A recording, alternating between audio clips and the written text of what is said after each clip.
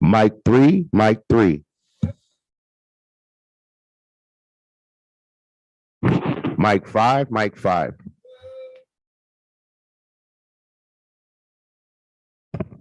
Mic 6, mic 6. Mic 10, mic 10.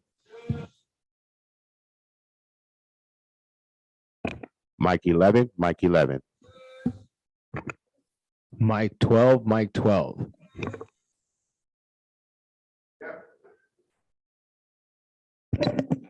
Staff mic, staff mic. Staff mic, staff mic.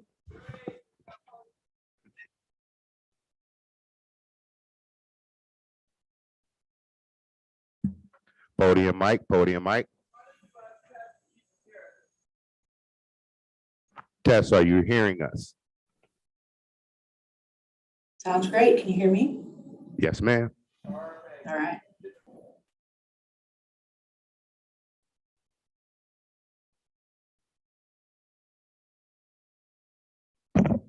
Clerk mic, clerk mic. They should be in here. Here they are. Alex, I actually this made it a lot smoother. Yeah. Made it a lot smoother. Try to make the guys' lives easier. If you come in, it's like a 7-minute thing, and then you get the This is a lot smoother instead of us doing this. Now somebody go run and check it on Zoom. Yep. A lot smoother. baby steps, man. Still will be all be pros.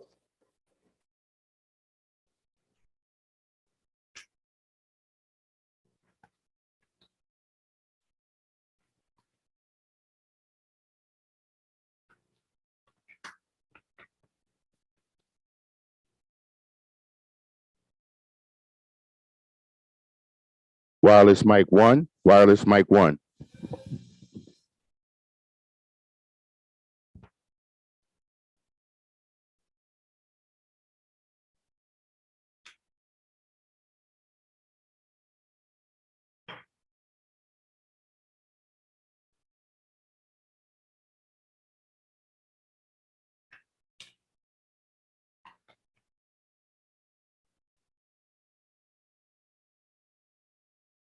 Wireless mic 2, wireless mic 2.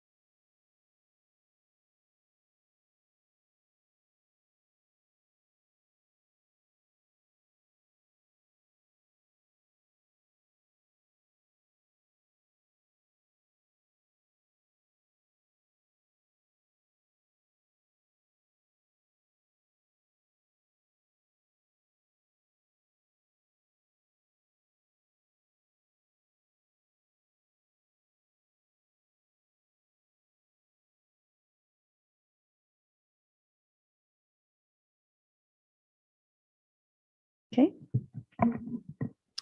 Good morning, everyone. I'm going to call to order the May 10th, 2022 Monterey County Board of Supervisors meeting. Could we have a roll call, please? Good morning. Let the record reflect all supervisors are present, with Supervisors Adams, Phillips, and Askew appearing in person, and Supervisors Lopez and Alejo appearing via video conference. Thank you.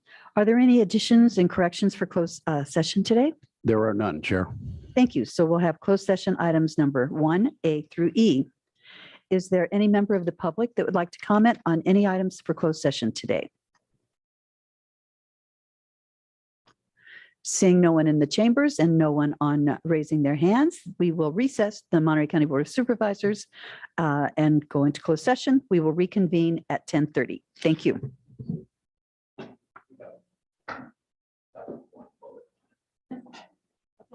On schedule today.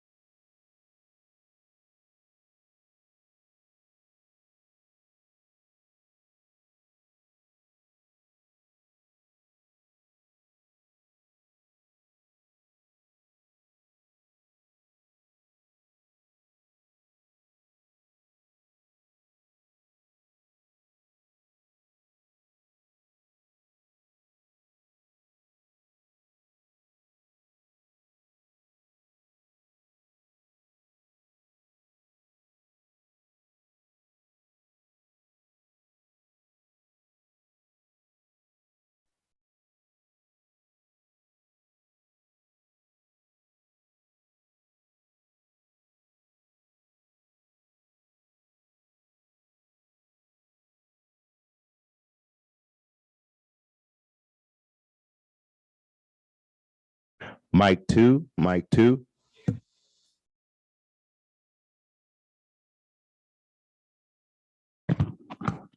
Mic 5, mic 5.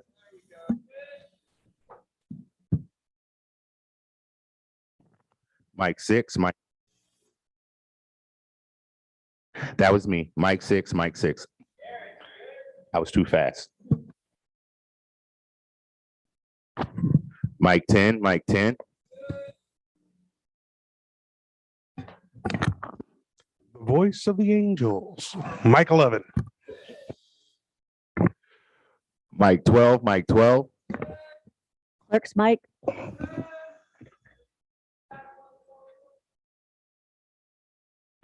Staff mic, staff mic. Staff mic, staff mic. Wireless mic 1. Podium mic, podium mic.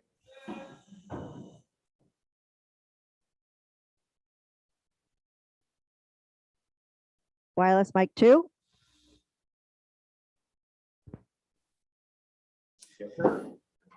Monterey room and Zoom audio. Sounds good. Perfect test. Thank you. Nah, I'll get some.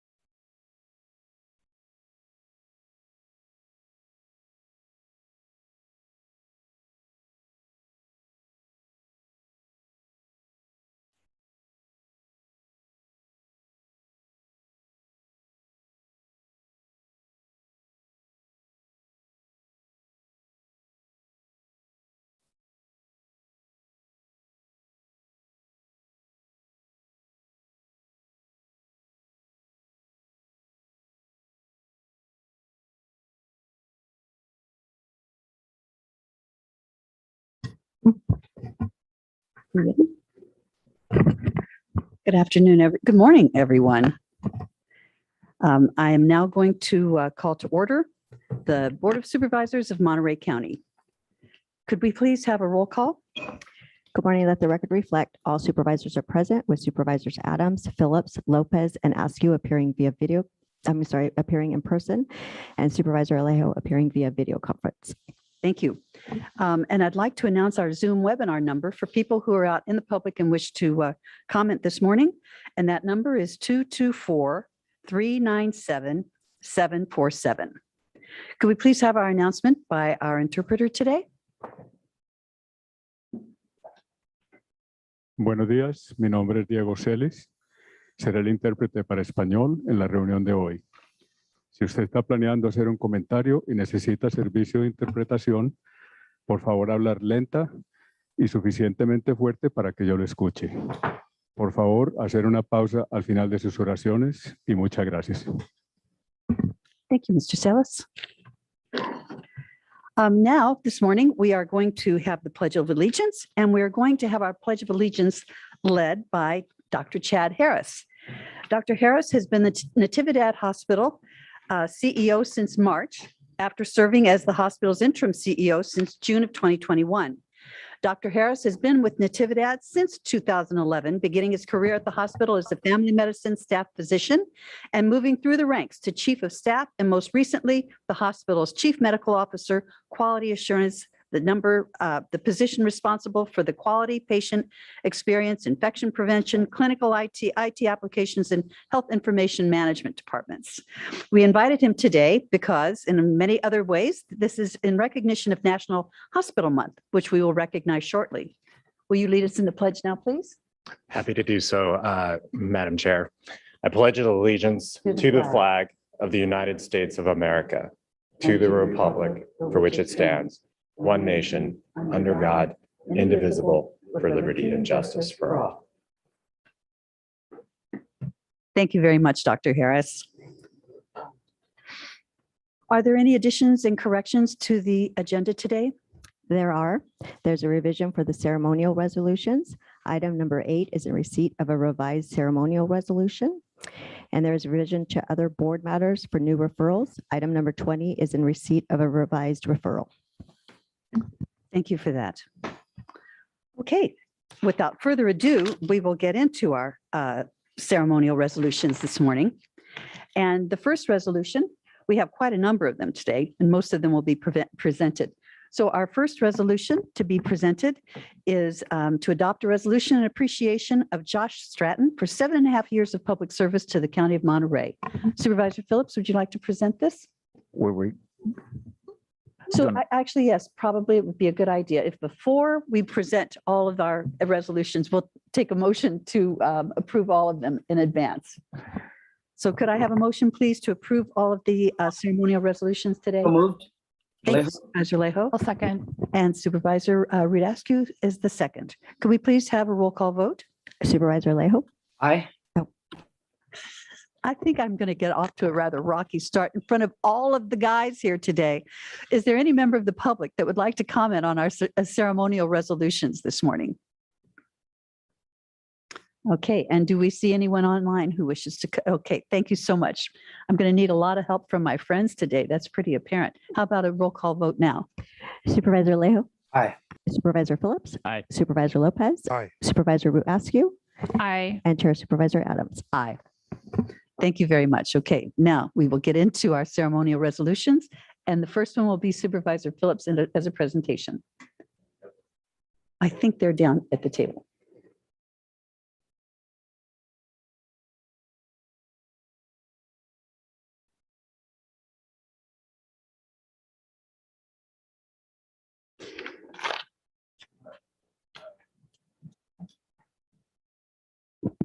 That on? Yeah, but as you know, I'm finishing out my last year, so they're kind of running out on me.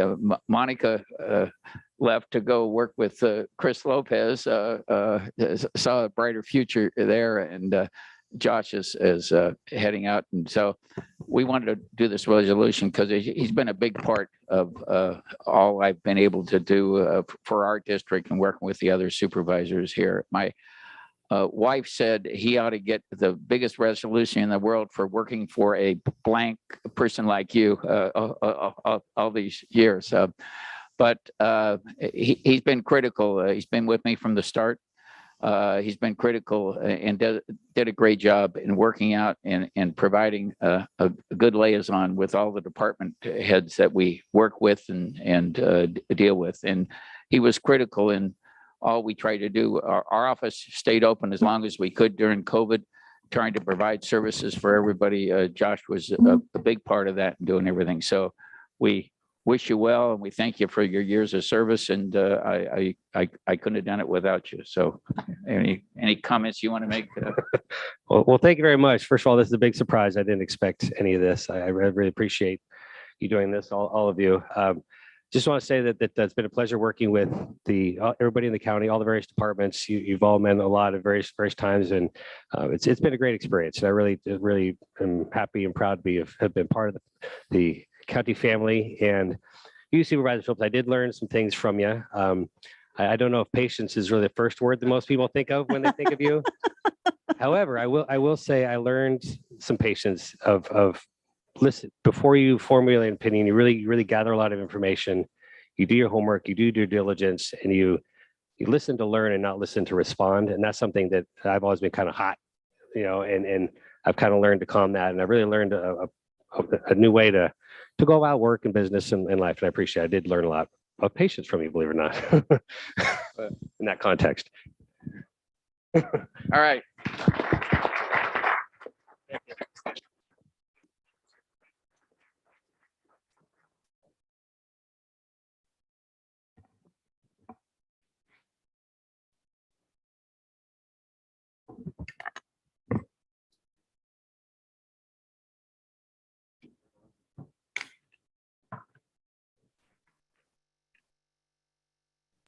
Madam Chair.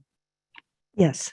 I just wanted to say a few words to Josh, just to thank him for his many years of dedicated public service to the people of Monterey County. And I think on behalf of all my staff, my team, we always appreciated his professionalism, how he interacted with other offices and other county employees.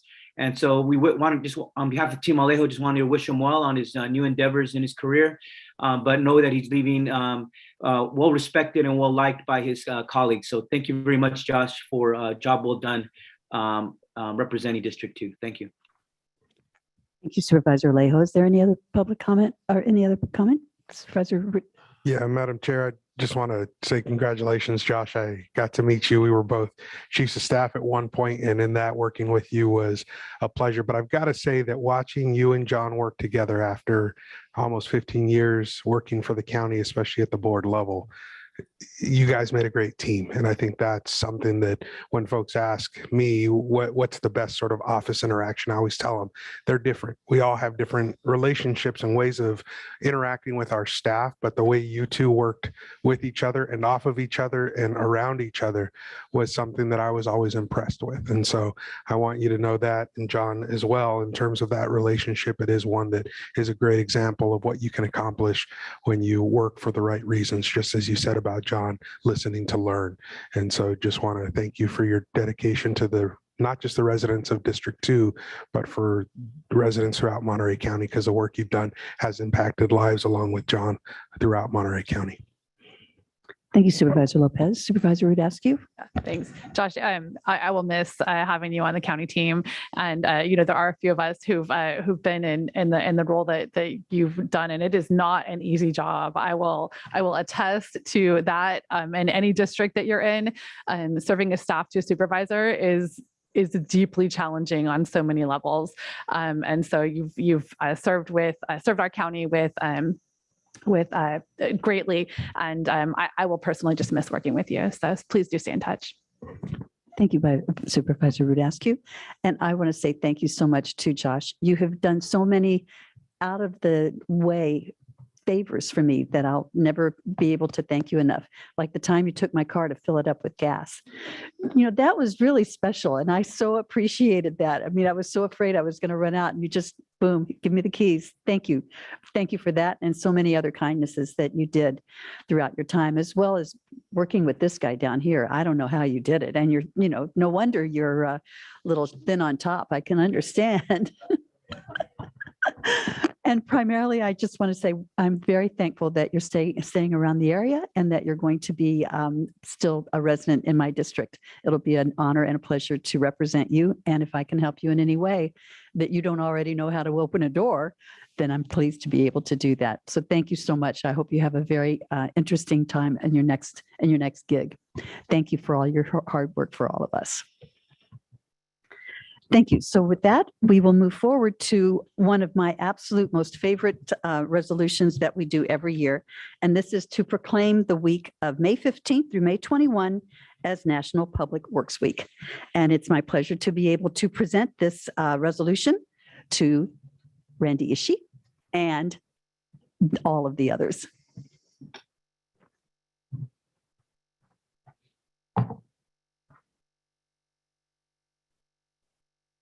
Thank you, Chair and members of the board. The week of 15 May 22 through 21 May 22 represents the 62nd annual National Public Works Week. It's a week to recognize and celebrate the accomplishments and also recognize and celebrate the achievements and hard work of the people who are here with me today on receiving this proclamation from your board.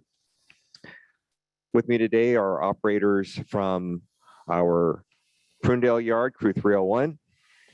They maintain the North County all the way down to roughly the northerly boundaries of the city of Salinas and the areas around Marina. I have the Monterey Yard, Crew 302, that maintains all the roadway network from roughly River Road out to the peninsula. We have the Greenfield Yards representatives, which serve primarily most of the South County in the Salinas Valley. And we also have Crew 304, which is our San Ardo Yard, and they maintain everything down the San Luis Obispo County border from there, where Crew 303 ends, and also down to the South Coast coastline, including Nacimiento Ferguson Road and the rugged terrain out there. We also have our traffic sign shop, and we also have our combined bridge, litter, and sanitation crew as representatives. And not to mention, we have all the other hardworking project managers, engineers, and the support staff, such as our facilities and our administration staff, to make sure that customer calls are received, invoices are processed, and altogether we keep the county's infrastructure in a well-maintained condition. National Public Works Week recognizes that we and the crew here provide for the health and safety of our communities. We do the roads, which are 1,260 plus miles of roadway, 175 bridges. We have all the county facilities, of which our facilities crew maintain, which unfortunately they couldn't be here today. And we also maintain the county parks, of which there's over 30,000 acres of parks open space. We also recognize that the work we do has its challenges. At this moment, I'd like to recognize that we lost one of our own back in December of 2021. It still resonates throughout our Public Works, Facilities and Parks family here, but it just goes to show that the work we do does have its challenges. With that said, we appreciate receiving this proclamation from the board, and I open up the floor to any questions from our Board of Supervisors, and I'll start off with our chair. Thank you very much, Randy. This is just such a great opportunity for us to be able to honor all of the work that you all do. Most of the problems that we have tend to be in the 5th District. And I look at people that I know are out there on the roads and out there on the bridges. And the work that you do is tireless, and it isn't easy. It's often challenging and often dangerous. And I just want to say to the women and the men of the Public Works Department and all of the department works, just thank you so much from all the people who live not just in my district, but throughout the whole county. So it's really nice to have an opportunity to present you with a resolution today. Randy's already taken care of all of the whereases, so I don't really have much to say. He's kind of taken my job for me, and I'm rather happy with that. Thank you for that. That was good. But I just will say, I'll just read the now therefore be it resolved part, that the Board of Supervisors of Monterey County does hereby proclaim the week of May 15 through May 21 as National Public Works Week in the County of Monterey, and encourages the public and civic organizations to acquaint themselves with the issues involved in providing our public works and to recognize the contributions that public work officials make every day to our health, our safety, our comfort, and our quality of life. So with that, I will hand the resolution to you with a great deal of thanks to just to all of you. So maybe a round of applause would be a good idea at this point.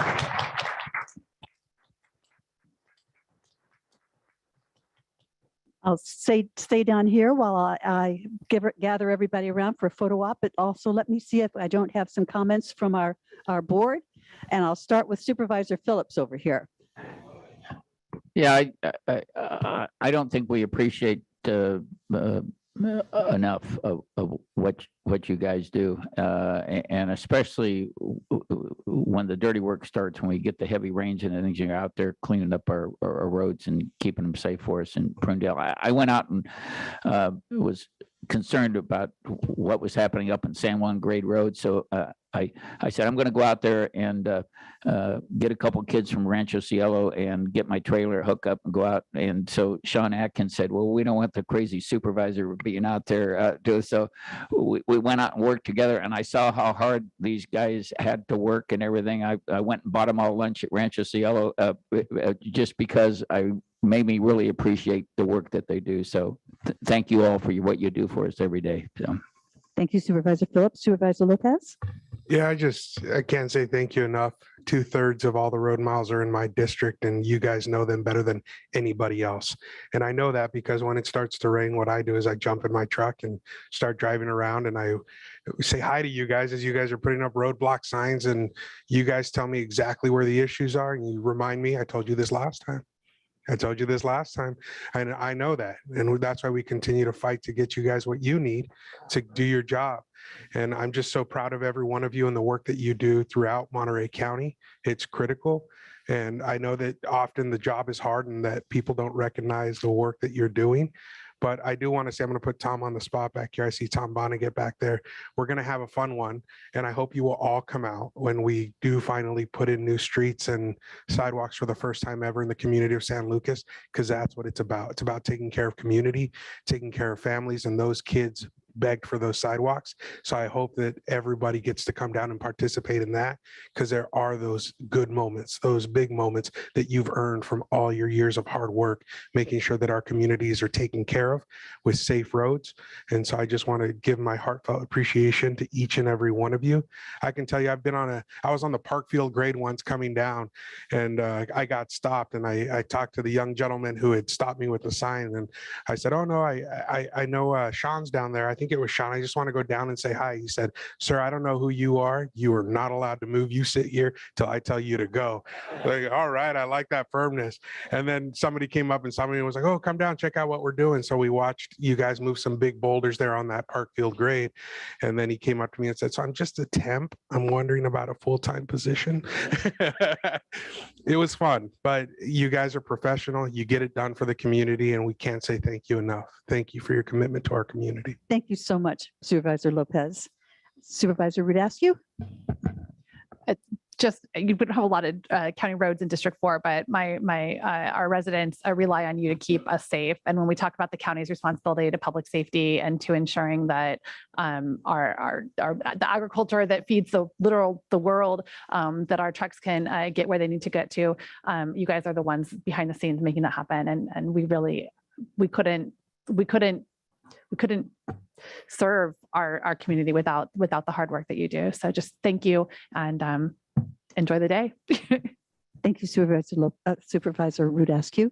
Supervisor Alejo, do you want to make any comments? Yes, I'll be real quick. Just want to thank them as well on behalf of all the residents of Salinas. And most recently, Public Works did its part to install a beautiful sidewalk that connects East Salinas to Natividad. And so we're really grateful.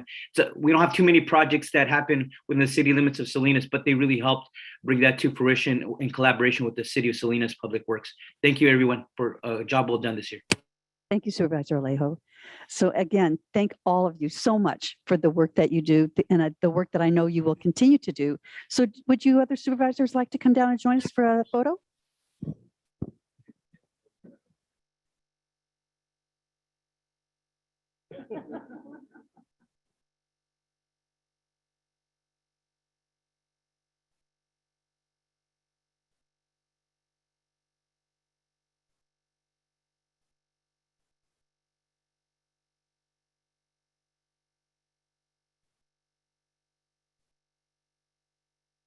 So much. I really appreciate you doing that with the handshake. Thank you. Good to see you again. Thank you so much. Thank you very much.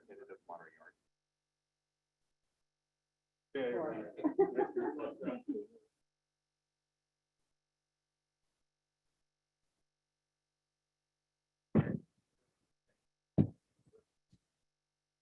Thank you all so much. It's terrific to have you here today for this honor. And now our next resolution is a resolution commending Kurt Golnick upon his retirement after 33 years of dedicated service with Scheid Vineyards. And I think Supervisor Alejo is going to make comments this morning. Yeah, thank you, Madam Chair. I'm not in person. I would have gone in normally, but I am getting over a cold that I've had for the last week or so. But Chris Lopez is going to help me out here today. We're very honored to honor a legendary community leader and pioneer and in the wine industry, and that is Kurt Golnick, who recently retired as the CEO of Scheid Vineyards, where he had worked for 33 years. Kurt should be present there in the board chambers, and I think he is accompanied by his lovely wife, Janet. Kurt is a true viticulture innovator with over 40 years of farming organic practices that support his success and his vision for each vintage. Kurt has been a pioneer in different wine regions in California and is a true sustainability champion in the vineyards, winery, and out in the community as well. Kurt has served on numerous boards and is currently the president of the Salinas Regional Sports Authority. And I just wanted to read part of his resolution that we're recognizing. And I hope that he'll put this on his wall one day to know that the County of Monterey really recognizes his true leadership. Kurt Golnick made his way to Monterey County to start his career at Scheid Vineyards back in 1988 and became the Chief Operations Officer. A wine industry pioneer, Kurt Goldman is an admired, extremely knowledgeable, and cutting-edge viticulturalist who oversaw operations and the management of over 4,000 acres of estate vineyards. Kurt has long been an advocate for sustainable farming. 12 of the Scheid estate vineyards are certified as California Sustainable Wine Growing Alliance and the Global Good Agricultural Practice, and more than 1,000 acres have been certified as Sustainability and Practice, or SIP. Kurt has served on numerous boards, including the past chair of the Community Foundation of Monterey County, the California Association of Wine Growers, Central Coast Grape Growers Association, and the California Vineyards and Growers Association. He's been instrumental in development and the expansion of the Salinas Regional Soccer Complex. And as I said already, he's the president of the Regional Sports Authority Board. And beyond that, he's just been a great coach for many years prior to his service on the Regional Sports Authority as a soccer coach. In 2012, Kurt was awarded the Ben Heller Award for Leadership and Courage by the Center of Community Advocacy to honor his work in improving the quality of life of farm workers in Monterey County. Kurt Golnick is not ready to fully retire yet. He and his wife, Janet, took possession of a property adjacent to Chalone Vineyards and named it the Rodnick Farm, creating Burgundian and Rhone-style wines. So on behalf of the County Board of Supervisors and on behalf of all our residents, we commend and thank Kurt Golnick for his lifetime of dedicated service and exemplary leadership with the wine industry of Monterey County and the numerous organizations and causes that he has participated in. With that, I'll pass it to my good friend, Chris Lopez, who represents South County, where most of these grapes are grown. Thank you. Kurt, and as a resident of District 3, the thing that I was most happy to read. I'm not typically into all the whereases, but it was that last one. This is not a full retirement, and I expect no less. Really, your continued commitment to Monterey County, the wine industry that you've helped bring up to the level that it's now recognized across the world. We're just so appreciative of all of your efforts, your family's efforts and dedication to our region. We can't say thank you enough. So I think this one's a little premature. We're going to call this a milestone resolution because I expect you back in 10 years, 20 years for another one. Thank you for your commitment to Monterey County, its kids, every citizen, and for doing business the right way in Monterey County.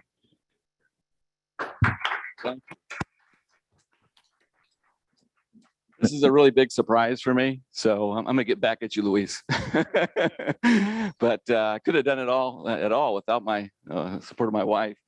It's been a great partnership, and we've done a lot, and there's a lot more to do. And I'm just gonna say, I'm gonna plug the Salinas Regional Sports Authority. We're gonna have a world-class soccer complex and sports complex in Salinas with the Salinas Valley and the residents of our community. Very exciting, and we're charging ahead. So I will be back. Thank you. Madam Chair. Thank you. Madam Chair. Yes. Yeah, I don't know whether we emphasized enough of what Kurt has done in the community too. I mean, I think it was mentioned, but he was chair of the Community Foundation for Monterey County, and then especially what he's done for soccer and the soccer complex has been phenomenal. But for years he was on our economic development committee here in the county, and for me personally, he's always been very supportive of Rancho when we're having an event and we need wine now. But Janet promised me a case of wine if I don't tell stories about when Scudder and Chapin and all of us were up at Joanne Taylor's Johnson. So I expect that the case of wine, so I don't tell those stories. So congratulations, and it's. Thank you, Supervisor Phillips. Supervisor Rudascu, any comments? Good. Okay, thank you so much. And I get to make my comments as well. I just want to thank you so much for all of the things that you've done throughout Monterey County for a very, very long time. I can remember having the pleasure of your taking me on a tour throughout the winery.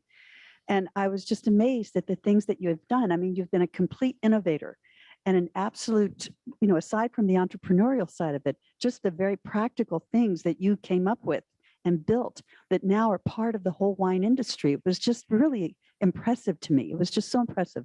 And the work that you've done on the Salinas Valley Groundwater Basin as well.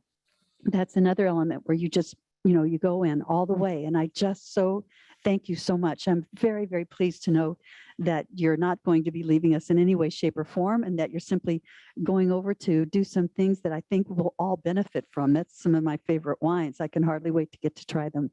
So on behalf of all of the people of Monterey County, thank you again so much. And thank you as well for your patience and the sacrifices that I know you've made to allow this man to do all of the things that he's done. I'm sure that his words are true. He would not be standing here if it were not for you. So thank you as well. Great. Congratulations. Thank you so much. Thank you. Congrats, Kurt and Janet. Do we have a picture here?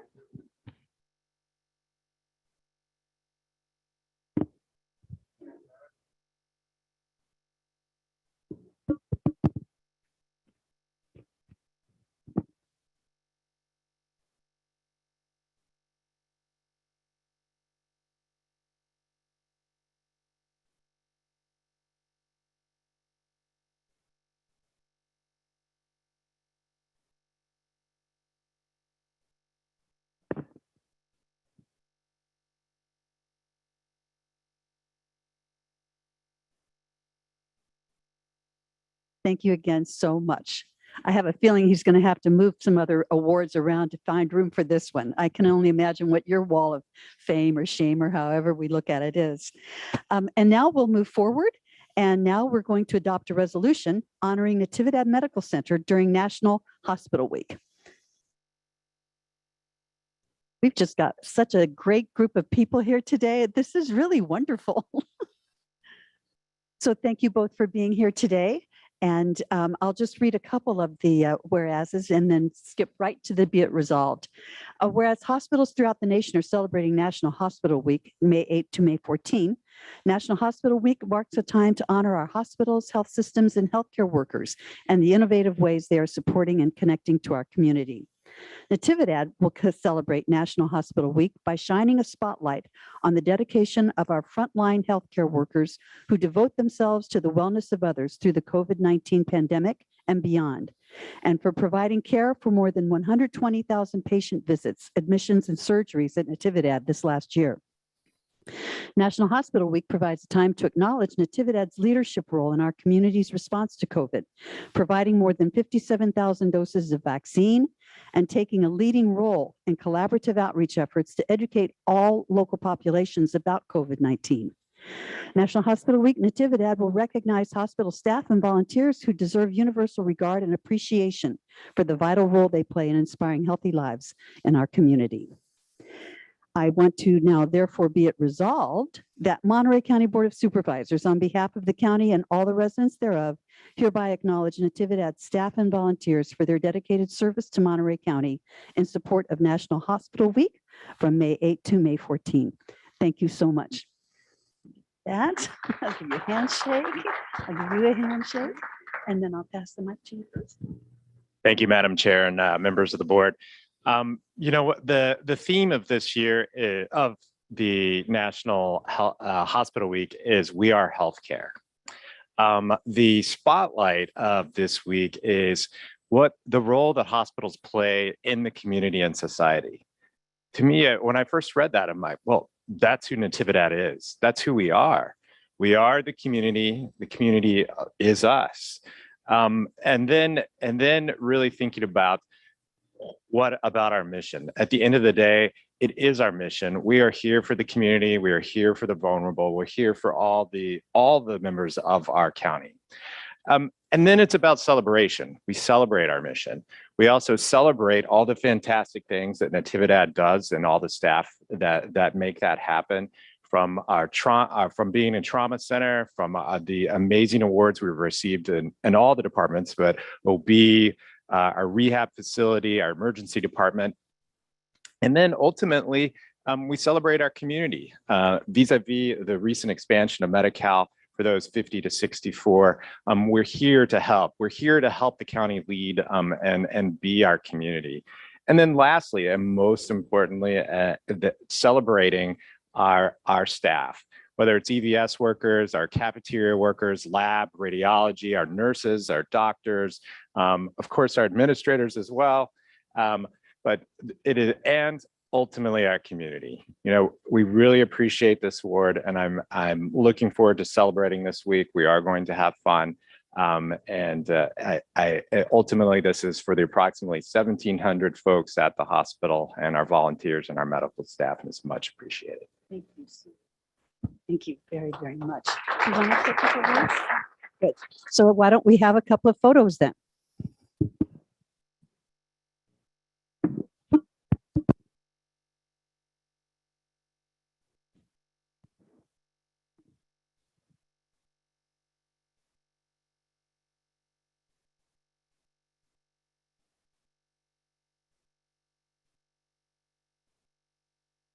Great. Okay, thank you. And now we're going to adopt a resolution proclaiming the week of May 2nd to May 8th as Maternal Mental Health Awareness Week.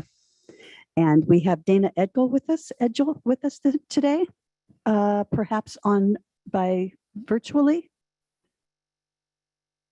from the who's a behavioral health services manager who will say a few words. Are we seeing Dana online? Okay, is there anybody from behavioral health who would like to make any comments this morning?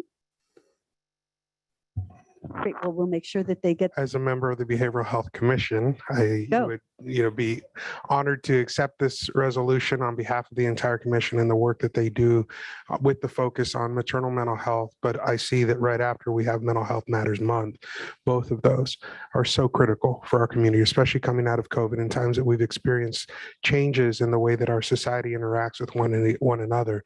There are really difficult changes happening within our community, and those challenges need to be addressed addressed head on. And I think bringing light to those situations, acknowledging that they exist, is that first step.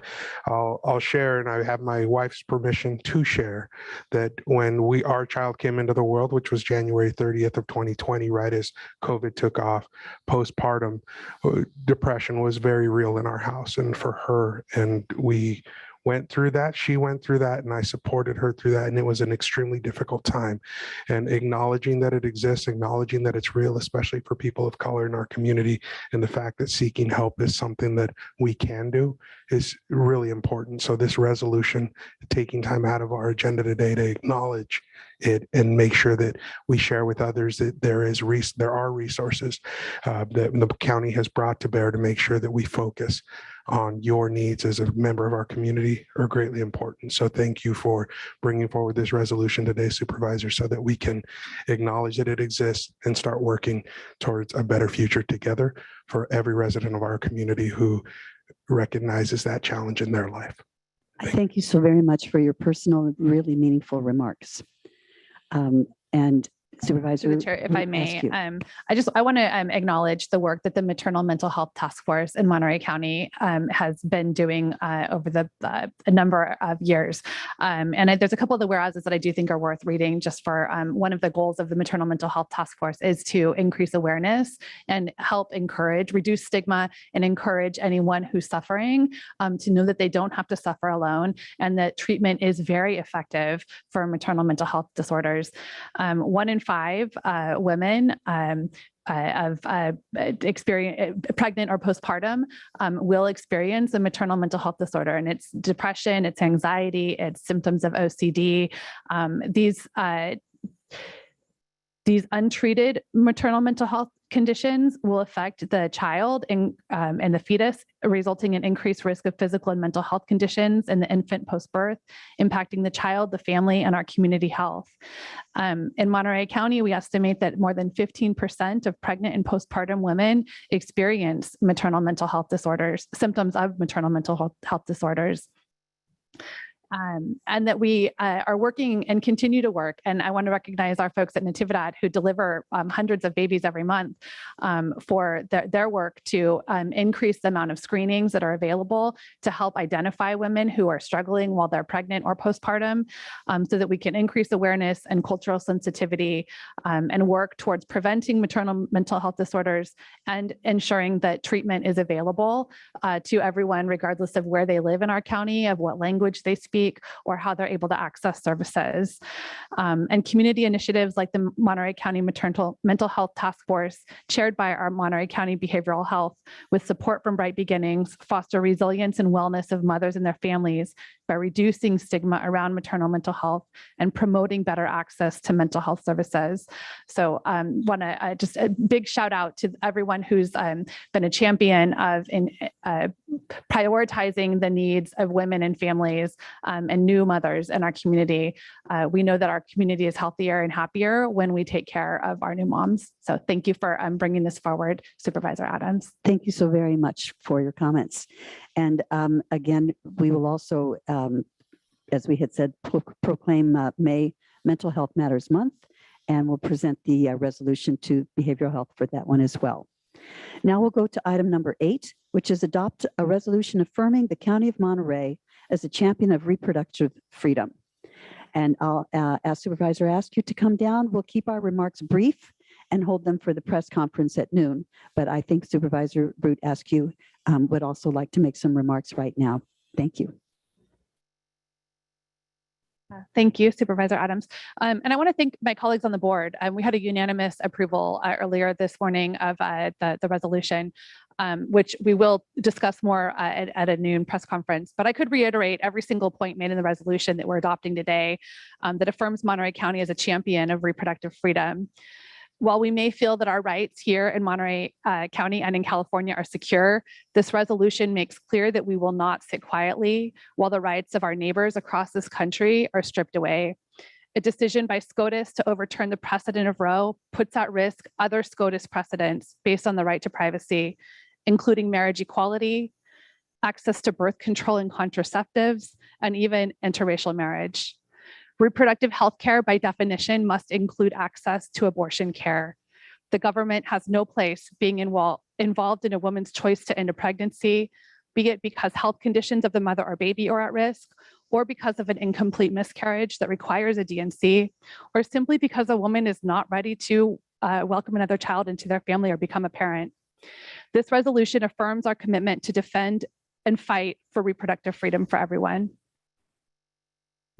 Thank you very much, Supervisor Rudascu. I really appreciate your comments. My own comments I'll keep until we go out for our press conference, but I just want to underscore your comments about it's our right and it's our privacy. And those are the things that really matter as we, continue to struggle to ensure that people have that freedom and that right. So thank you so much for bringing this forward. And we will have an opportunity to speak more at length, absolutely, afterwards at noon. Great, thank you. Chair, Supervisor Alejo has his hand up to Yeah, make. it's a question for County Council. I wanted to get clarity on, we had 2 added paragraphs to the resolution. Wanted to make sure, were those included in the version that was approved in the motion earlier? Yes, they were. Okay, great. And then the second, perhaps we could provide direction to our legislative staff, in particular Annette Diadamo, if she can also mail out a copy of this resolution to our state and federal legislative delegation, please, so they could receive a copy, as that was not included in the resolution. Thank you, Supervisor Alejo. And would we need a motion, or can that just be provided as direction from the board, County Council? I think that can just be provided as direction. I'm sure the CAO's office will make sure that happens. Thank you very much. And I did want to also thank Supervisors Adams and ask you for bringing this forward as well. And I want to thank our board for unanimously standing together at the brink of this horrible decision being released by the United States Supreme Court. I think it will go down as one of the worst written and the most logically flawed decisions in our Supreme Court history. I think equal, if not as bad or worse, to the Plessy versus Ferguson decision that justified separate versus separate but equal doctrine. But I think it's important for our daughters, for our mothers, for our families, and our future generations to know that at this critical moment in time, when this decision is about to be released, that our board stood up and that we are not staying quiet, that we're speaking out as a county in defense of women's reproductive health and women's rights. And so I just want to thank my colleagues for making this unanimous today, and that we are having a voice on this issue, and that we urge our Senate to approve this. I know it's being taken up on the Senate floor tomorrow. I hope that they will approve it, but we know that that is probably unlikely to happen, as some of our U.S. senators are unwilling to carry out their oath to defend the Constitution of the United States, and unwilling to have the courage to do what is right in protecting women's reproductive health. Thank you very much. Thank you very much. And with that, we'll go to item 9, which is adopting a resolution proclaiming the month of May as Building Safety Month. So we have lots of things to be thankful for this month. Now we will move on to appointments. We have 3 appointments. I would like to see if we have a motion to approve the appointments as they are listed. Move appointments. Second. Thank you. So could we have is there a member of the public that would like to comment on the appointments today? I'm seeing no hands raised, and I'm seeing no one coming forward. So with that, could we please have a roll call vote? Supervisor Alejo. Aye. Supervisor Phillips. Aye. Supervisor Lopez. Aye. Supervisor Askew. Aye. And Chair Supervisor Adams. Thank you. Aye. Thank you very much. With that, we will move forward to our consent calendar now. We have items number 23 through 50. Sorry. Is there any member of the board that would like to pull any item for comment or questions? Yes, Supervisor Rudascu. I would like to pull for separate vote item 47 and 50, please. 47 and 50. Is there anyone else who would like to pull anything from the consent calendar? Seeing no hands, Supervisor Alejo, is that a legacy hand, or do you want to pull something from consent? That's the legacy hand. All right, thank you very much. Is there any member of the public that would like to pull anything from the consent calendar today? I see no hands raised, and I do not see anyone coming forward. I would like to pull 31 for comment. So in order, we will go 31, 47, 50. And item 31, I just want to bring forward the comment that this is a relief to see this item come forward today. This is ratifying the execution of the Director of Health to bring forward again the Sexual Assault Response Team, the SART team, which will allow people to be able to have the examinations that they need here in Monterey County rather than having to be taken to San Jose to do this.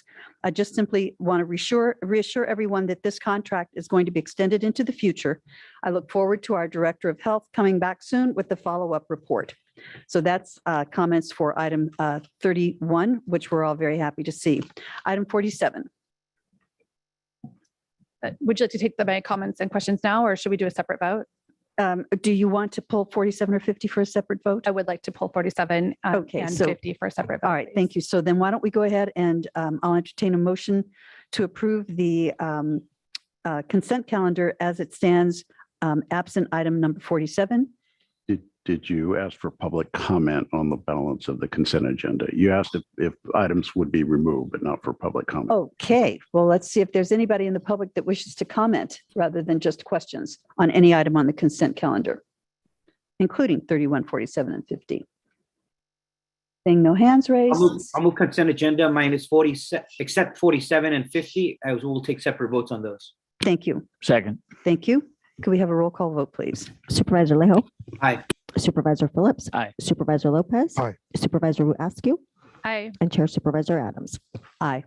Thank you. And now we'll go to Supervisor Rudascu, item 47. Thank you. Item 47 is to increase initially and then set automatic annual adjustments for the Assessment Appeals Board.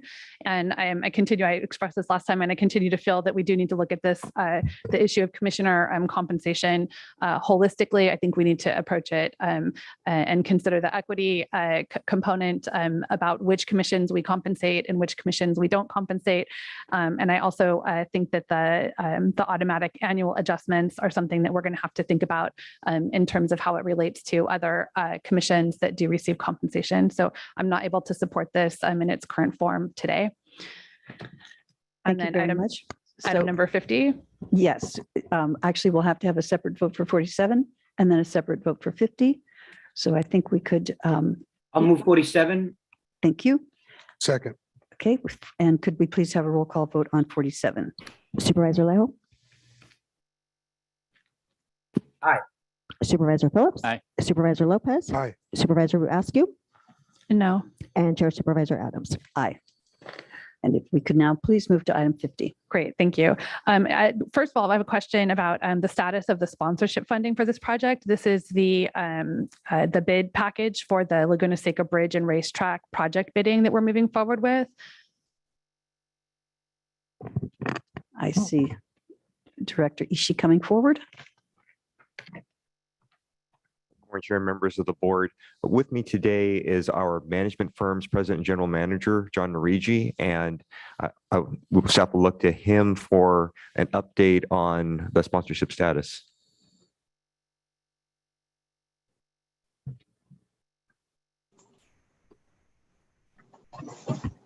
Yes, Madam Chair. The sponsorship status remains as I discussed and presented last week when we were in front of the board a couple weeks ago. The commitment of $1,035,000 is still valid, and we are working towards getting those commitments confirmed. Supervisor Rudascu. Okay, thank you. So has any amount of that been confirmed as of yet? There are two proposals out and being referred by the firms. Obviously, there has also been a fair amount of discussion between Steve Fields of AFS Sports as well as myself in moving the process forward. Oh, okay, thank you for that answer. I do appreciate that our county staff is moving this forward to implement what was a majority decision of this board. However, I do remain deeply concerned about the lack of a long-term plan that ensures the racetrack is financially viable and does not require ongoing taxpayer subsidy. So in the absence of that viable business plan, I'm not able to support this project.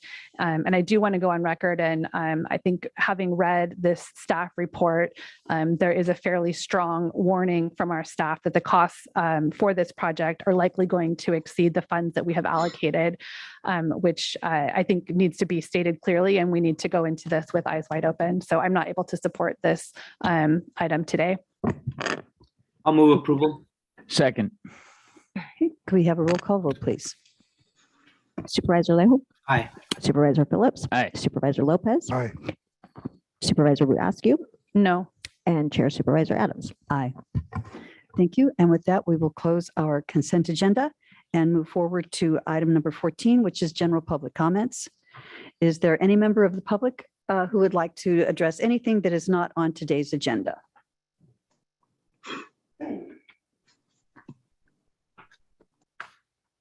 Sure, when I couldn't pass up an opportunity. Wes White, Salinas, Monterey County Homeless Union, in reference to yesterday's eviction from the Crossroads Big Sur land encampment. You know, it was anything but humane, especially any kind of coordination between law enforcement and social services. I mean, we have two buckets of a budget. Which one should win and rule out? Because the law enforcement side is you're just a future criminal. Even when they pass out the thing, they want to shake a hand, but in 2 days you better be on the run. So I submitted an email to each board member along with a video, kind of just play by play, even Smith and Enright stealing food or separating it from the lady's bin. She was able to get a bin. It's like halfway gone. And then she finds the crate where the other half is, kind of the better food. And so it's like, what are we doing? Are we double dipping? I mean, what is the real intention and how are we making this humane? Because what people need is a place to be 24 hours a day. And that's really what needed to happen before we just blew everybody out. Nobody helped. I mean, it wasn't part of the process to even move anybody intact. So of course they're going to lose everything. And of course they're going to have to start over. And, you know, I mean, it's amazing what we do to people. And that is really a large piece of where we come up with a problem with the budget. You know, we're not trying to do preventative maintenance with anybody. Health and safety is not our goal. Getting rid of people is. And that's how we know it's not about the property. It's how we're treating people between law enforcement, social services. Neither one is being authentic. And here we are spending billions of dollars on this. What are we doing? The same people, just so we can create future criminals tomorrow, you know, I mean, so we can spend ourselves 30-40% of the law enforcement budget. You can't be here, you can't be there. Where are they allowed to be? Stop the sweeps. Thank you so much for your comments. And as you can imagine, I have a very different opinion of how things went yesterday. Thank you very much. Are there any other members of the public who would like to comment on anything that is not on today's agenda? Raising their hand. Oh.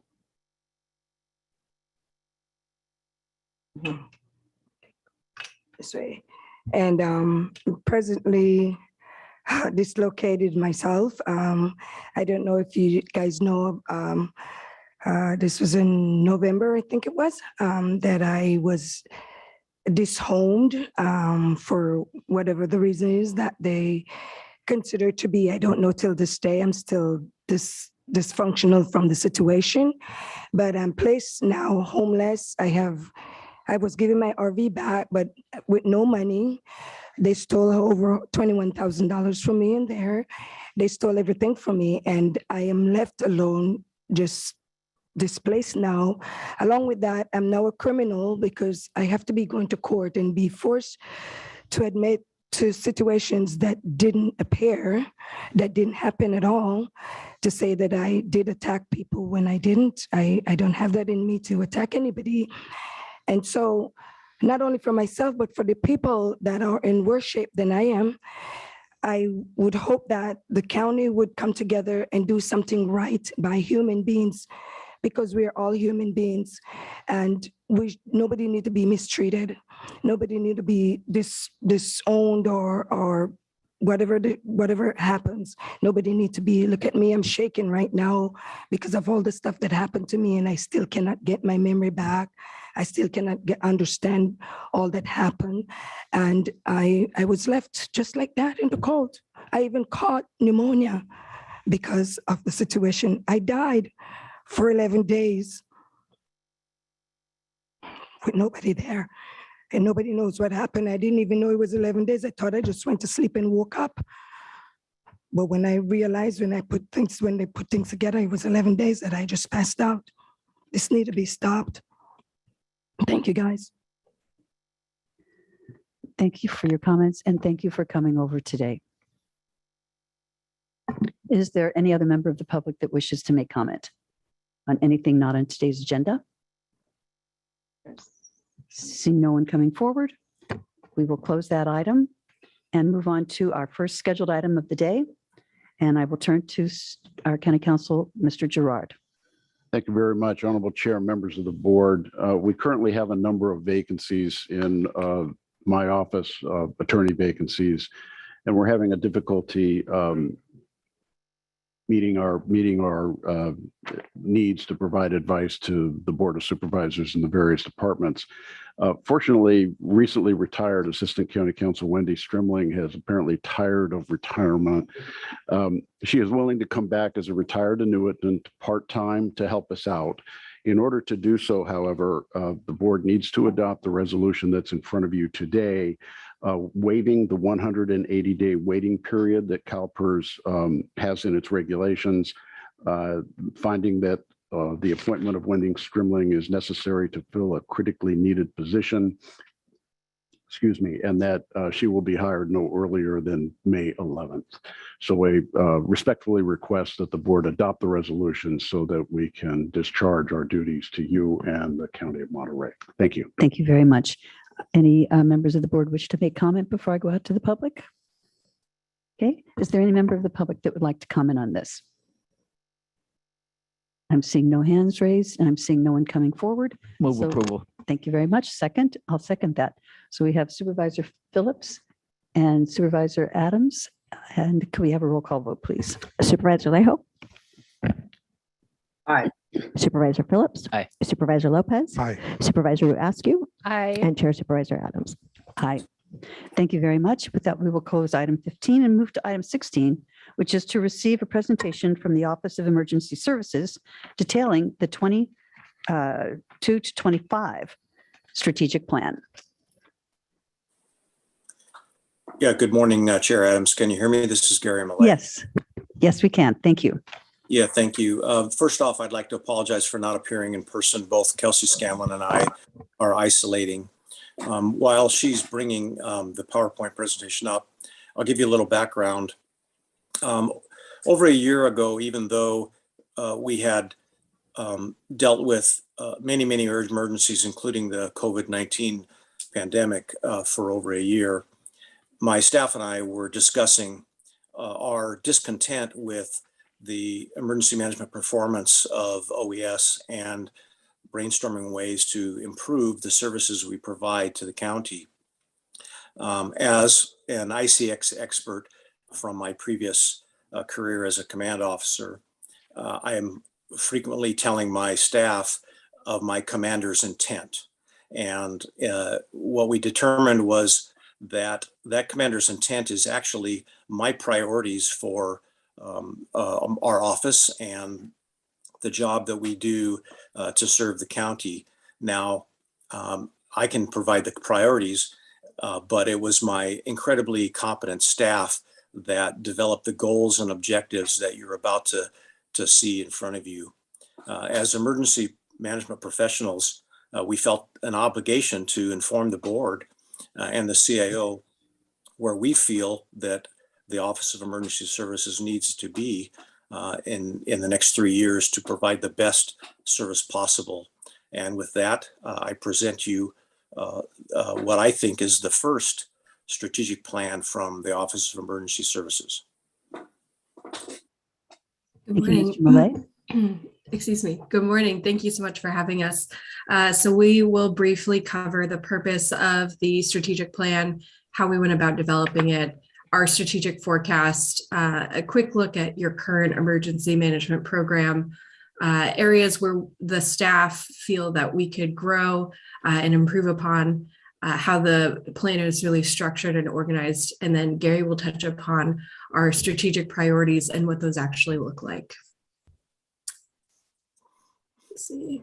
All right, so I think Gary touched upon this a little bit already, but ultimately what we're trying to do is improve the execution of our fundamental mission and ensuring that what it is that we envision emergency management should look like and what the community expects of us are integrated and mutually reinforcing.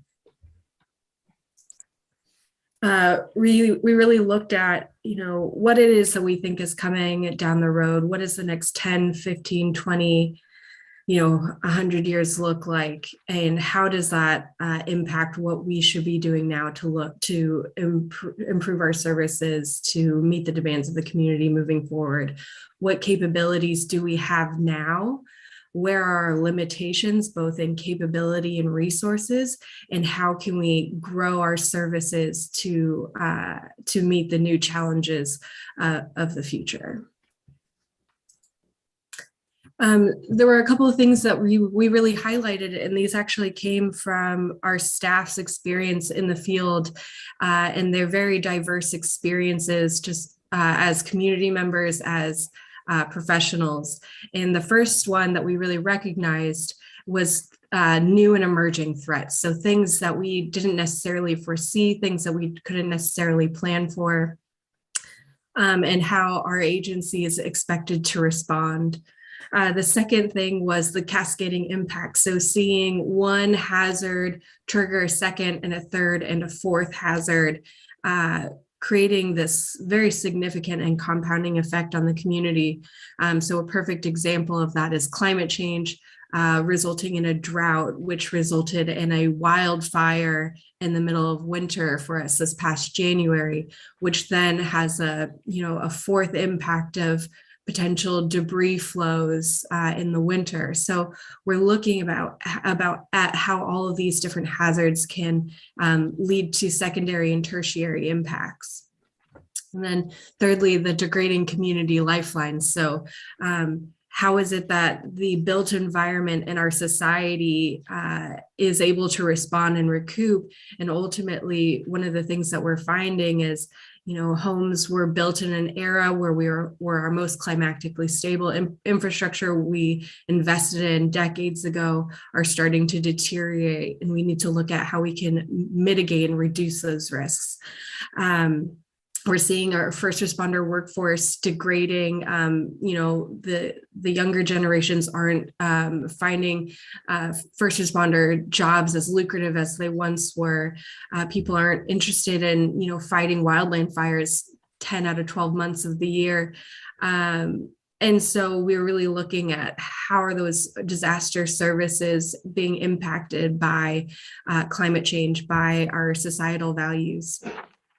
And then rising disaster costs. We saw this a lot after the 2020 fires, with homes that were completely destroyed. Their insurance companies are issuing them, building replacement values at $125.75 per square foot, when in the reality, the cost of rebuilding is closer to $700 to $1,000 per square foot. So property owners are underinsured. The cost of even just evacuating is almost crippling for some families, especially, once that housing inventory is destroyed.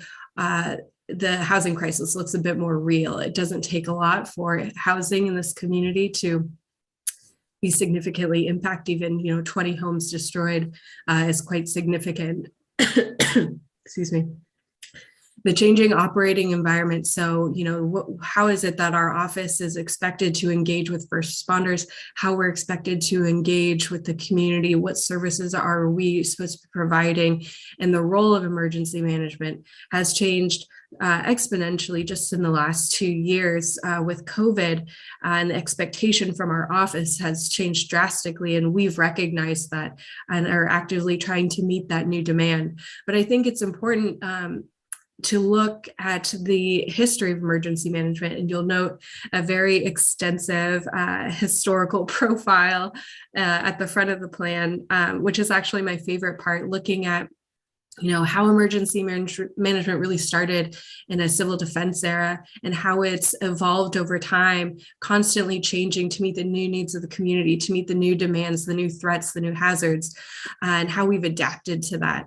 And I think we're really at that pivotal moment in time where we see new and emerging threats, new expectations from the community, where you'll see a significant shift in emergency management, not just in Monterey County, but across the country. And then finally, the cultural paradigm shift that is not just expected of our agency, but of the community as well. The expectation from us, of them, to modify their behavior and their lifestyle, to learn to adapt to live in an increased threat environment, whether it be from climate change or natural or man-made hazards. It is very much a responsibility of our office as an agent of public safety to encourage the community to change how they live amongst increased threats. So our office, as you all know, are responsible for planning and preparing for emergencies. We're responsible for educating and preparing the public. We are also charged with the responsibility of coordinating the countywide response to moderate to large scale emergencies. So, our staff aren't out in the field giving people CPR. We're not, on the line putting out fires or arresting people. We're really here to provide support for the first responders and doing so in a way that's effective and efficient. And so one of those components is, collecting information, disseminating information, collecting resources, disseminating resources. Ultimately, our job is to connect people with the things and stuff that they need to survive. And then, of course, helping people through recovery, which is arguably the most heartbreaking part, and, not as flashy as the response side, but arguably the most important to our community is the recovery efforts and the things that we can do to support them. We saw a lot of this throughout COVID, but most specifically after the 2020 fires. And then one of the things that I think a lot of people aren't aware of is that we manage a significant amount of Homeland Security money, revenue actually, that comes into the county to support our first responder partners in getting them the equipment and training that they need to respond to those new and emerging threats. Since 2017, our county has seen a significant amount of incidents resulting in either local, state, or federal proclamations and declarations, ranging from, droughts, tsunami, wildfire, flooding, a whole slew of events that really impact everyone. There's, I don't think, a single person in this county who hasn't gone touched by an emergency at this point. Some of our accomplishments, I honestly don't even know where to begin to express how proud I am of our office. Our staff have done quite a tremendous job in creating projects and programs that are not only sustainable, but are reflective of the needs of the community, and have expanded the operational area's capability to respond to emergencies, both not just, the catastrophic ones, but the moderate ones, which are arguably the more difficult ones to manage when you have resources that are, lukewarm at best. But ultimately, you'll see the list of plans. Each of these plans can take anywhere from 9 months to 20 months, depending on the complexity, if it's an update or a new plan. These plans are by no means a small feat. And then, of course, taking those plans and implementing those into the real world. So a perfect example is the Care and Shelter Plan. Took us a year to develop, took us 2 years to train all social services staff to be shelter workers. And we were fortunate enough to be able to implement that during COVID, acquiring the equipment that they needed to actually, provide those services and the knowledge and the resources and the general structure of that response capability. So really just an impressive amount of work that's gone in to the operational area. There's a couple of items where we think that we can do better. And as we're coming out of COVID, we're really looking to really hit the ground running, and the strategic plan is the way to do it.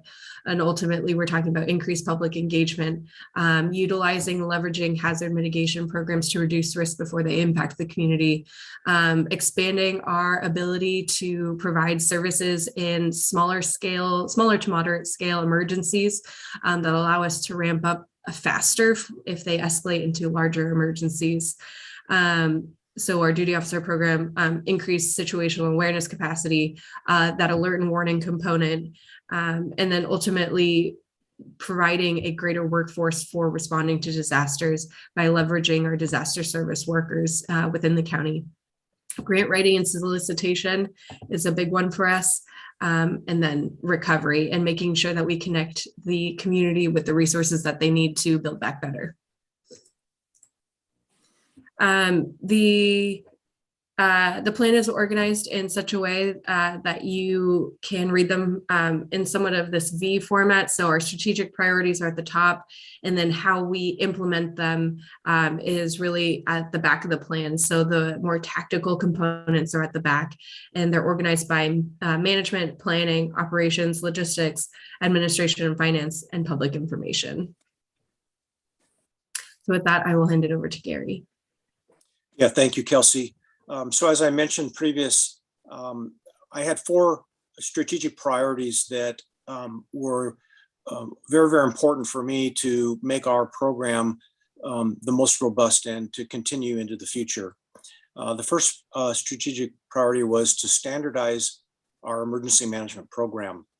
And as Kelsey mentioned, emergency management is changing throughout the entire country, and we need to adapt to keep up with those changing needs and the services that we can provide.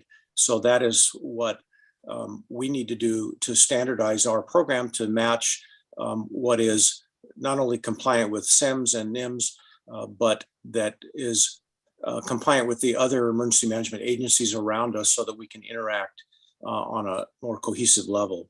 Our second priority is to ensure readiness to respond. As we saw during the pandemic, where we had such a tremendous need for disaster service workers that in some cases could not be met, we really need to become more robust as a county family to respond to the emergencies, to support our responders and support the public in whatever needs they have from the Emergency Operations Center and OES. Our Priority 3 is to train the emergency management workforce of the future. As with any industry, emergency management is seeing the challenges of finding qualified people. You can't just wait for a promotional opportunity to occur and then you'll have 50 people applying.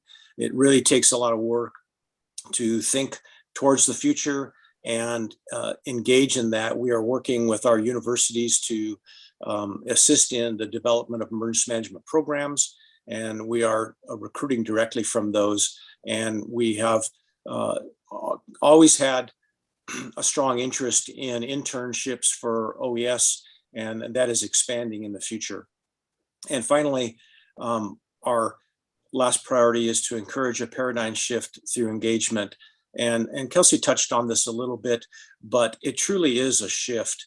No longer is emergency management a function that gets done and in the background and nobody really understands what's happening or what their role is in emergency management. Even though we are the emergency management professionals, emergency management is an entire community engagement.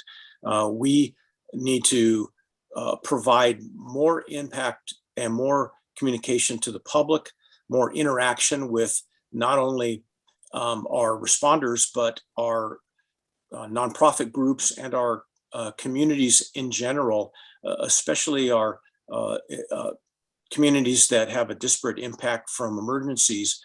We need to spend more effort reaching out to them so that they feel actually involved, and so that we can get everybody prepared, not only our responders, not only the county family, but the entire whole community as it is. So as Kelsey mentioned, the way we broke it down is basically in the same ICS format of the EOC. We have the management section, which typically is the EOC director, manager, and all of my general staff. So we need to increase the capacity of our organizational structure. And as I mentioned, a very large part of it is to increase the communications to not only our CAO, the board, but the entire whole community, down to every last person in this community, so that they feel a connection to their own emergency management tactics and how they can respond, but feel resilient when an emergency does happen. In the next slide, please. Under the planning section, develop and implement and adopt robust standards, policies, and procedures. We are prioritizing our plan development. As Kelsey showed in our accomplishments, the planning process is not an easy one or a quick process to complete. It's extremely time consuming, and it can't be done alone with just emergency management. We rely on the experts in the field, the subject matter experts from the response community and the county family to assist us in any of our plan creation. We provide the leadership and they provide the support and expertise to create the plan so that when a response happens, we have the best plan available, because every plan only survives first contact with the emergency and then it has to be modified. We currently have 32 emergency response plans that we are responsible for maintaining, creating, or updating. Some of those have to take a priority because of the time limits involved and the limited number of staff we have to do it. In the logistics, next slide, we are trying to develop improved processes and procedures for resource tracking and management. This is for both the Emergency Operations Center and for incident support. Anybody that's been involved in supply chain issues understands how important logistics is, and we need to have our own logistics plan just to keep that focused on providing the best support we can. In the administration and finance area, we are developing and implementing policies, processes, and procedures that improve our day-to-day and EOC administrative and financial efficiencies. We're providing training to the county on the cost recovery plan, which was created 3 years ago and is used on a continuous basis. Currently, the Emergency Operations Center Finance section is responsible for $76 million plus of recovery money from FEMA that we're managing through 9 different disasters from the state and the federal government. We also intend to implement a finance section oversight component so that even though those finance section chiefs may change with the emergency, we'll have a consistent oversight person to provide the guidance and make sure that nothing drops through the cracks and that the county is not in a position to lose any of our recovery funds that we're entitled to. And lastly, in our operations, we have as you all know, we are very excited that the board has approved a couple of management analysts, one for the finance that I mentioned previously, and another as our training cadre, we will be developing the EOC teams with the partnership of our Human Resources Department, so that we can become much more robust in our EOC response. And that training that this person will provide not only to our county disaster service workers, but we will also have the ability now to train our responders in the newly created response plans that we talked about earlier. And lastly, even though it's not, it's under the general staff of the management section, it's so important that it has to stand alone, our public information. As you've heard in past emergencies, it seems as though when something goes wrong, it's always in communications. That doesn't mean that could be the only exclusively thing we do wrong, but that's the most difficult to get right for some reason. And we are no different. We need to improve the way we deliver communications to our responders and to the public and to the board for that matter. We are partnering with our county communication division for better outreach and communication. And we are trying to ensure that OES is a trusted community partner and can instill equity as a foundation of emergency management communication. And with that, I'll just end by saying that the emergency management community faces an increasingly complex and decreasingly predictable environment in how we deliver our services. The complexity that it takes to form incidents are in new and unfamiliar threats with more information to analyze and less time to do it. New and untrained players and participants using more sophisticated technologies with exceedingly high public expectations that we accept and appreciate. This combination creates a vastly different landscape for risk assessment and operational planning. The pressure to perform in this environment is extraordinary, but it's one that we fully accept with our eyes open, and we feel with your support and this plan, if we can implement it, that we will be able to meet that pressure and complexity to the best degree possible. Thank you very much for your time today. Thank you so much, Mr. Millay, for your time today. Before I come to my colleagues for comments, I just want to say that how much I deeply appreciate this really well organized and thorough document. It's just so great to see our OES team put this kind of time into strategic planning. I mean, you're fighting fires for God's sakes, and you had the good sense to timely provide a strategic plan so that we'll be able to follow through on what's absolutely needed for the future. And I appreciate that. I'll have additional comments, but I'll go to my colleagues first to see if anyone would like to make a comment. And I'll start with Supervisor Phillips. No, I commend you for all the work you're doing. This is probably something that should have been done a long time ago. So it's very thorough, and I appreciate it. Thank you so much, Supervisor Lopez. Yeah, I just want to say thank you. This last Friday, I had the opportunity to participate in a disaster planning town hall in the city of Greenfield. And Chief Langborg there had a lot of wonderful things to say about the planning efforts that come out of Monterey County OES and the fact that in all the places he serves throughout the state, we've done more of this work than anywhere else he's ever been.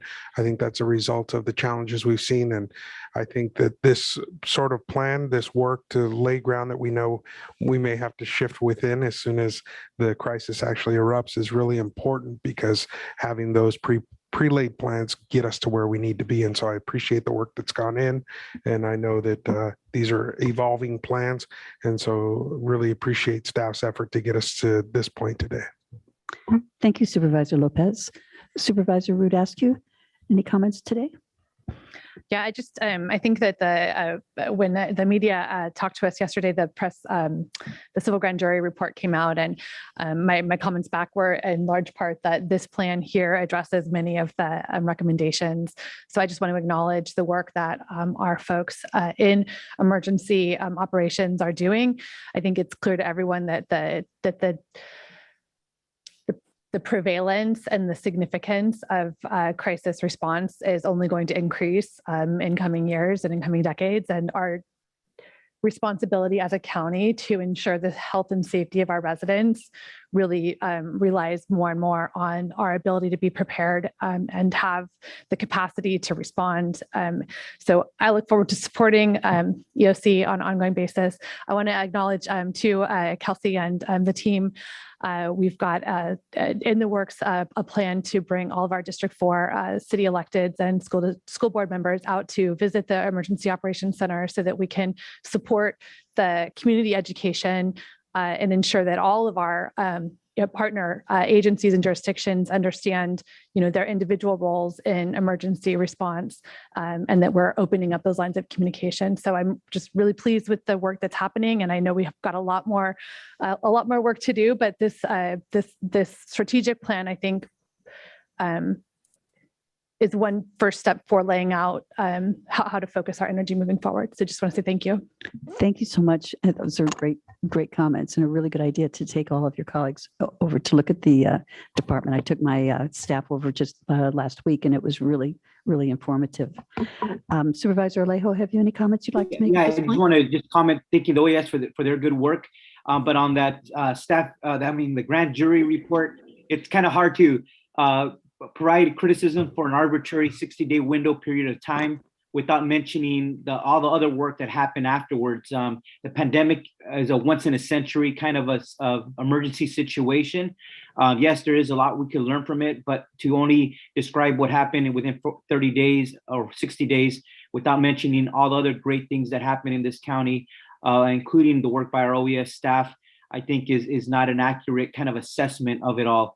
But I do want to just recognize their work, and that a lot of the issues that we saw early on, we worked on. We were not complacent when we saw that there was needs, including communication and other ways to get the word out to our public. We did move to address that.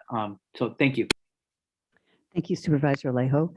And again, looking back to our OES team, we've all seen you stand up and work hard in far too many disasters just in my short period of time as a county supervisor. And then with the pandemic, it has been such a longer term effort with an activated emergency operations center. The OES staff just work with many county departments during disasters, and there are many trained disaster workers who also support the EOC. I appreciate everyone who helps in these acute moments of disaster. But as the plan describes, our OES team also is tasked with efforts to prevent disasters and to recover from them. So to be resilient, we need to do more than just respond. We need the entire county organization to also support mitigation activities before and after disasters. You have done an outstanding job. The plan that you've brought forth and what I've seen you do, you're innovative, you're cost conscious, and you're proactive as well as being necessarily reactive. I also want to applaud you for your good conscience today by not coming to present this to us, but by isolating yourselves as need be for what sounds like a pretty ugly situation that you find yourself in right now. But just a quick question for you before I go out to the public. I just wanted to know, what are some of the key outcomes of this plan that you would like our board to focus on as we go forward into the next year? I'll let Kelsey also speak if she has ideas, but I could talk for hours on what I want to accomplish out of this plan, but I think that the key for us is so that the board understands the challenges we face and the resources that it's going to take for us to meet those challenges. And we really have a strong desire to be a partner with the board in emergency management so that you don't feel isolated from it and that you have a better understanding of what we do and how we do it and what it takes to accomplish those goals. Thank you. Thank you very much. Kelsey, have you any comments you'd like to make on that? I do. Thank you so much for the opportunity. So, traditional emergency management.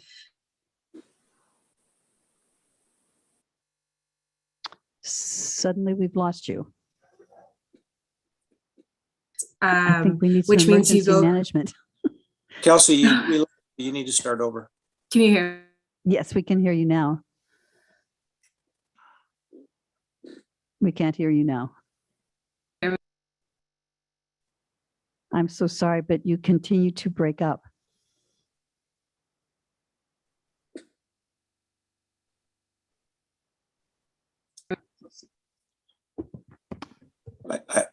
Chair Adams, I apologize for Kelsey's. Sorry, can you hear me now? Yes. Okay, sorry. So really, we were just I'm so sorry, Kelsey, but I think, Gary, do you have any comments that you could make based on some of Kelsey's comments? Because I don't think we're going to be able to get her rolling like we need to today. I can only tell you that that Kelsey is an extremely competent partner in my office. I rely on her so much, and she brings a very unique perspective to emergency management with her years of formal education as a master's degree in emergency management and working in previous counties, Sonoma to be one. I'm sure that she had something very succinct and pithy to say, because that's the way she describes her comments. But I don't want to put words in her mouth. So I'll just end by saying that she's brings an enthusiasm and excitement that is refreshing to work around, and we really appreciate her. Thank you. Having had the opportunity to work with her, I just echo what you've said so completely. She knocks the socks off people when she does presentations in some of the worst situations throughout my district. Let's take it out to the public and see if there's any member of the public that wishes to comment on this item. I'm not seeing anyone come forward. Are there any hands raised? Great. Kelsey, I'm so sorry that we weren't able to hear your succinct remarks. I know they would have been excellent. So That's okay. Thank you so much. Thank you. With that, I think I'll ask for a motion to receive this because we have a strategic plan that we're voting on as well. I'll move approval. Thank you. Is there a second? I'll second. Nope. Okay. I beat you out there. So with that, could we please have a roll call vote? Supervisor Lejo. Aye. Supervisor Phillips. Aye. Supervisor Lopez. Aye. Supervisor Askew. Aye. And Chair Supervisor Adams. Aye. Thank you all so very much. We'll close that item. And at this point, we will recess for lunch and we will reconvene at 1:30. Thank you very much.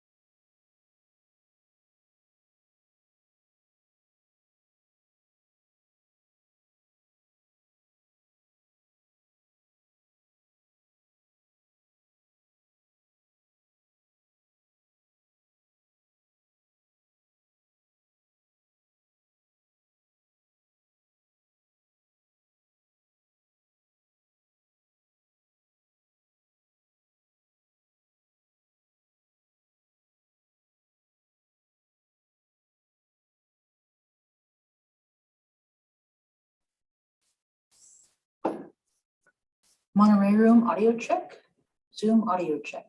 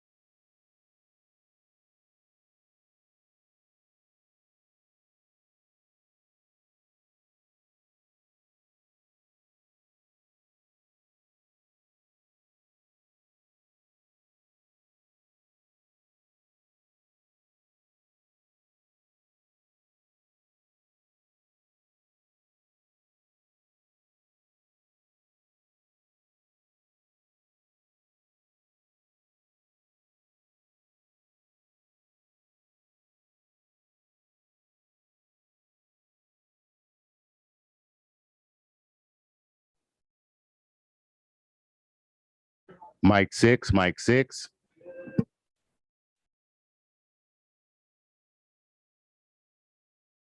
Mic 10, mic 10.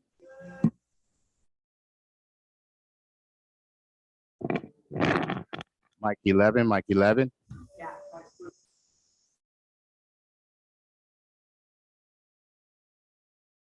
Mic 12, mic 12.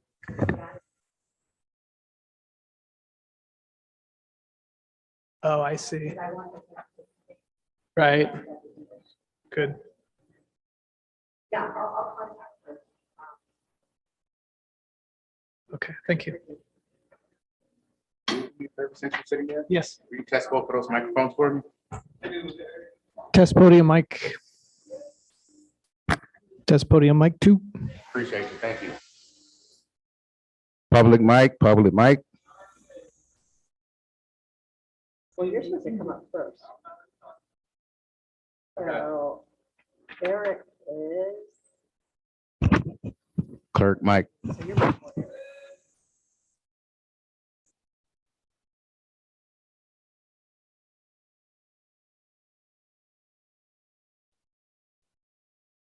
Wireless 2. Monterey room, can you hear me?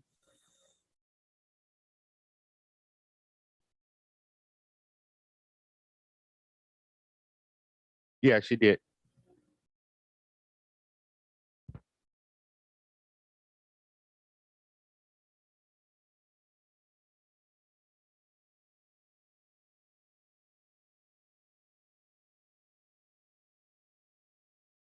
Oh, you're quick. Okay.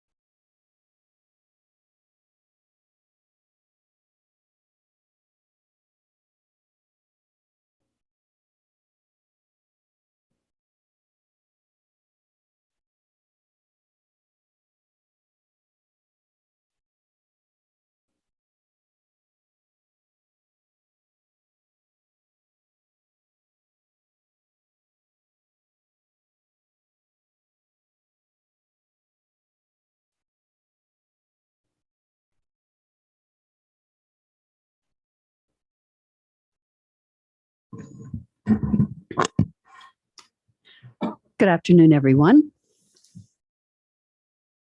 It is 1:32, and I am going to convene the Board of Resources of the Monterey County Water Resources Agency.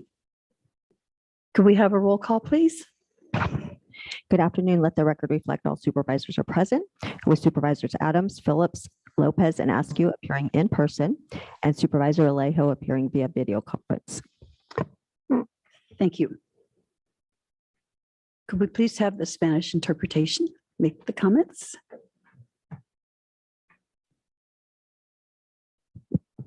Muy buenas tardes, mi nombre es Diego Celis, seré el intérprete en español para la reunión de hoy.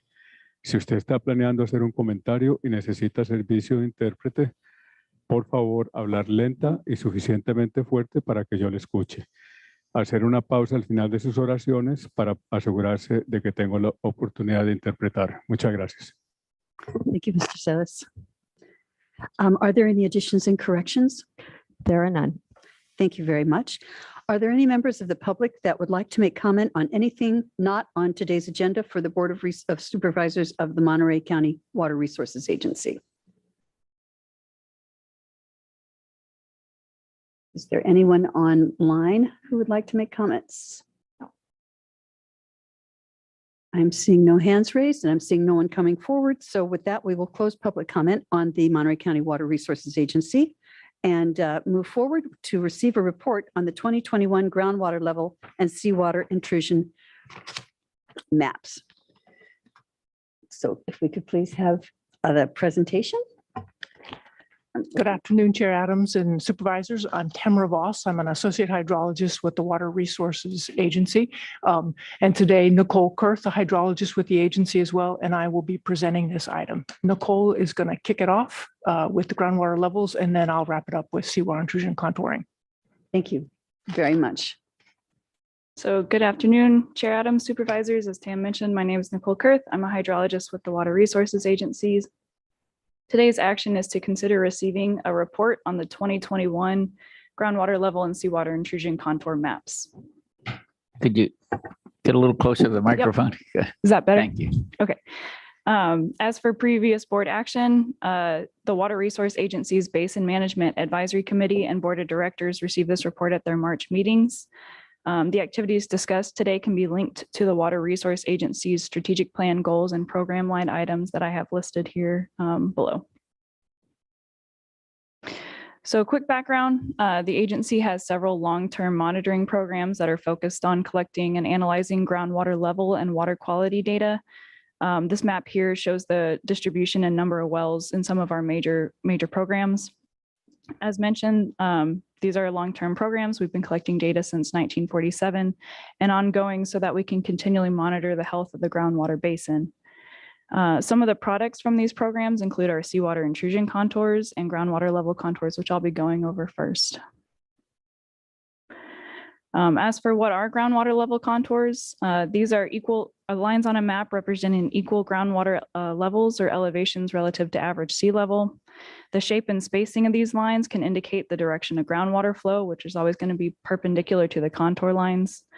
If the lines are crowded and closer together, it indicates a steeper section of the groundwater gradient where you're going to have a stronger groundwater gradient, as opposed to if the lines are further apart, it's going to be a more gentle slope and the groundwater gradient won't be as strong.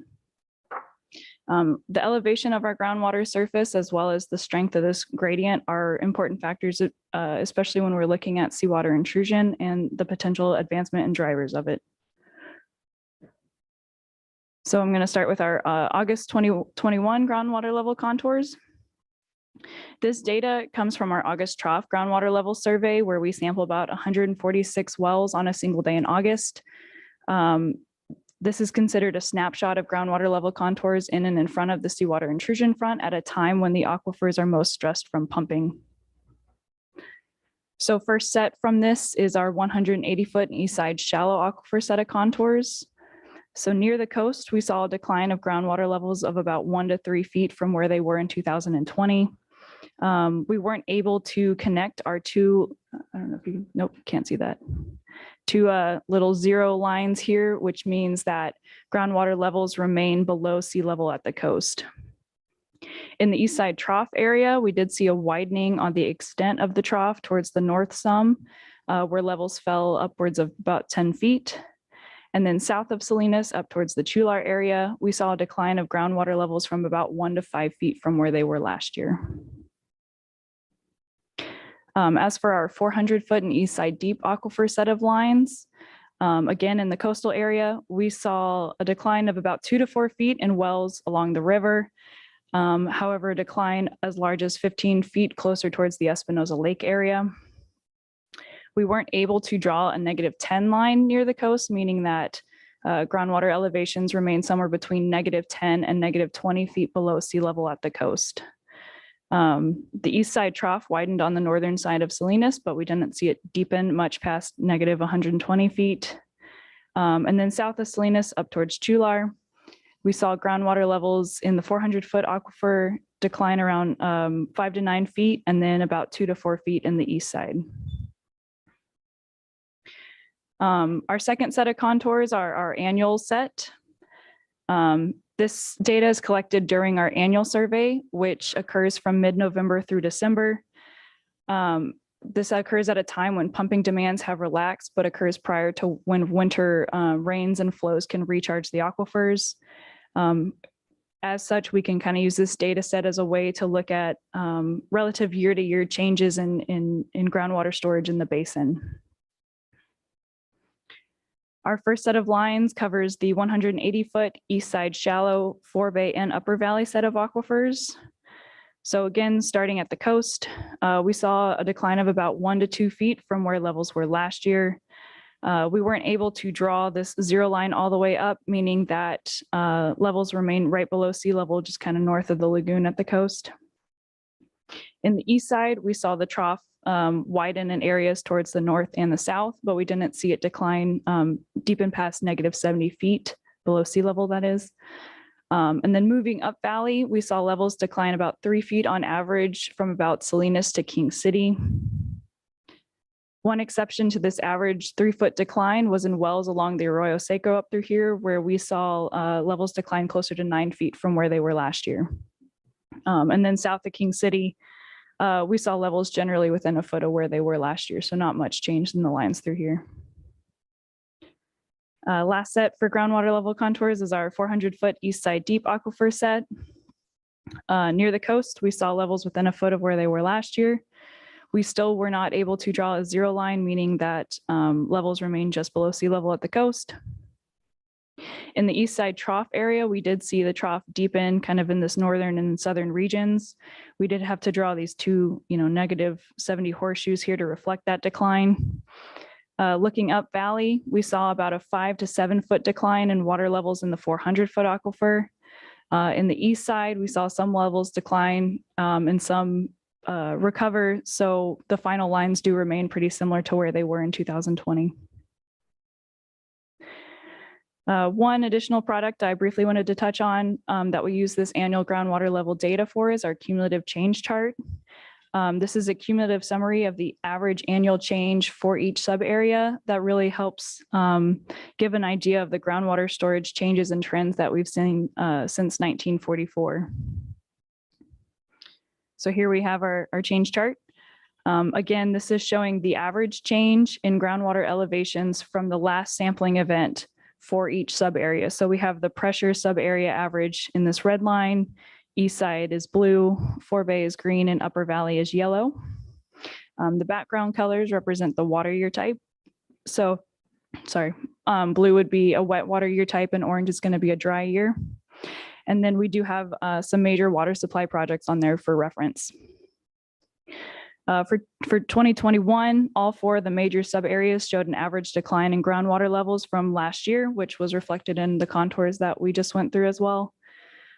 This was the second year of decline we've seen in a row, which does make sense given that water year 2020 was a dry normal year and water year 2021 was a dry year.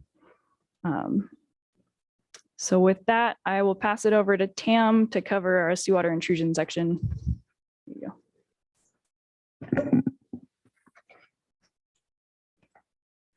All right, good afternoon, everyone. So I'll cover the seawater intrusion contours. And so basically the take-home point with the groundwater level contouring is that near the coast, we are below seawater or mean sea level, which allows for the landward gradient of Pacific Ocean water to flow into the basins. So that's one of the pathways for seawater intrusion. Additionally, we know that the geological formations outcrop in the ocean so that we know that there is a source water there that will come in and replace the depleted lower than mean sea level levels.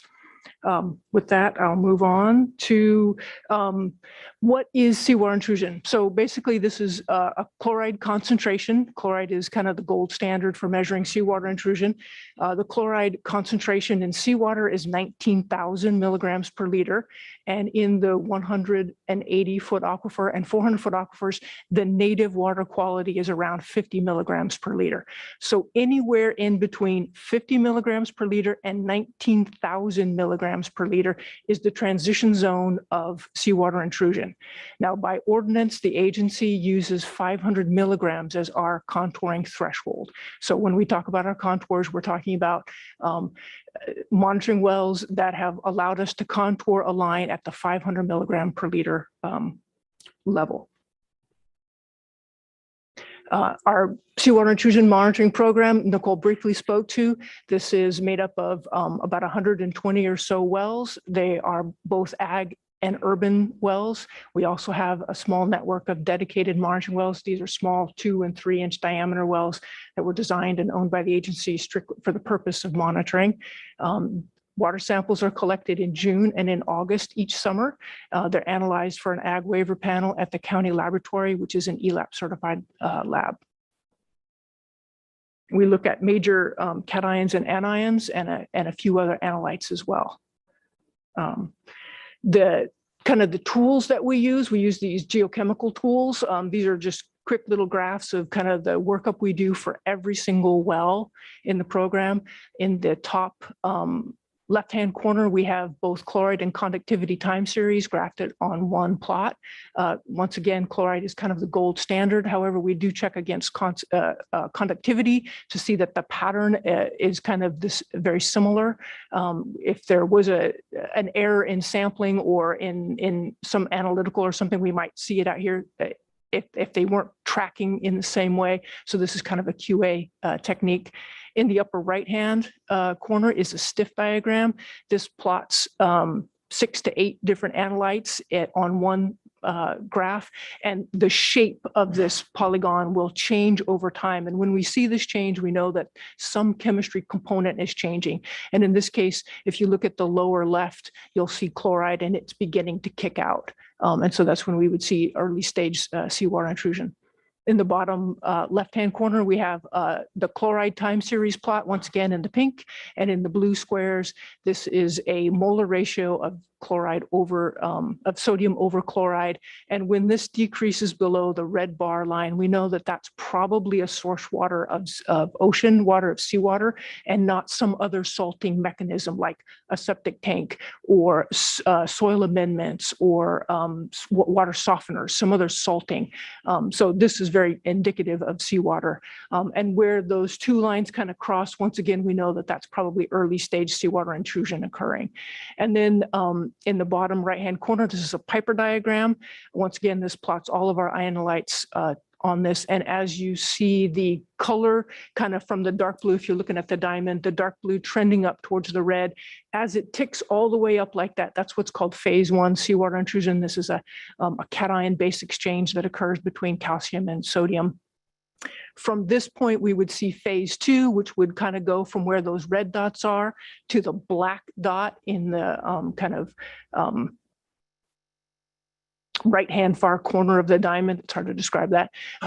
We rarely get to see phase 2 plotted out because usually the water quality is so poor at this point that the well we were using as our monitoring has been taken offline. But this particular Piper is classic phase 1. All right, let's see. Whoops. Come my. Oh, okay. All right. Okay, here we go. Sorry about that. So first of all, we're going to step through the 180-foot aquifer area by 500 milligram chloride. And I'm going to take you through a quick time series of when we first noticed it and then up to this year's data, the 2021 set. So we started off in 1944, mapping this area, 1965, 75, 1985, 1993, 1997, 1999, 2001, 2003, 2005, 2007, 2009, 2011, and 13 were very similar. 2015, 17, 2019. Then in 2020, we began contouring annually. So here's the 2020. And then in 2021, for the 180-foot aquifer, we saw no advancement as compared to the 2020 lines. So that's good news. We also had, when we were at our BMAC committee, we had one of our board of directors ask us to plot the 250 milligram contour line on these maps as well. And so that's what's denoted here by the black line, and the gray hashing is where 250 milligrams per liter chloride line would be if we were to graph that out. And then we'll move on to the 400-foot aquifer. Once again, we'll step through the years. I'll go quickly. 1959, 75, 85, 1990, 1993, 1995, 97, 1999, 2001, 2003, 2005, 2007, 9, 2011, and 13. Once again, were similar years. In 2015, for the first time, we mapped these islands out in front of the main body. These islands are a result of vertical migration of seawater and treated groundwater. And so those islands, the seawater that makes them up, the intrusion, doesn't come from the ocean laterally in the 400-foot aquifer. It actually comes from above, from the 180-foot aquifer, moving down gradient. This is usually due through failed casings of wells, perhaps a well that's been perforated in both the 180 and 400-foot aquifers, or naturally occurring geology that doesn't have a thick clay layer. So there are thin and pinched out clay layers in some of these areas. So 2015 was the first year we met this 500 milligram threshold and were able to draw these islands out there. 2017, we see both expansion in the main body area as well as around the islands. 2019, and in 2020, we see a little advancement in the main body, but the islands continue to grow. And for the first time, we see that there's this kind of arm that's developed between what was the middle island and then the larger southern island. And in 2021, we see the advancement here in this kind of dark brownish maroon color. The islands grew there in the south, and the arm widened, as well as there was some advancement near the indentation at the river, and then down at the kind of what is that, Blanco Road area.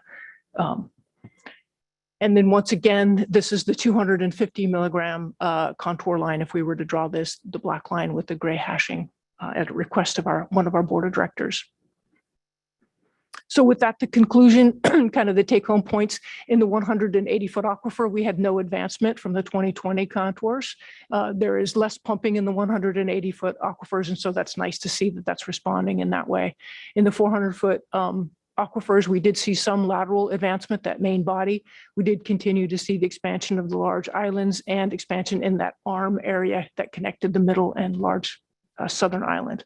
And with that, today's action is to recommend that the Board of Supervisors consider receiving this report, and Nicole and I would be happy to answer any questions. Thank you.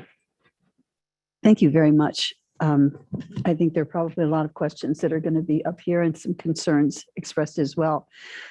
So let me start with my colleagues for questions, and I'll start at this side of the dais.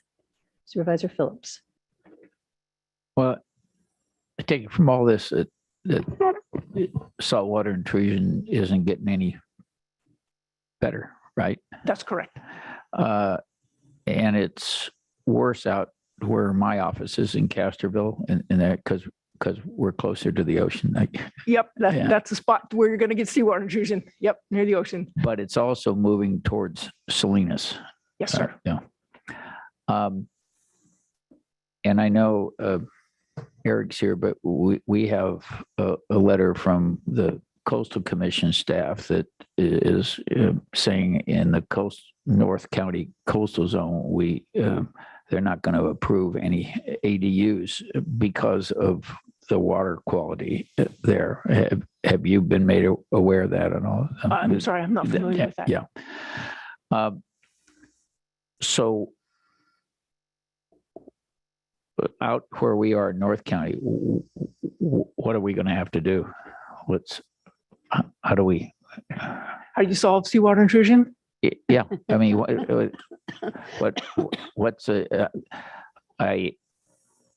I'm pushing forward, and we're going to be talking about next month a process that would allow a desal project to come in. This one's a brackish water, but I don't know whether you heard, but the governor now has weighed in on a project down in Huntington Beach where he's saying, oh, look, it's time that we consider desal, but at least providing potable water for us in the north part of our county, is that is something that would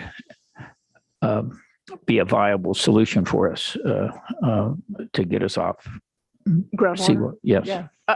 Sure. Treating water in some way is probably going to happen at some point, whether that's brackish or desalination. Recycling water, we're obviously hitting maybe our max at that level. I don't know. Yeah, the trick with seawater intrusion is you've got to slow down on pumping, and you've got to bring those groundwater elevations back up. Whatever projects that can be brought online to get to protective elevations in our groundwater wells. Yeah. These people came to see me, Liberty, it's a Canadian company, but they have at least submitted something that kind of made sense on a brackish, not a direct intake, but a brackish water, and sinking five high capacity wells in the 180 and 400, but along the line where the seawater is, they told me some technical stuff that I didn't understand, but trying to hit the place where the seawater is actually starting to intrude into our saltwater, and at least they thought if they did it right, as well as treating that water, which isn't as expensive to treat as 100% salt water, since it's 60 or 50%, but that would actually serve to help deter the saltwater intrusion because they were picking the salt water up at that time. Did that make any sense to a professional like you? That's kind of what you would refer to as a extraction barrier. And I believe that the Salinas Valley Groundwater Basin is also investigating the potential of an extraction barrier as a project that they could be brought in to the area. What I was interested because you always hear about the down there south in the Soledad Cone, what they talked about, because I know down there Arroyo Seco, that's where the people years ago said we should have built a dam off the Arroyo Seco coming up. But I thought I heard you say that the water levels was dropping there. So, pardon?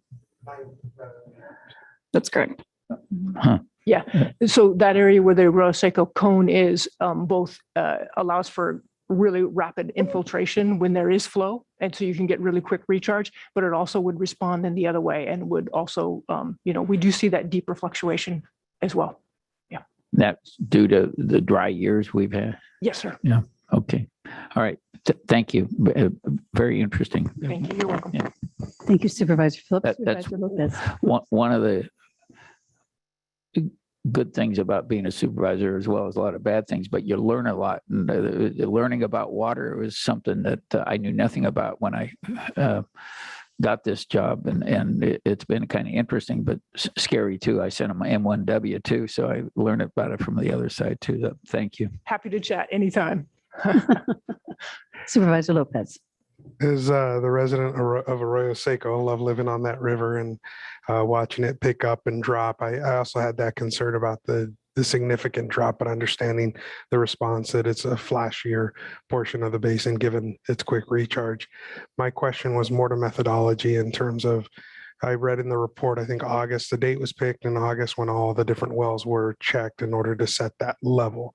Is that the same in terms of the saltwater movement? Was it also in August? Is there a different time frame? Because I know that they can interact in the way that the pressure from fresh versus the brackish water can meet. Yes, absolutely. So the August trough program is one Sunday in August. The staff goes out and collects a massive amount of data in one day. The seawater intrusion, the water quality monitoring happens in June and in August.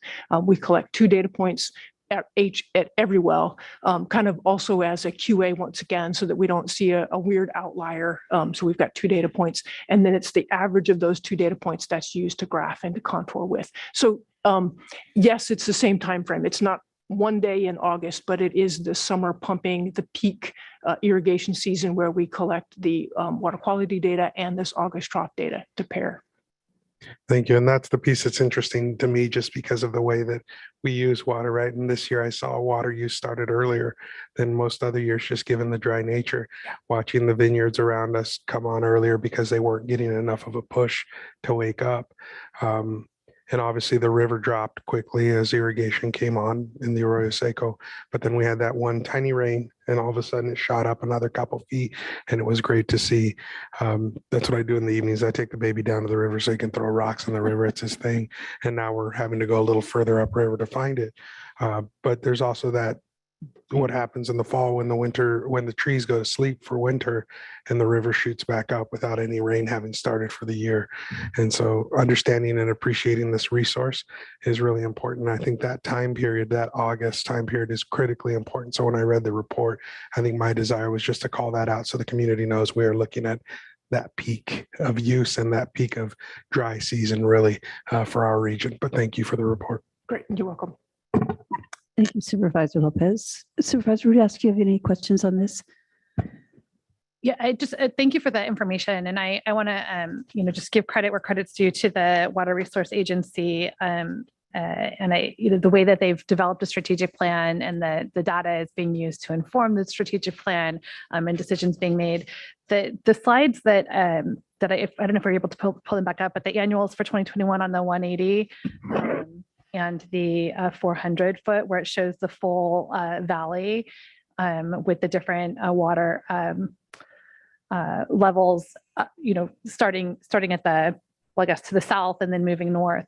I think it's a really good depiction of the ways in which our water supply throughout our county is connected and the solutions that we are able to put in place on the coast in Marina and Castroville are interconnected with the solutions that we put in place farther up the valley, and the solutions that they put in place farther up the valley to secure our water supply really do have impact as we approach the coast. And so, yeah, it's this one, I think, where you can go from starting out, we're looking at 400 to, Chular, where we hit 0. And then, down into negative numbers, but it's one.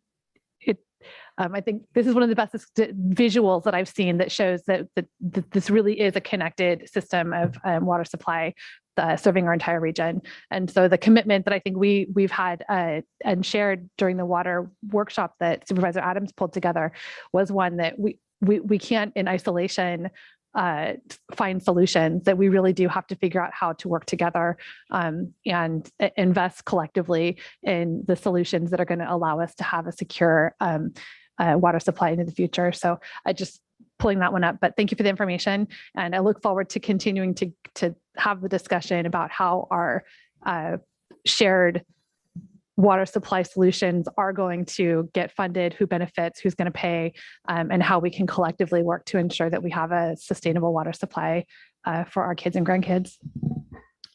Thank you, Supervisor. Would ask you, Supervisor Alejo, have you any questions or comments on this? Oh, none. Just thank you for the presentation. Thank you very much. And I do have some questions as well. The first question I'll ask is, how long does it go? How long does it take to go from 250 feet to 500 feet, or 250, milligrams, for lack of a better term? Does it from 250 to 500? And I would expect that your answer is going to be, it depends on how much rain we have. So the first answer I would love is, what if it's another year like this year? And then secondly, if it's a rainy year? Yeah. So let me just clarify. I'm understanding the question. Your question is how long would it take for the seawater to intrude from the 250 milligram line area to see the 500 milligram advance into that line? No, actually, how long would it take when you showed the expanded, the little striped part that showed that was the 250? How long will it take for that part to become 500? Yeah, that's dependent on not only precipitation, so recharge, but also how much pumping is occurring in that area. So I really couldn't give you a date. I mean, like, would it be one season to do it, or like it would 3 years? Or I would say probably more on the scale of more than 1 year. Yeah, I really can't. Right. No, that's okay. I know I should not be asking a scientist this kind of question. Yeah, sorry about that. Assigning a rate to a two-dimensional area that you're looking at, when there is the third dimension of the groundwater, how deep are the aquifers in that particular area, would come into play. Really, it's a factor of how much pumping and how much recharge. It's that balance of how much in and how much out. Thank you. That's a really good way of explaining it to somebody who's not a scientist. And then the other question I wanted to ask is, looking at the map, and this is a good example of one. It's like it goes from the negative and then it gets to Chular, and Chular is sort of like ground zero, and then it starts going into the positive. Can you describe what happens at that point of the valley that makes that shift? Yes, so our zero line here is just relative to mean sea level. And so at that point up valley, you're going to have flow that's coming more along the main axis of the valley or downriver. But it also means that between that zero line near Chular and the coast, you're going to have groundwater or recharge was going to be coming either from the river, but also from seawater to kind of fill that void. So I don't know if that helps explain, but it's more of a reference to where mean sea level is on the other side of this kind of depression in between here and the coast that we see. So does it have anything to do with pumping, or is it just strictly the terrain essentially? Pumping is also a driver for what causes it to go below where sea level is. Yes.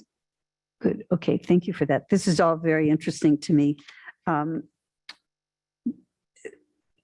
it's been rather alarming to see what happens each time that we're in a drought year.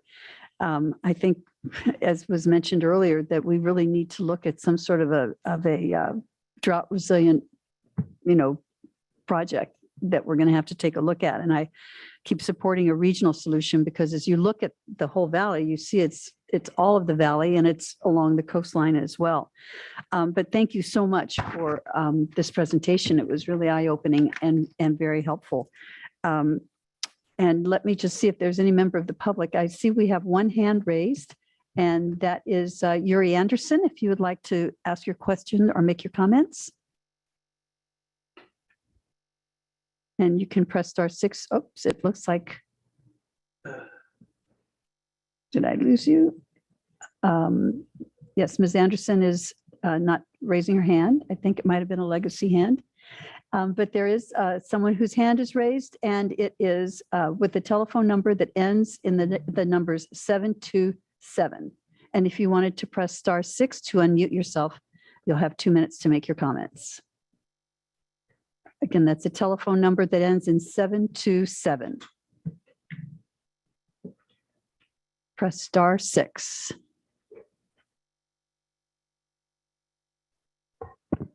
I don't know if you can hear me or not.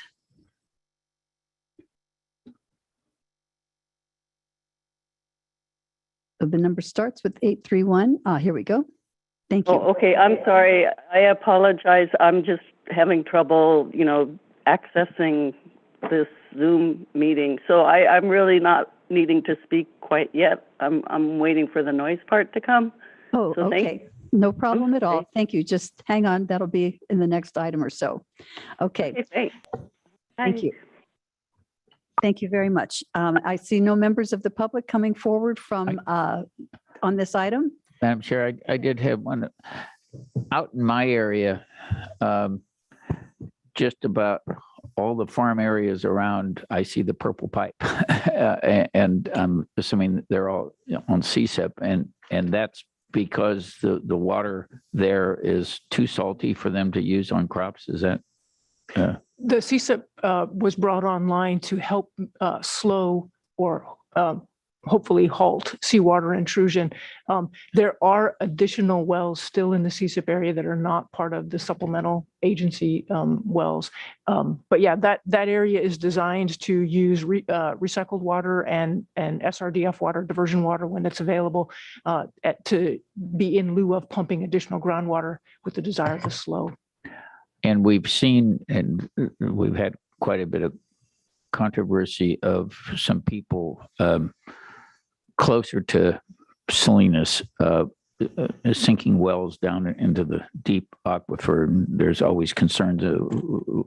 Even you guys don't know exactly what we have down there. But I guess the reason for that is they're replacement wells because they're wells in the 180 and 400 are impacted negatively. Yeah, they're certainly in the area where you see the seawater intruded. You really wouldn't want to put a new expensive well into that location. And so the desire is to go deeper. But yeah, you're absolutely correct. We do not understand the deep aquifers entirely. Thank you. Thank you, Madam Chair. Thank you. I see no more hands raised. And are there any more questions or comments from the board? Okay, with that, I'll entertain a motion to receive the report. So moved.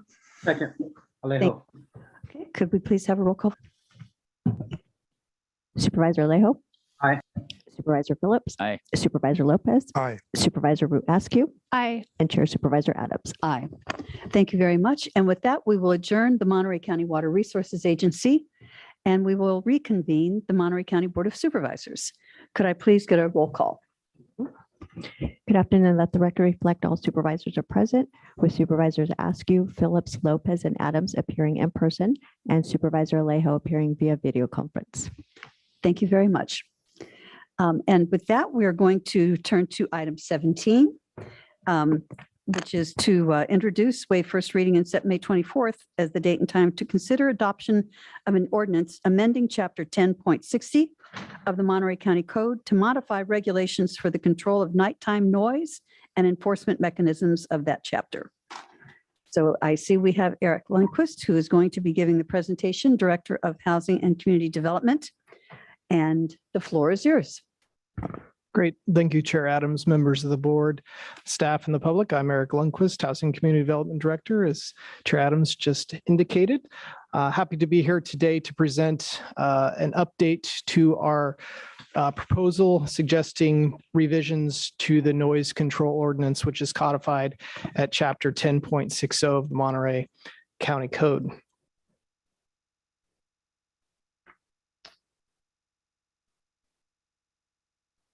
Like screen sharing here, and here we go.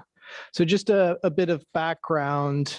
In July of 2019, the Board of Supervisors adopted Ordinance 513, which is our current noise control ordinance, and that's really intended for law enforcement, as there is infraction and misdemeanors indicated as the penalties for violating the ordinance. On August 23rd, 2021, Supervisor Phillips submitted a referral requesting that the ordinance be revised to indicate its current practices. On August 31st of 2021, referral was assigned officially to the Housing and Community Development Department.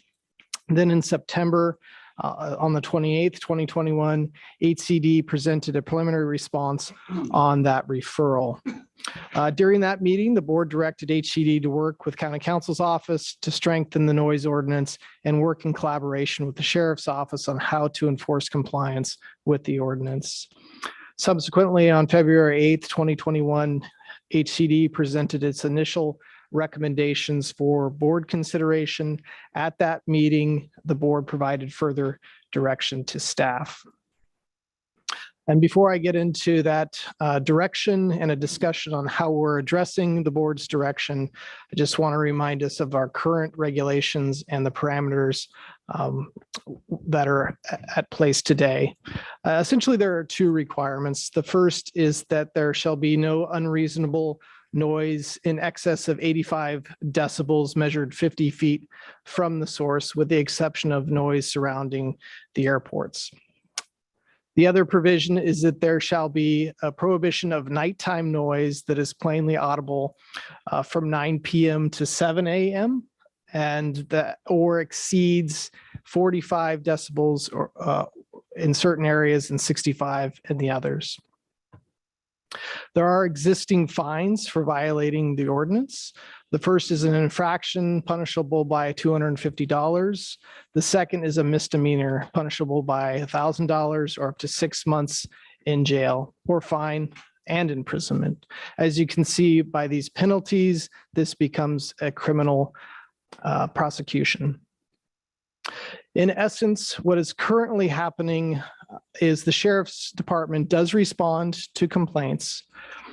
Upon indication that there is a violation of Chapter 10.60, that violation is forwarded to HCD, where HCD opens a case and issues an administrative citation. This is the normal practice. Back to the board's direction of February 8th, 2022. Staff presented our initial recommendations that looked at revision to the timeline to 7 p.m. to 7 p.m. or excuse me, 7 p.m. to 7 a.m. nighttime noise prohibition. And we also looked at adding civil citations in addition to those criminal citation infractions and misdemeanors that I just mentioned. Upon hearing this, the board directed staff to focus more on amplified noise sources, to consider further the need for criminal penalties, and to revisit the nighttime quiet hours. After several meetings with the County Counsel's office and the Sheriff's Department, we are here in front of the board today to present our recommended revisions to the noise control ordinance. Our proposed revisions suggest to amend the prohibition on unreasonable noise between 8 p.m. rather than the existing 7 p.m. and 7 a.m. as a proactive measure rather than the 9 p.m. to 7 a.m. We are also suggesting removing the infraction classification and adding only the administrative civil penalties provisions at the first violation of $1,000, second violation at $2,500, and a third violation of $5,000. In removing the infraction classification, the government code still provides the ability for misdemeanor violation as anything in violation of the Monterey County Code. We also added a definition for amplified noise, which I can read here for you. Amplified noise means any sound which is enhanced or amplified by any means or device whatsoever, including but not limited to an amplifier, loudspeaker, megaphone, or speaker unit. This, in essence, is our proposed suggested revisions to the ordinance. But I would like to first discuss further that wasn't identified in the staff report, and that is staff's approach to code enforcement violations and specifically to noise complaints. It is our intent as staff and code compliance officers to find voluntary compliance when there is a violation. In responding to a complaint, we seek that voluntary compliance through education rather than first starting out with enforcement. We hope to inform those property owners or those residents of the property that are generating the noise source, that we do have existing provisions that regulate noise and the prohibition of such. If it comes to pass that there is a reoccurring violation, we do have the ability through this ordinance to apply these penalties.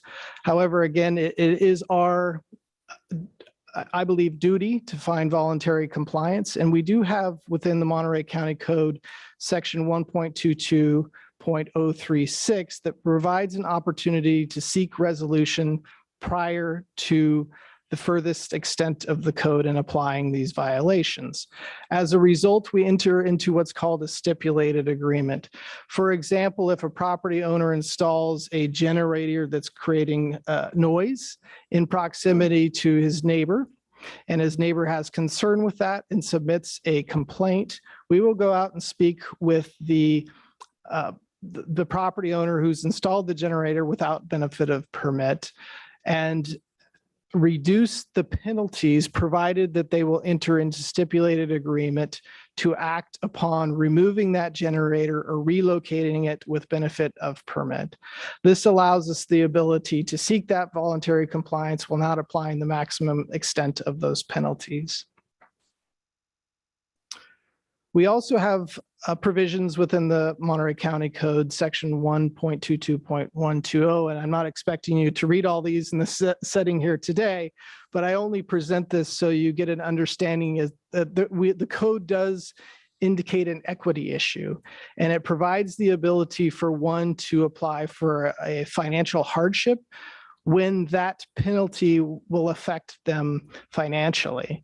This is subject to a hearing officer's decision, and they have to submit evidence indicating that there is a financial hardship. Ultimately, the hearing officer can make the decision in writing that either the administrative costs associated with code compliance or the administrative penalties will have a hardship and waive portions of them or defer them. This is just so you get an understanding of the forms that are available online or by requesting them through the department. Again, upon receiving an administrative citation as part of a notice of violation, the party has 30 days to respond in writing with the supporting documentation that it is a financial hardship and request the review by a hearing officer. Ultimately, that written decision is provided by the hearing officer, as I just outlined. With that, it is our recommendation that the Board of Supervisors introduce, waive the first reading, and set May 24, 2022 at 10:30 a.m. as the date and time to consider adoption of an ordinance amending Chapter 10.60 of the Monterey County Code to modify regulations for the control of nighttime noise and enforcement mechanisms of that chapter, and find that the ordinance amending Chapter 10.6 to modify the regulations of the control of nighttime noise and enforcement mechanisms of that chapter is exempt from the California Environmental Quality Act per the guidelines, CEQA guidelines, section 15308, because the ordinance is an action taken by the county to ensure the enhancement and protection of the environment and involve procedures for protection of the environment, and provide direction to staff as appropriate. That concludes the presentation. Should the board have any questions of me regarding the noise control ordinance and the actions suggested here, I'm here to answer those questions. Thank you. Thank you very much, Mr. Lundquist. And I would expect that there are some questions or comments. And I can start to the far end of the dais with Supervisor Phillips. Yep. Not to put you on the spot, but do you know how many referrals you've gotten from the Sheriff's Department or anybody else that come into ACD in the last 6 months or so? Not very many. We had 15 this year, and there has not been an increase in them, no. And how many citations have been issued? That's a good question. I don't, in the last 6 months, I don't have that figure. Okay. It just, since we started this process, maybe it's had a beneficial thing that people knows that we're focusing on it. But in the last 4 months, I think I haven't heard on Saturday nights if there's a party going on in Prunedale, one of these pay-for party with the amplified music. And I do think it's a good thing in this that we spelled out the amplified music, because that's where at least where I hear the big thing. But I haven't heard them Saturday night, and if I don't hear them Saturday night, I hear about it Monday morning when if I've been out of town, we heard about it. But I haven't heard very much about it. So, and just if I might say, I've got a number, not a lot, but a number of letters. One from the lady who's the most vocal and kind of most tenacious, and she doesn't think this goes near far enough. She wants to see the noise ordinance go 24/7. I told her to make sure her voice gets heard here. And then I've received some others that say, well, we shouldn't be enforcing noise. That's people's rights to do. But I think we saw this the first time, and some people had a problem with the 7 o'clock cutoff date to say now it's time to shut it down. 8 o'clock seems to me to be a reasonable solution, and I like the fact that we're doing administrative citation and that we're spelling out amplified music. So thank you. Thank you, Supervisor Phillips. Supervisor Lopez. Yeah, thank you for those comments, Supervisor Phillips. I think for me, I'd still like to see 9 o'clock, but I don't believe that the word compromise is a dirty word. And so I'm comfortable meeting you there at 8 o'clock, given this text that's in front of us today. And so I am in a position today where I'm feeling comfortable moving forward with staff recommendation. I appreciate the work. I know that it's not easy. I think we're in this position because of a breakdown of relationships between neighbors, not just in North County. I've got them in South County as well, in the northern parts of my district, as well as around King City. And I've had more issues in the last 4 months than I've had before. So maybe they're leaving Prunedale and heading south. So it's time to find a solution. We have our flashing arrow pointing down. Yeah, thank you. So the water's down there, and so is the party. But thank you. So anyway, I just wanted to share those thoughts. And again, I don't think compromise is a bad thing. I appreciate staff's work on this. Thank you. Thank you very much. Supervisor Alejo, have you any questions or comments on this? Yes, ma'am. Hold on here, trying to get to the right place here. Yeah, thank you, Madam Chair. I think I'm just not quite there yet. And I know we're going to hear from public members for both for it and against it, but I still have some concerns, and I appreciate the work being done to try to find a reasonable compromise here. But I do still think that the changes that are being proposed are quite drastic here.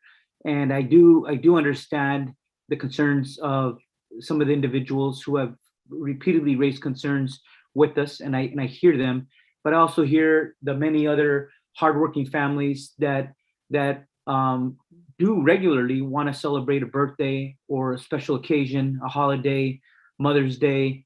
And these are hardworking families that work hard all week, and they look forward to maybe on a Saturday being able to get together with their families and don't have the means to go and rent a hall where they could have a private party, and because of lack of funding. So I'm trying to find a right balance here, and I think 8 o'clock on a Saturday is not the right number. I think that might be more adequate, maybe Sunday through Thursday, but I'm still think that a 9 o'clock time on a Friday or on a Saturday night is reasonable. I also think that the proposed fines are very drastic, going from a $250 amount to 4 times that amount to be $1,000 up to $2,500.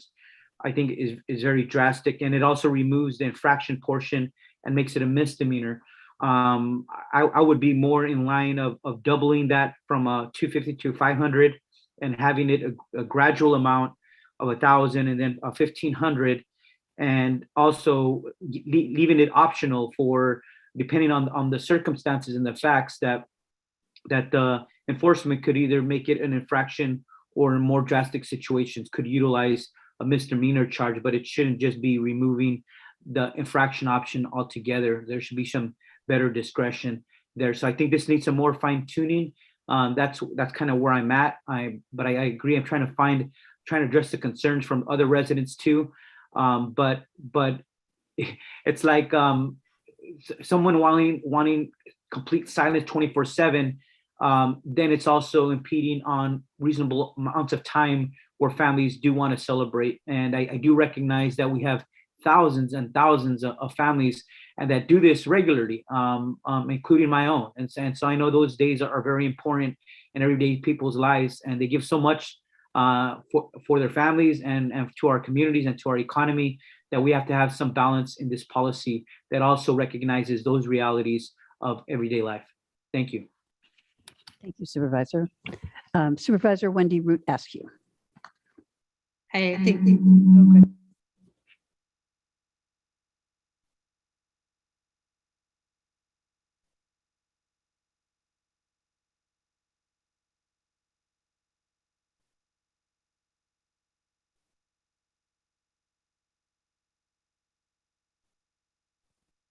Okay, we're going to try that one more time. Yes. You're good. You got me? Yes. Okay, Supervisor Askew. Okay, thank you. So I really appreciate the time that staff took to prepare these edits and respond to the concerns that were raised during the last iteration. I think it's especially important that we call out amplified noise and that we provide some definition around what unreasonable sound would include, and that a definition includes a reference to the sound measurements.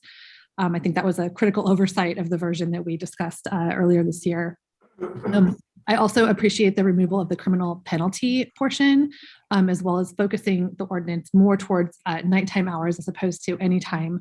I think I can agree with Supervisor Alejo that I would have liked to see the nighttime hours be more focused into nighttime hours and potentially recognize evenings, especially in the summer when it's still daylight until 8 or 9 o'clock.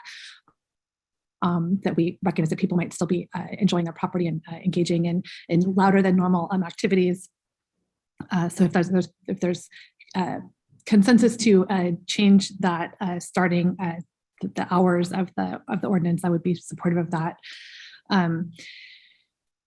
In regards to the fines, I do have some concerns about the fine amount being increased to not more than $1,000. And I'm, I guess, a little bit unclear or would like to see more clarification or some monitoring around how the enforcement officer decides what fine amount to levy upon someone that they determine to be in violation of the ordinance. And I'm also a little bit concerned about the determination of an unreasonable sound as being left up to the enforcement officer. So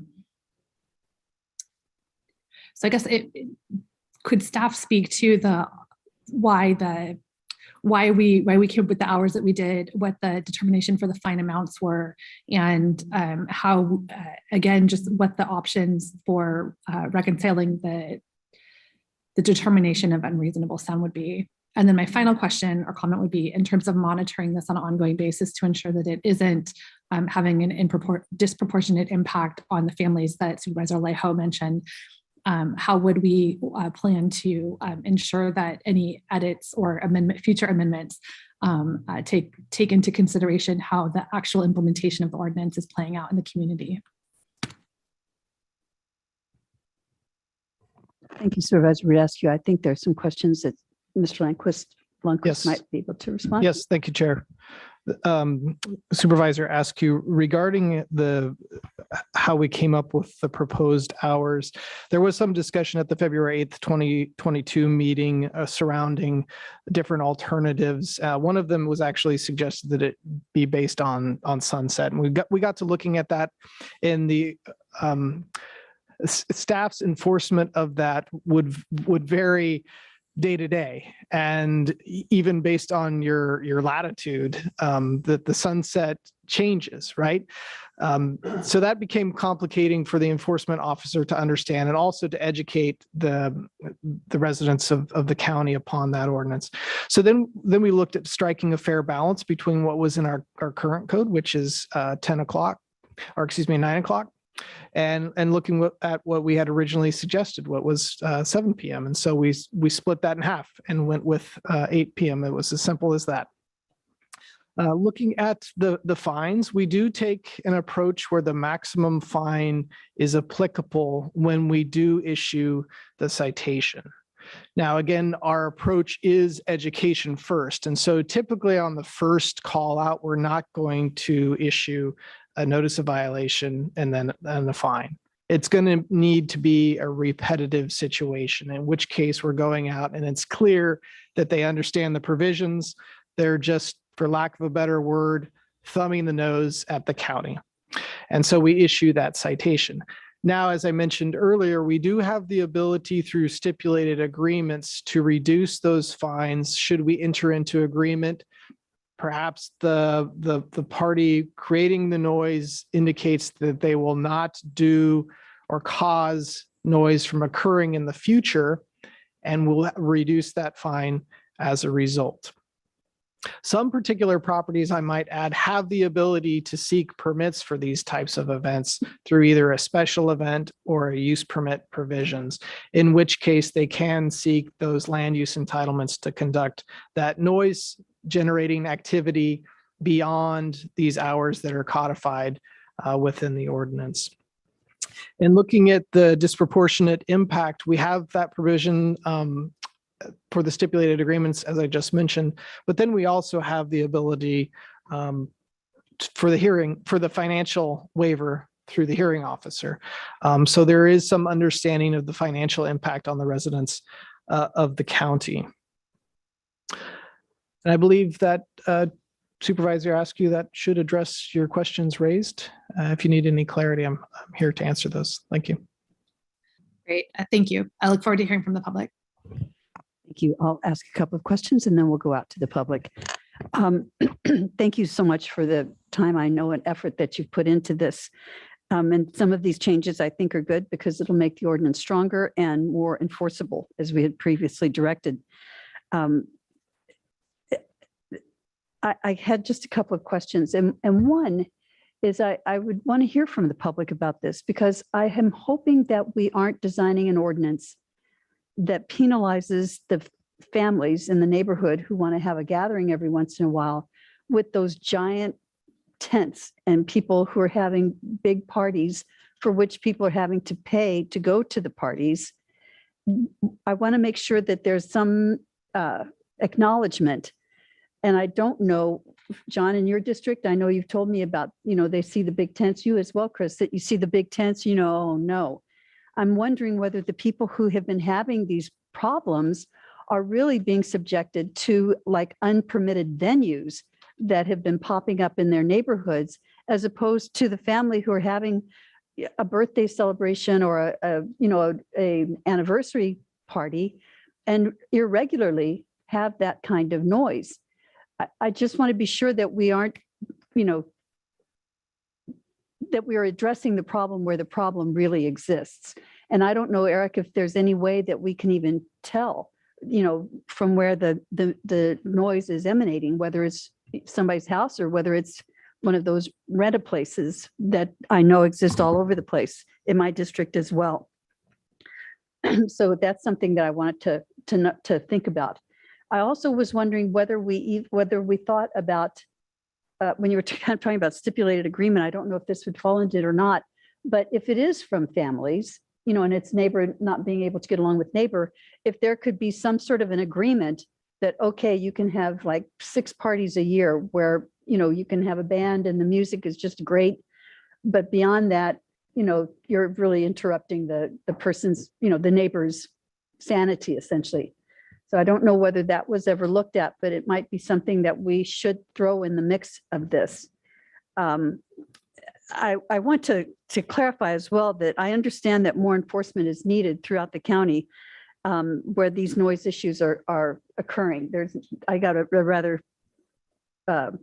vitriolic email from someone who was accusing me of, all kinds of things and being rather hard-hearted as far as wanting to have enforcement for the noises. And that certainly is not my MO. But believe me, I think that with the additional staff that are going to be coming on, we should be able to address both the problems of short-term rentals as well as the problems of noises. I think it's all throughout the county. But again, I just think there are residents who are being tormented by these raging nighttime parties. And it's because their quiet neighborhood has been turned into a commercial zone because of these giant events that are taking place. So I'm just kind of musing about this, but I do hope that we might be able to look into those two elements, whether or not it's the giant tents or if it's families that have lots of birthdays to celebrate. And if that in fact is the case, if we should consider limiting the numbers of times that one could have that violation of noise. So with those comments, I will take it out to the public, and I see that we have several hands raised. There's no one in chambers that appears to be coming forward, so I will go out to the public, and I believe that the first hand raised is Sabrina. If you would like to make your comments, you'll have 2 minutes to do so. Yeah, I'd like to make something perfectly clear from the very beginning, is that the music is from anyone and anyone at all times of day. It doesn't matter what kind of party you're having, what type of celebration you're having. You have no right to impede your sound on others' properties and right to peace, because guess what? We're all hardworking people that work Monday through Friday, sometimes weekends, sometimes nights. We all have a legal right to peace in our home. So for you to say someone should be allowed to have up to 6 parties a year where they can be as loud as they want, or whatever it is, it's ridiculous. And to quote you Board of Supervisors on December 8th regarding your vacation rental issues that also pertain to the noise ordinance, Alejo stated, if you look at our neighboring counties, they've had their policies already approved years ago, and it was controversial. But once you had an ordinance and it was clear what the rules were, there was something that the community could look to and be guided by, and we need to get to that point as soon as possible. Supervisor Adams stated, I've heard other stories from people who have children in their homes and they have no idea what's going on next door. Weekend after weekend, it's a different party going on because the houses being put forward are put forward as party houses for rent. Askew stated to the public, living with this kind of uncertainty doesn't serve anyone well, and we have a duty and responsibility to provide clear guidance, clear expectations, and a clear path that people can follow to be in compliance and to know what to expect from their neighbors and their neighborhood. You have a job to protect us all hours of the day, not just evening hours, because that's what you think it is. You don't live here. You don't experience the nightclub in our homes. Thank you, Sabrina. And now we will go to David Kettle. You have 2 minutes, Mr. Kettle. All right.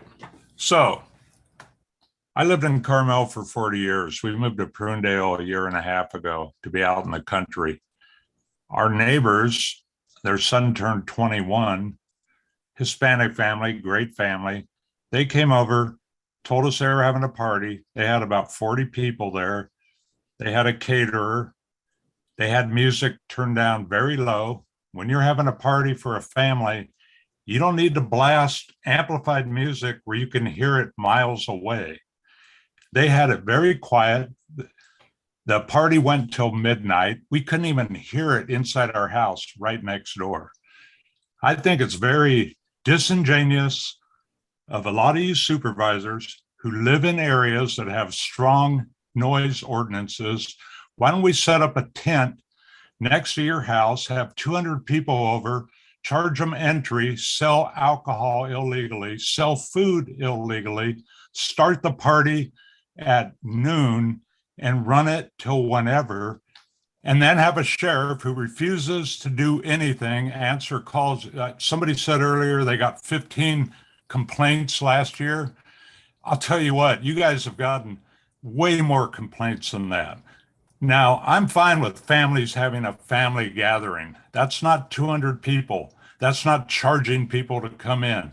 These are different animals that you guys are just skating over. Supervisor Adams is the only one who even mentioned the reality of what is going on.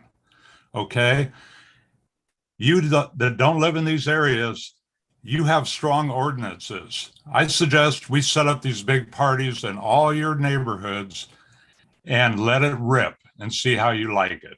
Now, people saying this is a racist comment or not, absolutely not. As proven by our good neighbors who did a party the right way for their family. Thank you. Thank you, Mr. Kettle. Next, we will go to Leslie. You'll have 2 minutes. Yes, thank you. I appreciate the opportunity. I am astounded. Again, we are, there really is no enforcement by the sheriff. He constantly gives warnings, and this new alleged ordinance that's supposed to improve things, it gives the same ability to the sheriff to make a decision, which is normally not to issue a citation. And I'm sure that if you talk to any of those sheriffs, they will tell you that almost the greatest majority of them are repeat offenders. And who has a birthday party with 2 8-foot speakers, at volumes that can be heard all over the land? I mean, it's unconscionable. Why can't our ordinance comply with what's in the city of Salinas, the city of Carmel, the city of Monterey, the city of Santa Cruz? Why? What are you afraid of? I just don't understand why you can't come to a decision where, these parties, these illegal gatherings, no one's ever cited for that. There's no enforcement. So it almost doesn't matter what you do because you are still laying the same groundwork for zero enforcement. Now we can have a hardship. So each party could be a different person and each party has a different hardship. And no fines are ever paid and there's no sanctions. And it's like the vacation rental. The penalty isn't strong enough to deter. So you've developed an entire force for that. I just don't understand why for 8 years we have had to argue over the same issues over and over and over. Yet in the cities, it's not an issue. They immediately enforce any noise ordinance and they are cited. But not here. And I don't think that you're ever going to make it so that it is that way. As the neighbor just said, you can have a party without 2 8-foot speakers. Thank you so much, Leslie. The next speaker is PS. And if you would press *6 to unmute yourself. There we go. Hello, Board of Supervisors. I am here to ask all of you to not pass this biased ordinance targeted to affect all Hispanics. My family has resided in the Prundale area for well over 60 years, and we have never had an issue with any of our neighbors complaining about our occasional celebrations. However, it has come to my attention that there are racist people driving around the Prundale area, checking where there are white tents set up for parties and jotting down the address to later post on an online Facebook group where they encourage everyone to call in the non-emergency number and complain about the loud music. This happens even if it does not affect them whatsoever. Is this really how we want our resources being wasted? There are far more important emergencies happening on the weekends for these people to be so selfish and expect their unnecessary demands to be met. These people are harassing the entire Hispanic community. I propose that the ordinance not include Saturdays, as that seems like a fair compromise to both parties. They get peace and quiet Monday through Friday and Sundays, and we get to have our occasional celebrations on Saturday, or allow for people to be able to obtain permits to have music past 9 p.m. It's not fair for everyone to have to cater to their obnoxious noise requests. There has to be a compromise that benefits both sides. On my behalf of my family, we do not rent out for pay for parties, so I don't understand why we have to pay for whatever they want. And that's all I have. Thank you. Thank you for your comments. Our next speaker is Glenn Church. Mr. Church, please press *6 to unmute yourself. Thanks. Much. Okay, very good. It's unfortunate we've had this issue before us now for several years and haven't been able to reach any kind of resolution on this.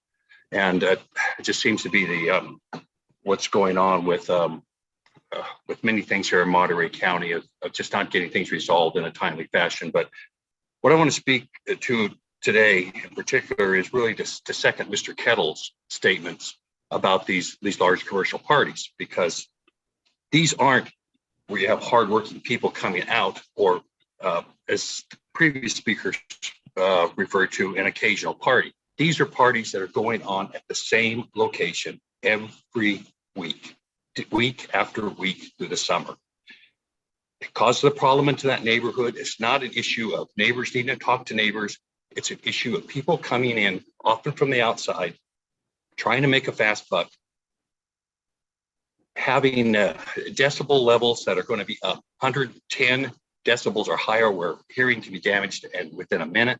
And the county does absolutely nothing. There are code enforcement violations going on, as Mr.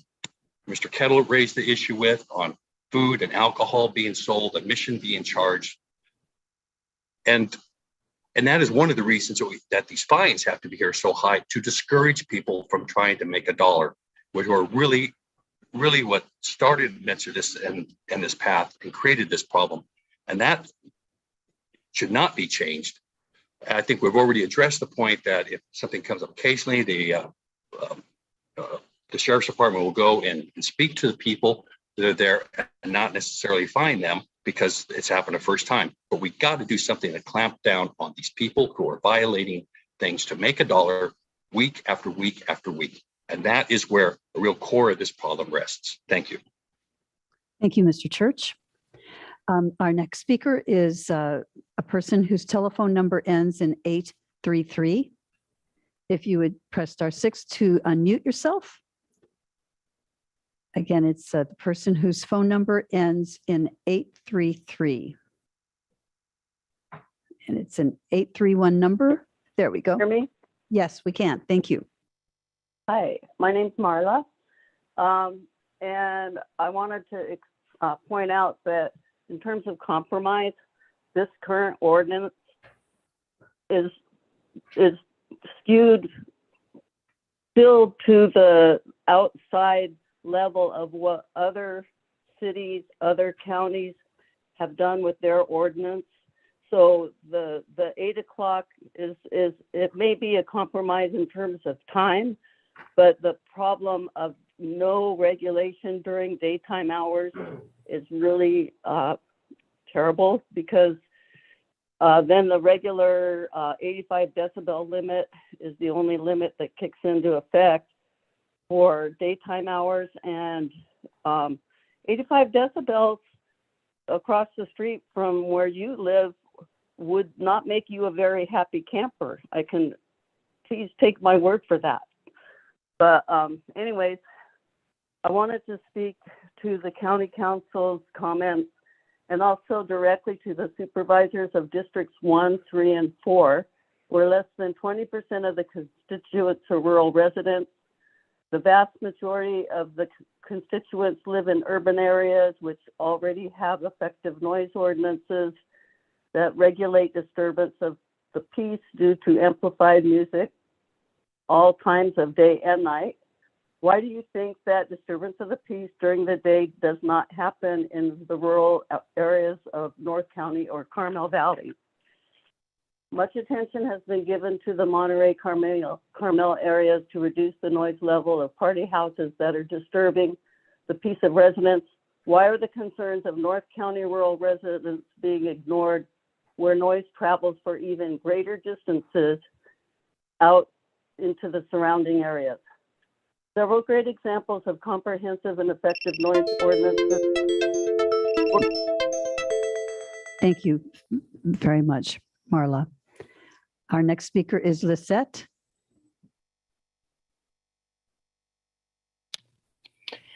Good afternoon, Board of Supervisors. I am aware that all community members deserve a decent time to sleep, rest, and enjoy their homes. Therefore, how can we find a balance between honoring all cultures and ethnic groups without particularly targeting the Hispanic community, who primarily reside in areas of Aromas, Las Lomas, and Prunda? The nighttime noise has already been reduced from 10 p.m. to 9 p.m. and now potentially to 8 p.m. What will be next? Also, please note that events usually occur in the summer and early fall, which may be a factor to consider as it is not year-round. Yes, our mental health and environment are important, and we need to strive to find long-term solutions. But I believe that a noise ordinance will not solve the issue, rather will create opportunities for unconscious biases to arise, where certain homes or gatherings will be fined and targeted, creating further resentment and issues among neighbors, in addition to poorly distributing our already limited resources. We need to differentiate homes that are having occasional parties versus for-profit events, provide education to those homes versus setting limits to all homes. Thank you for your time. Thank you, Lizette. Are there any other speakers in the community that wish to be heard now? Not seeing any additional hands raised. I'll bring it back to, oh yes, sorry. We do have another hand, and that is Denise.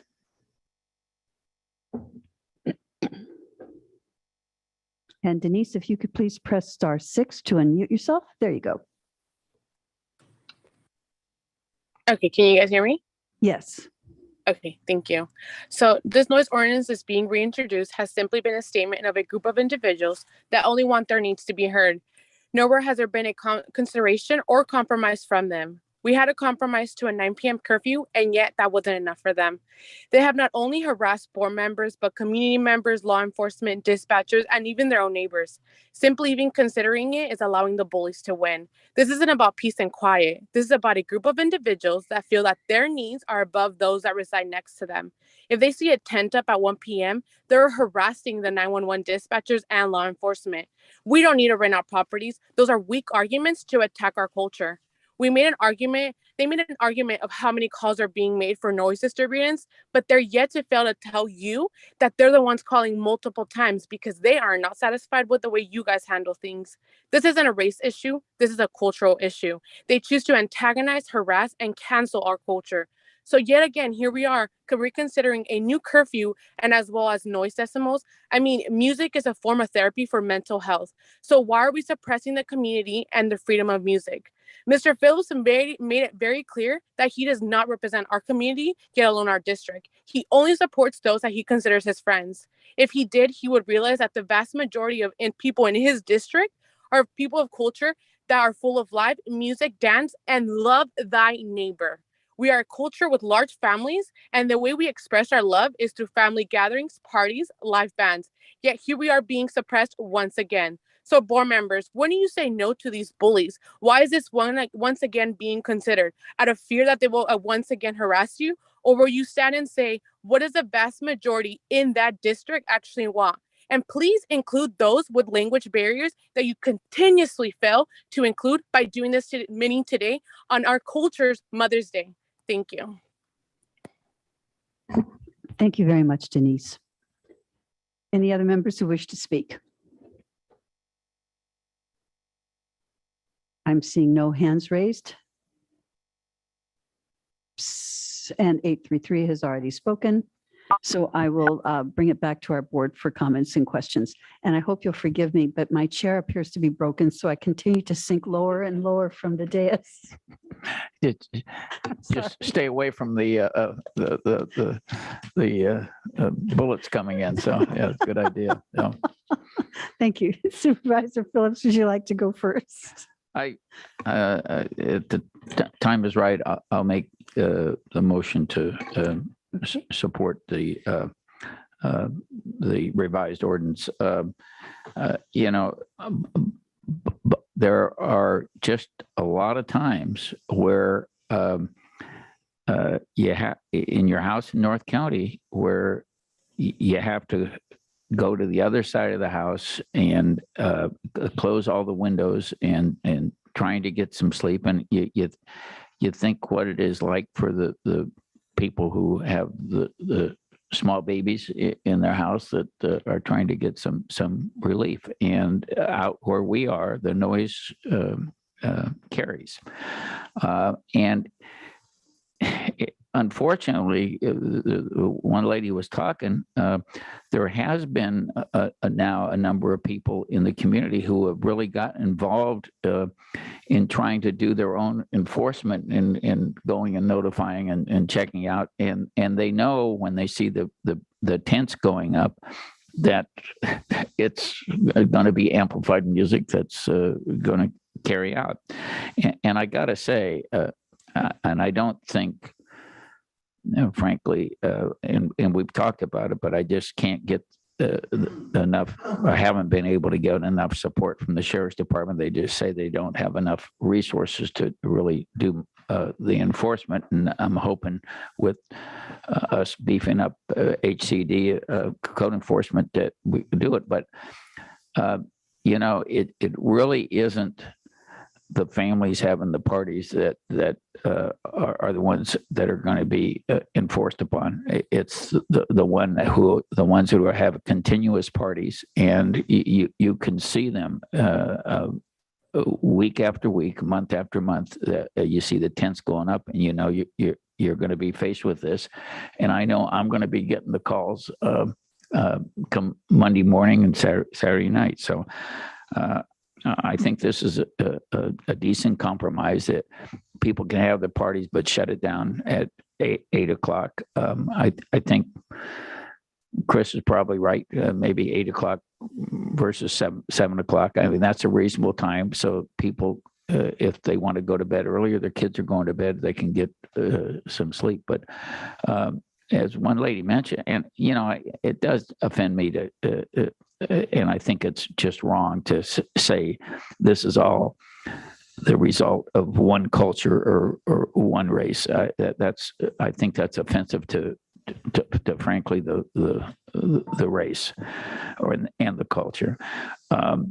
But they did mention out where we are with the noise, Carol. You're different than the enforcement going on in the cities. And so anyway, this is something that has been strongly pushed upon by the people in my district. And I work with them trying to come with a reasonable resolution so that we have us doing the enforcement rather than these people going out and trying to do their own enforcement. Thank you, Madam Chair. Thank you, Supervisor Phillips. And I see Supervisor Alejo has his hand. Why don't we let him go, and then we'll bring it back to the chambers. Thank you, Madam Chair. And I think, just to respond to my colleague Supervisor Phillips, I think that's going to continue. Those same few individuals are going to keep doing that because they will never be satisfied. We did change the ordinance a couple years ago to change the hours from 10 to 9, and they were not satisfied. Now they want to change it to even a lower time. And I think there is a lot of overgeneralization here by trying to say that this is only about the commercial parties, when in fact, I think most of them are family gatherings. And the fact that even Supervisor Phillips acknowledges that even when white tents are going up, regardless of whether there's amplified equipment or not, that complaints are coming in and people are going and trying to record and perhaps harass those families, I think really shows what the problem really is. And we do have to recognize that there is, Supervisor Phillips, there is within Latino culture a fact that they do look forward to family gatherings. That is a fact. It is a fact that Latino families work very hard. It is a fact that they cannot afford to rent halls for these family parties, and that many times they utilize their backyard, they utilize the family home to celebrate a wide range of important occasions. So we cannot just ignore that. And there are thousands of more families in your district and in all of our districts that celebrate that frequently. And to answer the questions of some of the commenters, I do live in a district much more highly densely populated. In fact, all my district is in the largest city in all of the Monterey Bay Area with over 160,000 people. And some of the neighborhoods in my district are the most highly densely populated anywhere in the nation, especially in East Salinas. And so these things are not unique to you, they're unique to my district as well. And when I look at the city of Salinas ordinance, their ordinance is what many other cities already do. Their ordinance says no amplified music from 10 p.m. to 7 a.m. And if you want to look that up, that it's on the Salinas police's website. It's on the Salinas Municipal Code section 5-13.01.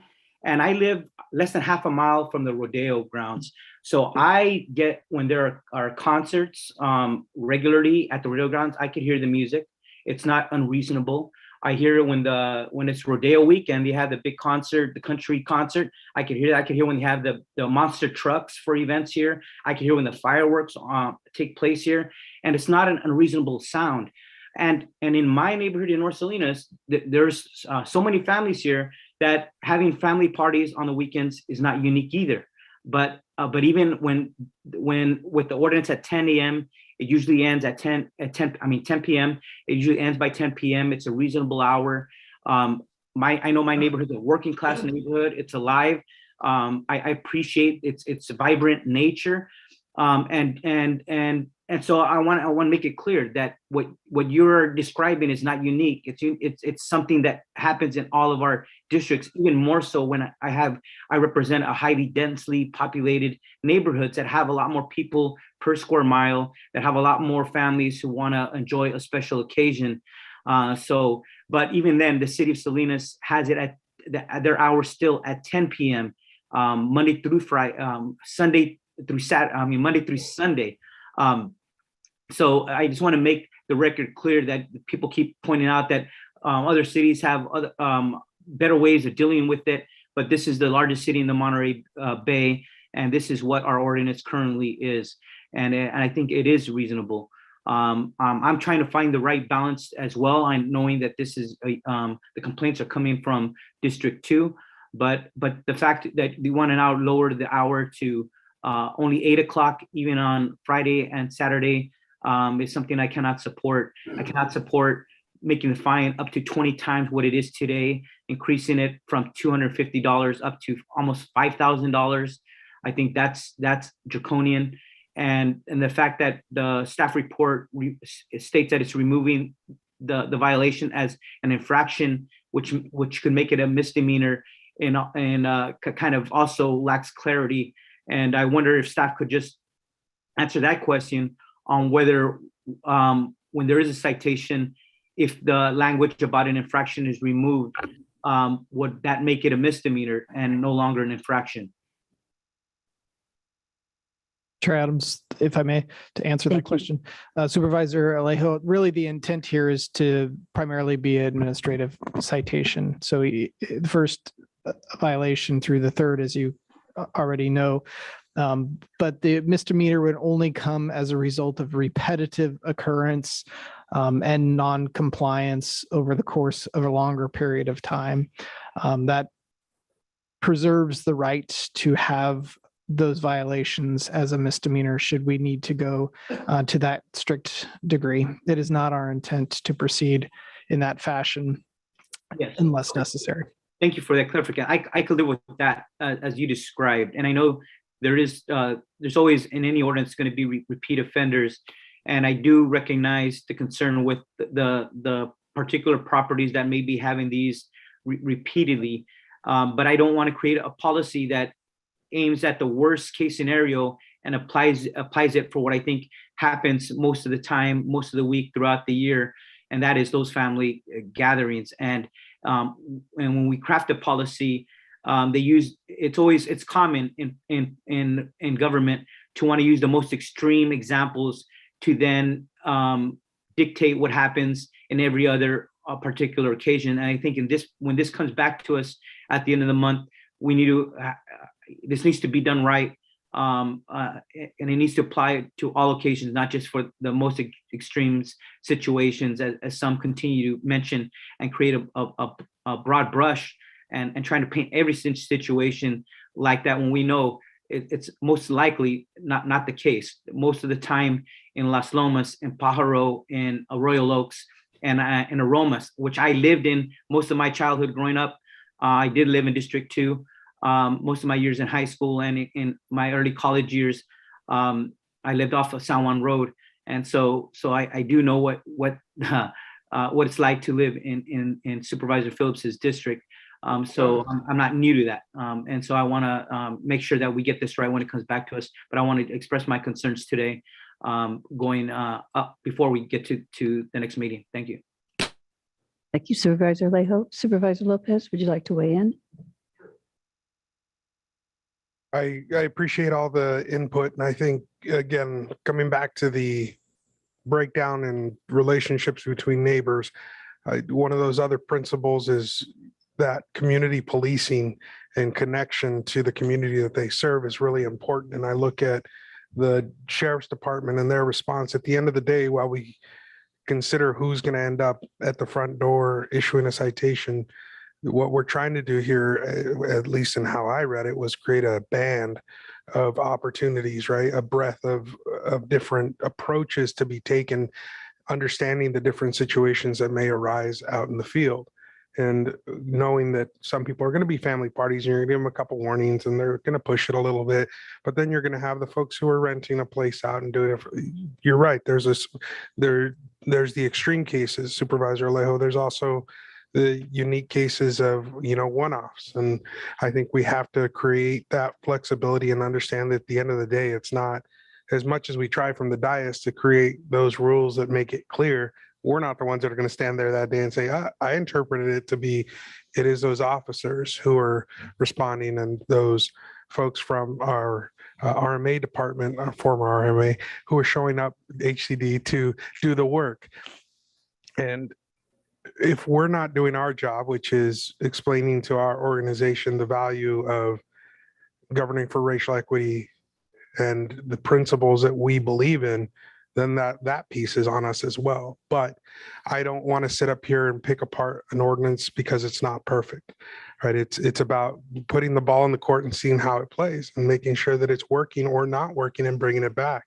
This shouldn't be something that we revisit every 20, 30 years, especially given the dynamic of shifting communities that we're seeing. I think we should give a shot here. We can decide what that, it sounds like the biggest decision point we're hearing is the start time, 7, 8, 9. Other than that, it sounds like we're almost there as much as we've been apart over so many years. And so I'm hoping that today, I know that this is a first hearing. So if this isn't the language we're going to use, I think it's got to go back and then come back again in terms of process. But we need to come up with something that we can all live with and say, we're willing to give this a shot and see how it plays, but not say our feet are forever planted in cement. That is the role of this board, is to continue to adapt as the community sees those challenges arise. And so I appreciate the work, and I'm hoping that we can have a little more discussion around that number. Thank you. Thank you, Supervisor Lopez. Supervisor Rudascu? Yeah, thank you. Okay, so a couple things. What I hear from the letters that have come to our office, from conversations I've had one-on-one with individuals, is that there really is a problem with illegal parties that are being held on a pay-to-play basis, that are people with many, many laws being violated in terms of what's happening on those properties. It sounds like we need to deal with that, and I'm not sure that this ordinance is going to deal with the illegal parties. So I would like to ask that we get really clear about what it is we're trying to solve for with this ordinance. And if we need to enact something similar to what the city of Salinas has, which is around an ordinance specific to unruly gatherings. They have very clear definitions. They have very clear steps for enforcement. They have a very clear, mailing to the property owners, outlining how do they deal with unruly gatherings. So if one of the things we need to address is unruly gatherings, let's figure out how to address unruly gatherings and illegal gatherings that are violating many other ordinances or rules beyond just noise. So having said that, in regards to the noise ordinance, which is what we're talking about here, I think that the policies that we set, that's our chance as policymakers to be really clear about what our intentions are, to not leave it up to question. So I do think it's important that we are clear about not just the worst case scenario, but that we are drafting our ordinances so that so that we're leaving less up to chance when it's out to our code enforcement officers, so that they know exactly what our expectations are, and that the public knows exactly what our expectations are, and that people are treated fairly and equally. So I do think it's important that we're clear about the issue of the fines, that we're clear about the issue of the time, that we're clear about, the definition of loud and unreasonable sound.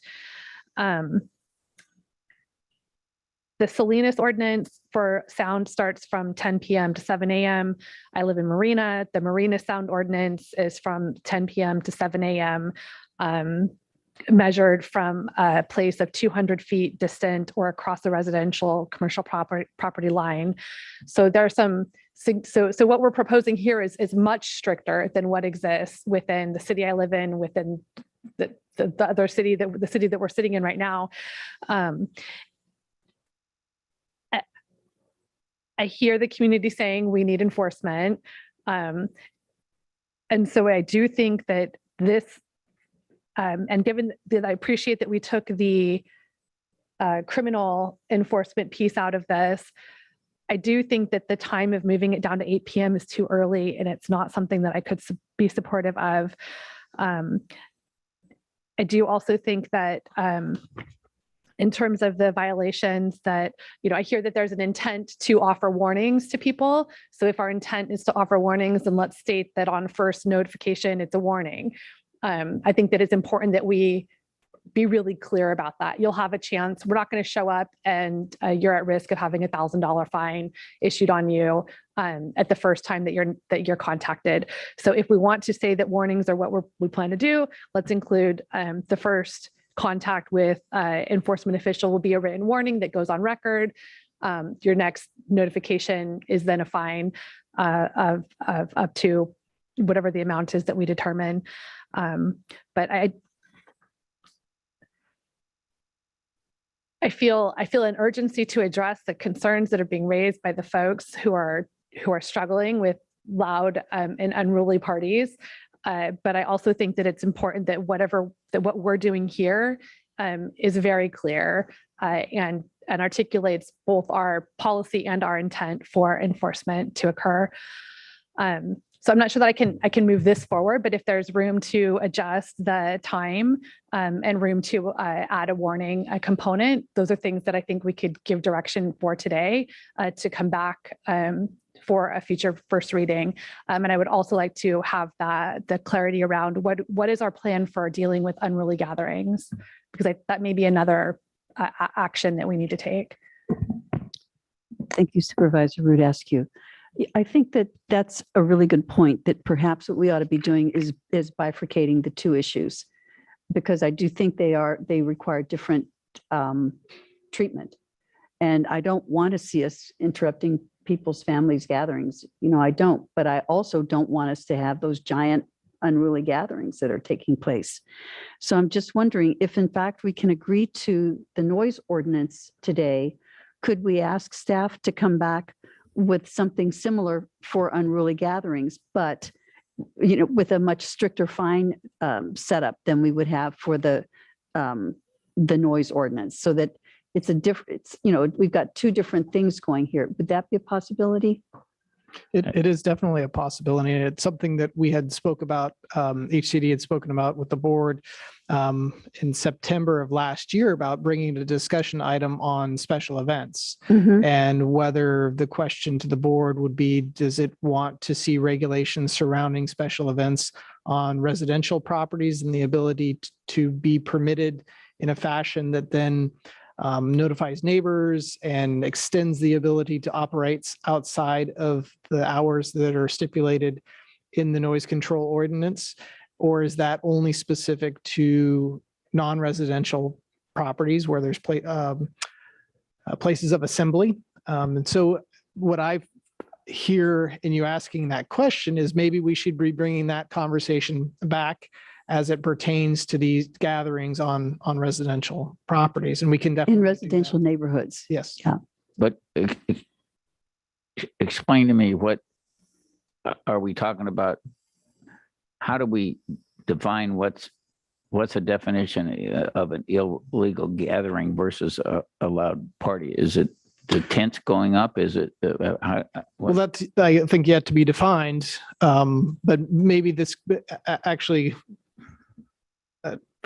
folds into each one of the supervisor's comments that he originally brought up, Supervisor Phillips, is how many complaints have we been receiving and the nature of those complaints. So as you all were discussing, I pulled up what we've had in 2022 as far as complaints, and there are definitely common threads in those complaints. Each one of the ones that we've received in 22 has been related to loud music and live bands. And then there are, other components of that. There's illegal electrical, and then there's the tents installed without permits.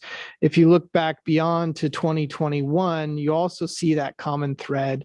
So you're not seeing, somebody's birthday. Well, these could be a birthday party. I can't say that, but you're not seeing those smaller parties, because when the code compliance officer or the sheriff goes out and they recognize that it's a family gathering, typically those family gatherings are going to reduce the noise and then proceed in conformance with the regulations.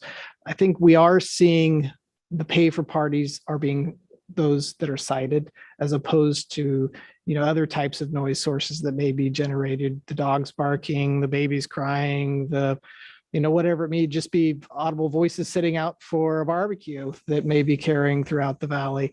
We're not seeing citations for those. We are only seeing them for the parties. But back to the defining, what those events would be held on private residential properties or in those neighborhoods. That's something that we'd like to seek direction from the board as we come back with further discussions on those special event ordinances. Madam Chair. Yes. I did want to respond to Supervisor Aleo about us kind of undercutting a culture, and I just don't see it that way. It's not the culture, and no one doesn't want to see a culture have a party and have music. It's the music that they're playing to such a decibel level that it's impacting people 2.5, 3 miles or longer away. And the first thing that always happens, the cops really don't like to go to these parties when you have 150 people who've been drinking for 3 hours going up. But the first thing they always do is say, turn it down. And if they turn it down, it goes away. But that was just my response to the anti-culture. Well, Mr. Supervisor Phillips, well, let's have our enforcement take data of moving forward of who will be cited going forward, so that then we can analyze who is being impacted by this ordinance. If a year or 2 or 3 years from now, if we see that 95 to 100% of these citations are against Latino families, then I think we should assess. So I assume that that's how high the impact is going to be against a particular section of our community, and so data, so we could actually measure it right, so we could see who is being impacted by this ordinance moving forward. Or maybe we ought to educate the Latino community to respect their neighbors too, so they're not playing the music too loud if they're having sex. Section 1 is telling another community that they cannot have celebrations with their families, and music that is part of their culture, a language that is part of their culture as well. So don't make me get my gavel. But I don't know. My personal feeling is that a family who's having a party, whether if it's a family celebration, I have a big Italian family that's part of my life, and the food and outside and the Frank Sinatra, all of that, it's a family, and I understand that, and it's it's a lot of fun, and people do enjoy doing that. But we're not bringing in 8-foot high speakers to do that. We're talking and laughing, yeah, but there aren't any big speakers coming in, and I don't think that families tend to do that. So I think we have two totally separate issues that we're talking about here, and I would be curious, Eric, if you have any pushback to what, or not even pushback, but any stats to what Supervisor Alejo was just saying.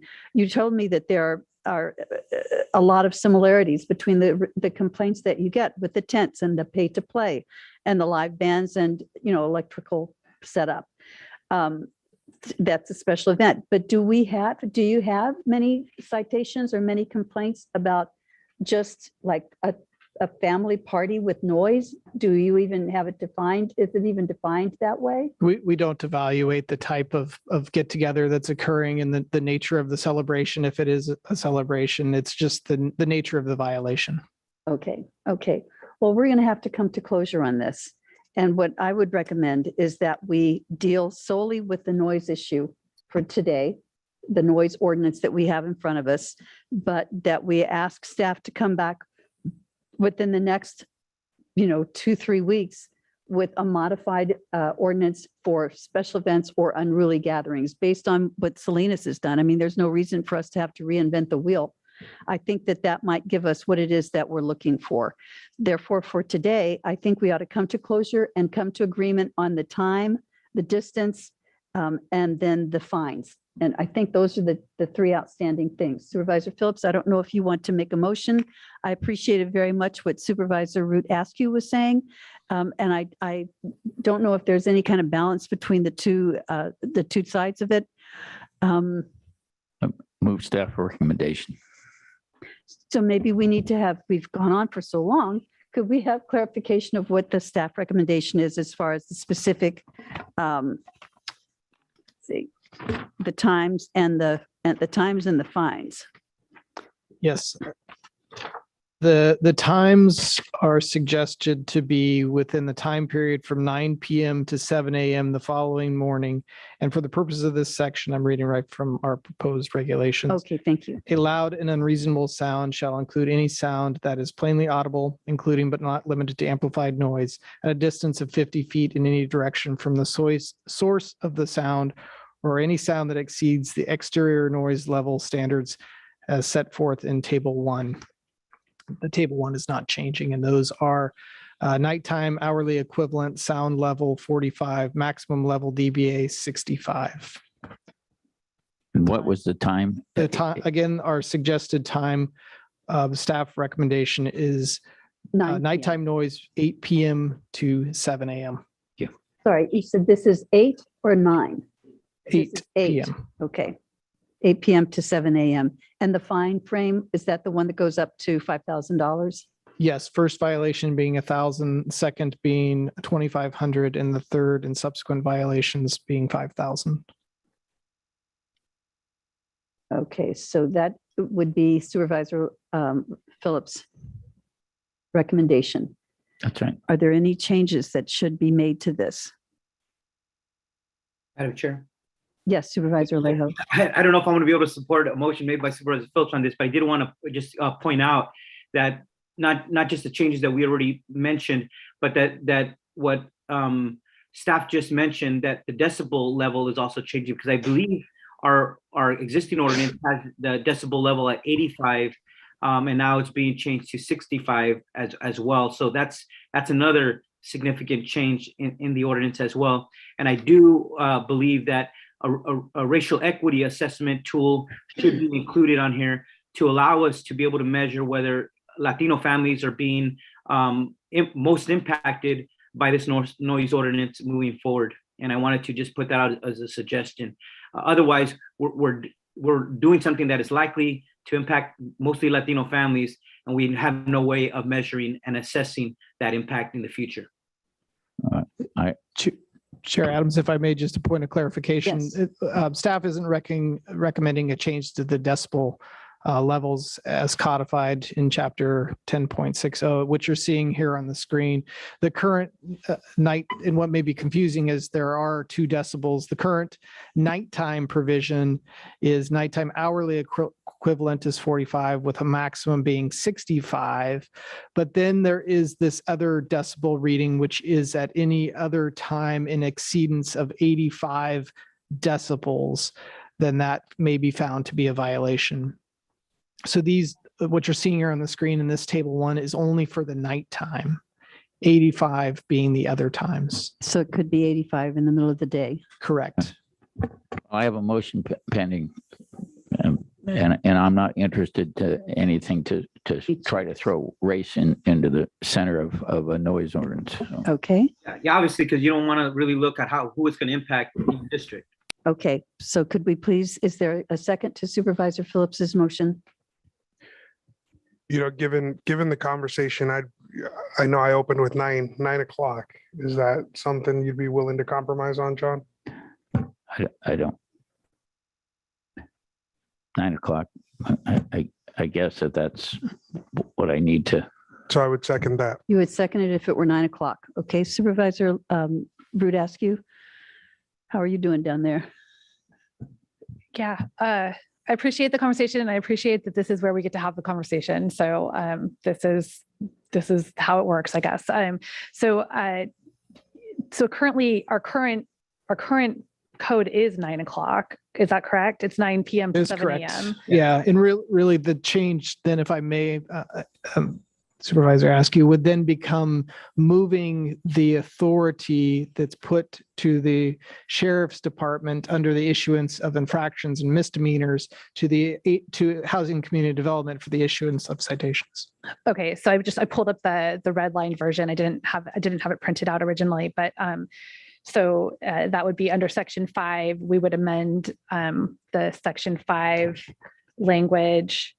That's correct. To be that the enforcement official it would be administrative instead of criminal. And do we have code enforcement who's available to go out during the hours of 9 or 10 to 7 a.m.? We do. We have, the board recently approved 2 additional code compliance inspector 2 positions. We have filled one of those already, and we're looking to fill another here soon. And we would work an alternative schedule in order to accommodate that weekend and nighttime. Okay. And the other, as I'm looking at the section 5B, with the concerns about the first violation of the provision being punishable of a fine of up to $1,000, could we add in a warning as an initial point of contact being a warning? Is that something that would be amenable to the motion? So this is for the noise ordinance. So you're saying that before they are fined $1,000, they have at least one warning. Really what the ordinance says is upon the first violation. So until we give a violation, there isn't a first, right? So in our normal practice is to give warnings, but we could add language that indicates that upon receiving an initial complaint, that a warning shall be provided. Mm-hmm. And then the language will remain, the first, second, and third as it's currently drafted. So we go. Can we just have a procedure that you give a warning? And I mean, they usually, I don't know of any time that anybody's ever been cited that they haven't given a warning to turn it down, and then they turn it back up, and then they go back, or they have the party. We can definitely have a written procedure as well internally that would not be codified.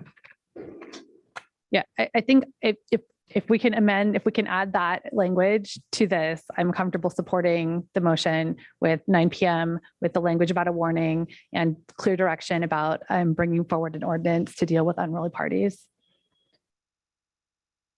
Well, I'm not comfortable with the warning being part of the ordinance, other than you'd have an official policy that a warning would be issued first. So I don't think we. What if the policy was that in the ordinance that there was the option of a warning at the discretion of the enforcement agent? I mean that seems to qualify what we're already doing. And I think, again, if you show up to a party and it's already crazy and unruly, you're not going to want to say, I'll be back in 30 minutes.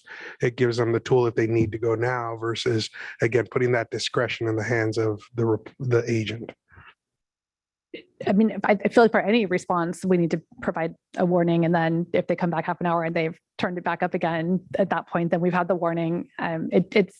I think that how I sit here, my job is to provide policy direction to our staff to then implement. And I think it's important that we're really clear about our intent. The only way for me to be clear about my intent is to have it codified within the ordinance that we're approving here today.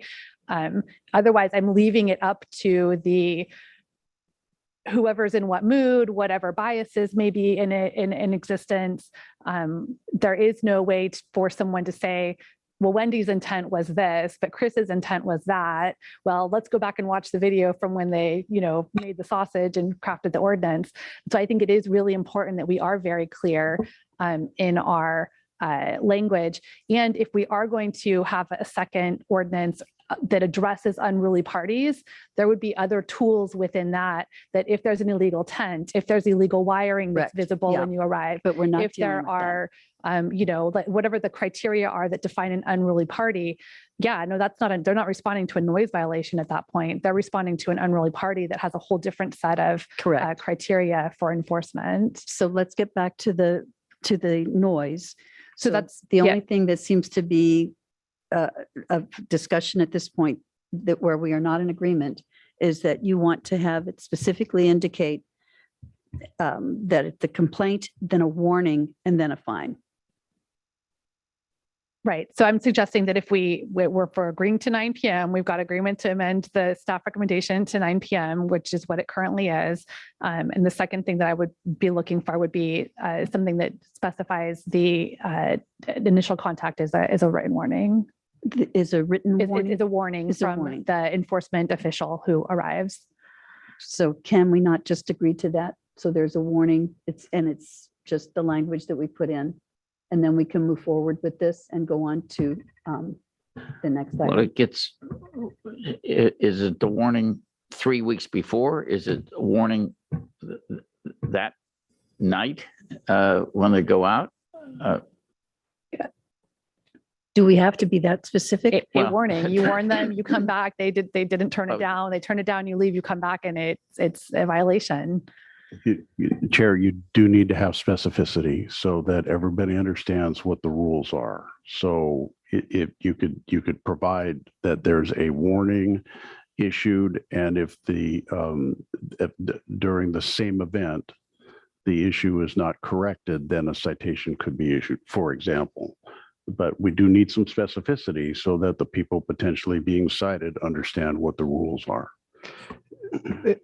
Chair Adams, other board members and council, if I might suggest a revision under section B as currently proposed, it says the enforcement officer may issue an administrative citation.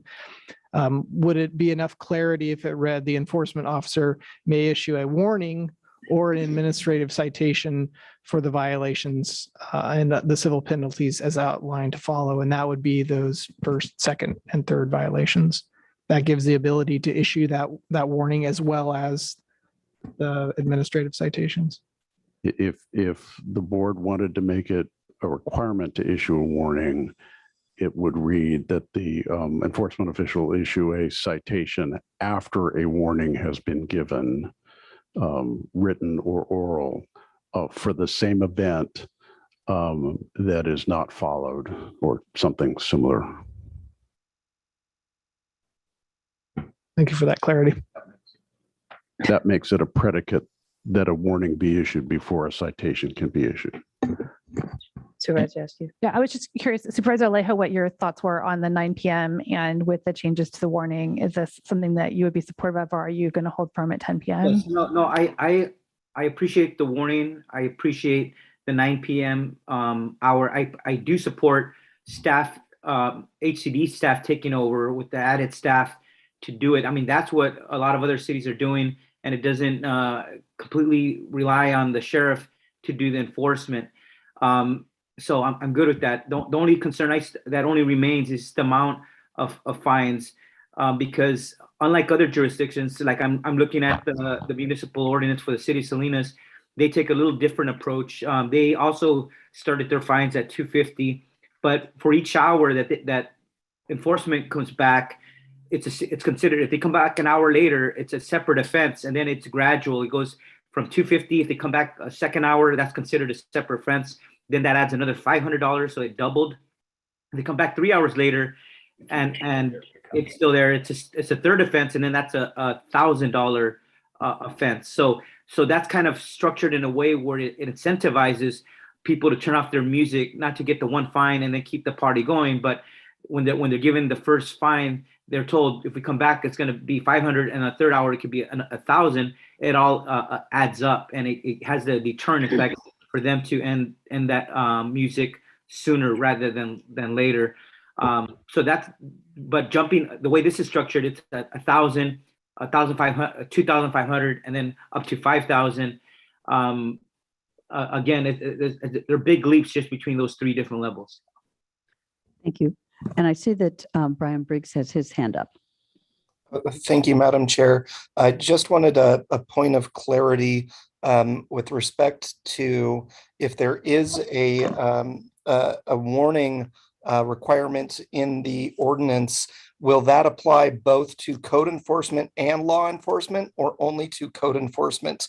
And the reason I raised the question, obviously because they're different penalties, but when we brought the ordinance before the board several years ago, it was primarily a law enforcement ordinance at that time, and the Sheriff's Department unfortunately is not here today, so I will advocate for them. I do recall very strenuously their department advocating against a warning before a fine. That was a good amount of discussion last time, and thank you. Well, yes, Supervisor Phillips. They're not coming anyway. just so, but I'm also concerned with your warning, is so if 2 weeks ago we were out there and they gave a warning and they finally closed it down, then 2 weeks later we have another party there. Do we have to give another warning again about the loud parties? That Supervisor, that we shouldn't be making sausage. Yeah, I think agree. if the board wants some changes to the language made, I strongly recommend that you give some direction to staff and we continue the introduction for 2 weeks. We come back with a revised ordinance for introduction based on the direction that the board has given to leave the time at 9 a.m. We'll figure out some warning language and I forgot what the other issue was. So 9 a.m. to 9 p.m. to 7 a.m. Yes, correct. And amps at I think was it 65 decibels. Those stay the same. The fines are going to stay the same. The enforcement goes from the sheriff to the administrative and HCD, and it is a complaint, then a warning, and then a fine. That's what this board is. I think then we'll work on some alternative language and bring it back for consideration. Yep, he's absolutely right. We could be here forever, but I do think one of the concerns I have is when we talked about HCD taking over, and I said they could use my office, if they're working, since a lot of it's out there, but I also tried to get the sheriff's department to say, well, if you're going to a party with 150 people there, you're either going to enforcement one way or the other. Either you send a drone over and do drone enforcement, or you need HCD. They great guys, but they're going to need a sheriff's deputy, because a sheriff's deputy don't want to go to one of these parties where you got 150 people drinking without some backup. And so I think we're going to have the sheriff as a backup, but maybe not. But that if I were the enforcement officer, I'd want someone backing me up when I go in there. Okay, so do we have agreement to move forward with the motion here? So I think what we're doing is we're Just getting providing. So Once again, I recommend you continue the introduction for 2 weeks. Staff will come back in 2 weeks with some revised language along the guidance that has been given here today for consideration by the board. That would be the motion. There is a motion on the table. I don't think it had a second. Did you second it? But I'll withdraw the motion and take the suggestion of our esteemed county council. Thank you. And then maybe if we could come back with something on unruly gatherings at the same time, it might make this easier. Yes, we will look into that. Okay, thank you so much. Thank all of you for all of this sausage making. It was really not easy. And I just hope that we're going to be able to close this when we come back in 2 weeks. In fact, if we could have an agreement among ourselves that we would close this item in 2 weeks, I would be very thankful for that. We just as a point of clarification. Oh, no, not clarification. Making sure that we have enough time for the 24th. I believe that's our next meeting. I'll try to reserve 30 minutes for further discussion, but we'll be working through 30 minutes. I think you better make it 90. We need to talk about that because that's a pretty full day. We'll Right. talk with the chair, but It'll be yeah, we I think June 7th would be preferred. That, as I recall, I believe that calendar was fairly open. so in the May 24th calendar is pretty full, if I recall. Oh, thank you very much, Valerie.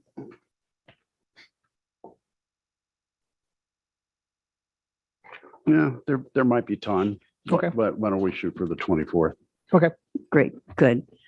Any other clarification needed? No, thank you. Okay, thank you all so much. Yes, Supervisor, ask you, I please think don't one of the make things it. that would be helpful for me too is to the degree that we're comparing our some comparables to what we're proposing to what some of the larger cities in the region have It's a good for idea. their both unruly parties as well as their noise ordinances in terms of decibels, times, distance, how they're enforced, fines. That would be really valuable information for me to have. Agreed. Thank you. Thank you. Okay, all done. There was a motion and it was rescinded and the second was rescinded as well. So But I think Supervisor Phillips adopted the motion I suggested. I'll second move- that. Move to kick the can down the road. So all right. So do we need to take a vote on this? Okay, let's just have ourselves a roll call vote. Supervisor Alejo, Yes, and my only remaining concern is just the fine amounts. So when this comes back, that's all. Supervisor Phillips, aye. Supervisor Lopez, Aye. Supervisor Askew, I and Chair Supervisor Adams. Aye, thank you. As painful as this was, I think we've done something good today. So now we've put item number 17 and we are going to item 18, which I'm sure will be a very simple one. And that is to authorize the county administrative office to complete the county's ballots for the Pajaro Regional Flood Management Agency assessment for levee operations and maintenance by voting yes or no and returning the ballots to the agency before the close of its public hearing on June 8th. And with that, I will look to our county administrative officer. Thank you, Madam Chair. I think potentially Randy Ishii or staff might present on this.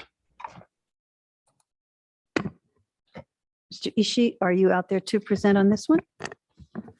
Thank you very much, Chair, members of the board. I did have my hand electronically raised, but quite all right. In introducing this item before your board is consideration of the vote for a Prop 218 being conducted by a joint powers authority called the Pajaro River Regional Flood Management Agency. And for purposes of explanation of the Prop 218, as well as its purpose, we have on the line Mark Strudley, who is the interim executive director of the Joint Powers Authority. And with that, staff would like to hand the floor over to him for his presentation. Thank you. And that is Mr. Studley.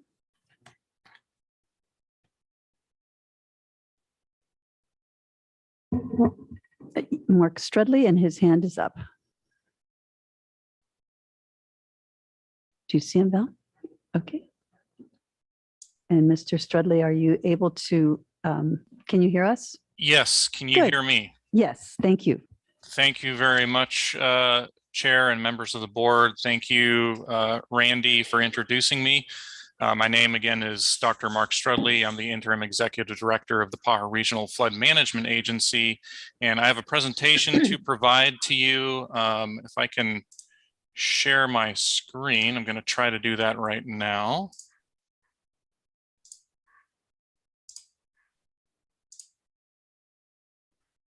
We can see your slides. Great. Thank you very much. So today I'd like to talk to you about a little overview of the Pajaro Regional Flood Management Agency and why we're here, but more importantly, to talk a bit about the proposed assessment for adequate funding for levee operations and maintenance. So the Pajaro Regional Flood Management Agency is a joint powers agency that was created in July of 2021. It was created to plan, manage, and finance flood risk reduction projects and programs on the Pajaro River and in the lower Pajaro Valley region within the Pajaro watershed of Santa Cruz and Monterey counties. Like I said, it's a joint powers authority. It has 5 member agencies. The County of Monterey is one of those agencies, as well as the County of Santa Cruz. Also includes the City of Watsonville, the Monterey County Water Resources Agency, and the Santa Cruz County Flood Control and Water Conservation District. Each one of those members, the member agencies, has a board member sitting on its board. So there's one representative from each agency, and the board meets monthly on the second Wednesday of each month at 10 a.m. We've been going back and forth between Zoom online meetings and in-person meetings at the City of Watsonville Council chambers. So the problem that we are trying to solve and have been trying to solve for many, many decades is to reduce the risk to the flood risk to protect life and property and the local economy along the Pajaro River and its tributaries. What currently exists right now is a levee system that was built by the Army Corps in 1949 that to this day only provides about 8-year level of flood protection. So you all have probably heard of the so-called 100-year flood. This is far below that standard. It provides protection against the 8-year flood flow. And we are and have been for quite some time in a situation where levee maintenance activities are currently underfunded. They're currently funded through zones 7 and zone 7 on the Santa Cruz County side and zones 1 and 1A on the Monterey County side. And they're currently performed by the Santa Cruz County and Flood Control Water Conservation District Zone 7, as well as Monterey County Water Resources Agency. But over the next year, that responsibility will shift to the Pajaro Regional Flood Management Agency to conduct levee operations and maintenance. There is a very long history of flooding. I think we all remember the catastrophic events of March 1995, which is what this inset photo shows here. 2 people sadly lost their lives, and there was over $100 million worth of flood damage. We've had numerous other floods throughout the years, dating back obviously before the levees were built, but even after the levees were built in 1949, the first failure occurred in 1955, which is what triggered Congress to authorize levee reconstruction to try to build new levees. And I'll talk about that shortly. For these areas that are protected by the levee, they are currently mapped into what's called the FEMA's special flood hazard areas. And these flood hazard areas require mandatory insurance for mortgage holders, as well as building restrictions associated with that enhanced level of risk. So the proposed solution to flood risk on the Pajaro is twofold. One is to improve the levee operations and maintenance program. And the second is to improve the levees themselves and to rebuild them and enlarge them so that we have 100-year level protection. So on the first part of the solution, improving maintenance of the existing levees, it's really critical that we maintain the existing levels of flood protection right now and that we keep them at least at that 8-year level of flood protection. That is quite low, and we don't want to go any lower than that. And it is expensive to do levee operations and maintenance to keep these things operating as required. Like I said, the Pajaro Regional Flood Management Agency is going to assume these operations and maintenance responsibilities, and that's going to provide a couple levels of improvement. One is it's going to provide a consistent level of service. So there's no longer going to be 2 different agencies performing maintenance activities. There will only be one. And that is going to provide some cost efficiencies as well as long-term savings associated with that singular agency performing those maintenance operations and the planning work that goes behind a lot of those maintenance operations. The cost to adequately fund operations and maintenance services is about $3.8 million per year. And existing revenue from Zone 7 and Zones 1 and 1A contribute about $2.6 million towards that effort. So the budget shortfall that we are operating under to this day is $1.2 million per year. So in order to improve the levees and to increase the flood protection, we are working with the Army Corps and have been for many decades to provide a new project called the Pajaro River Flood Risk Management Project. This is a $400 million levee improvement project along the Pajaro River and Salsapoides Corralitos Creeks that's going to provide up to 100-year level of protection. And what's really key and important about this project is that the Army Corps and the state of California are paying 100%, all $400 million of that project design and construction costs. That is singularly unique in the history of the state of California to have a project, a flood risk reduction project like this, with 100% cost coverage. We're currently in the early design phase with the Army Corps of Engineers, and we're also going through environmental review as required by CEQA, the California Environmental Quality Act. We expect construction to begin as early as 2025 and to be completed as early as 2032. This is a large project. It's going to take many years, many construction seasons to see it to completion. And once it is completed, it will remove properties from that FEMA special flood hazard area. What is really important to remember, though, is that in order to set the federal and state money to work in building this project, the Army Corps will need an assurance that says we are capable, we have the resources to operate and maintain this levee system in perpetuity. And they will only provide that funding if we provide that assurance now into the future. So that's a key point to remember. So this is a very generalized budget for Pajaro Regional Flood Management Agency and the operations and maintenance program. So the top half of this chart or table, excuse me, refers to levee operations and maintenance. That's about $3.4 million. And then there are other associated drainage operations and maintenance requirements that total about $408,000. The budget shortfall that I discussed earlier, $1.2 million per year, is shown here next to the arrow. This is the shortfall that we have in levee operations and maintenance. And the total revenue, like I said, is about $3.8 million per year. So what we are proposing, what the agency is proposing, and the board of directors has adopted this, is a proposed assessment compliant with Proposition 218. This is a special benefit assessment. And the purpose is to adequately fund maintenance of existing levees to maintain the current level of flood protection and prevent further decay. And if we are able to demonstrate that we have a full-fledged operations and maintenance budget, then we can provide that assurance to the Army Corps that maintains our eligibility for the $400 million in state and federal project funding.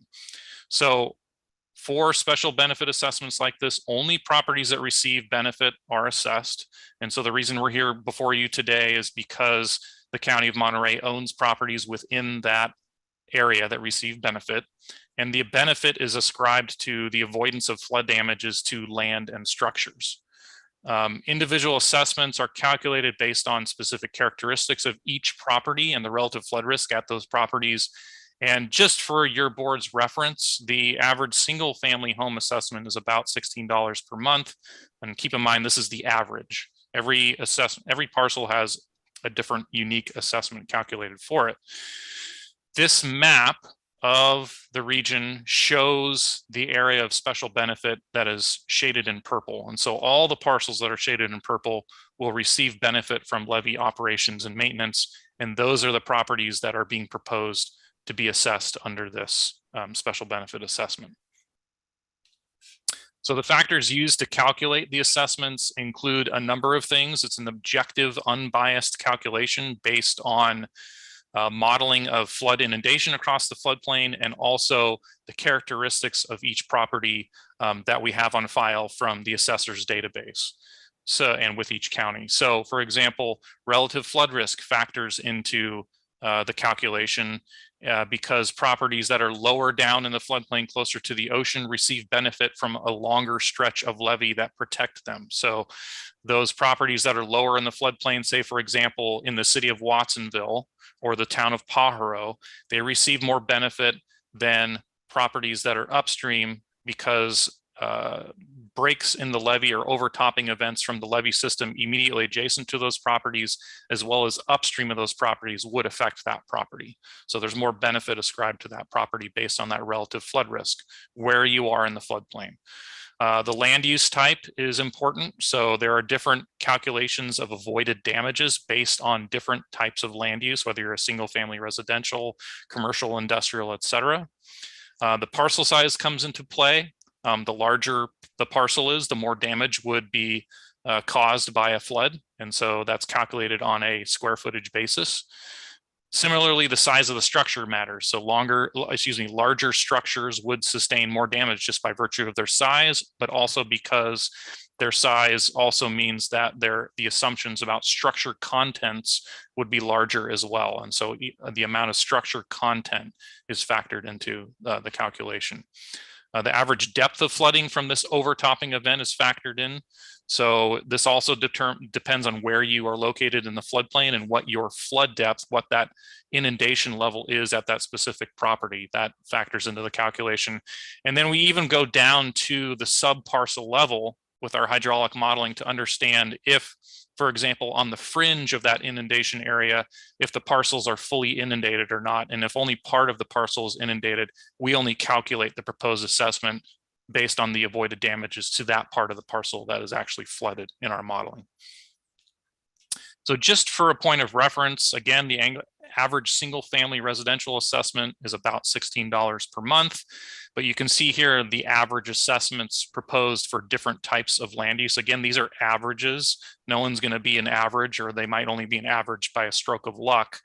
But every parcel is going to be different. But you can see here, agricultural parcels are about $284 per year as an average. That average works out for reference to be about $10 to $11 per acre for agricultural parcels. And you can see the other land use types here. I'm not going to go through them one by one. And then there's also a listing of how many properties are within each one of those land use categories. And all total, there's about 3,000 properties that are proposed to be assessed. So key facts to take home here is that the levee maintenance services, again, like I said, they're currently underfunded. We need to rise to that level of proper operations and maintenance that the Army Corps will require us to be at. Past flooding is not predictive of future flooding. The experiences that we have all had in prior floods are not necessarily the same as what would happen if we had an overtopping event were we not able to maintain the levees. Flood insurance is not a flood prevention tool. It's a disaster cleanup payment. And I think, as many people know, policies try to be competitive by lowering their coverage for specific parcels. And homeowners will tell you that there are a tremendous amount of exclusions and restrictions in the provision of cleanup payments when floods actually occur that usually mean you don't get fully compensated for all the damages that do occur. Floods are one of the only natural disasters that can be prevented with proper planning and investment. And that's what we're trying to do here with this financial plan to raise the additional revenue, but also to put into motion an enhanced operations and maintenance program, as well as investing in new levees. And this $400 million in state and federal funding is worth about $130,000 for every property that will be protected by the levee improvements. The Prop 218 process has already started with action taken by the Pajaro Regional Flood Management Agency Board of Directors. The ballots were sent out to property owners on April 22nd.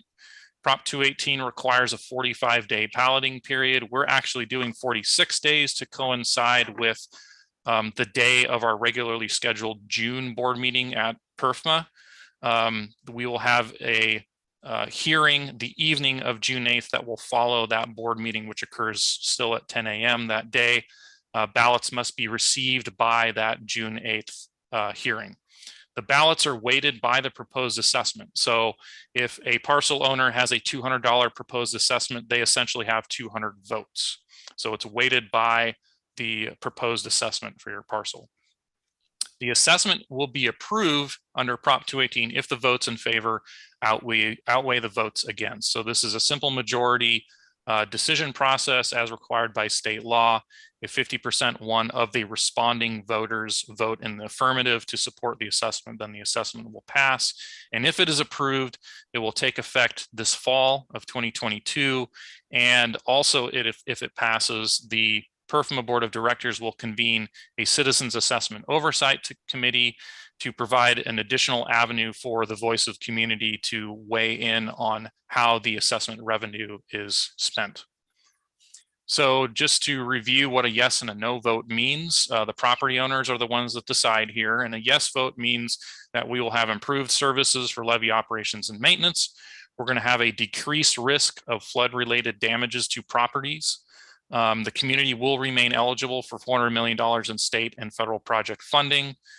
And when that project is built, it will provide up to 100-year level of flood protection, and the properties that are protected by this level of flood protection will be removed from the special flood hazard area and no longer carry the mandatory requirement for flood insurance, and building restrictions will be eased associated with that enhanced level of protection. A no vote is the reverse of this. The levee maintenance services will be reduced to account for this budget shortfall. There will be an increased risk of flood-related damages to properties. The community will lose eligibility for the state and federal project funding, and the special flood hazard area will remain in place, as will flood insurance requirements and building restrictions. And these will likely be mapped in enhanced levels as climate change effects take hold more than they have already. So for the board, as well as members of the community that may be listening, the PERFMA agency has a website, perfma.org. There's lots of very helpful information front and center on the website right now about the assessment, including frequently asked questions, a very nice, simple, easy to use assessment calculator where landowners are able to type in their address or their APN and find out what their assessment is and the factors that go into that, for example, average flood depth, et cetera, et cetera.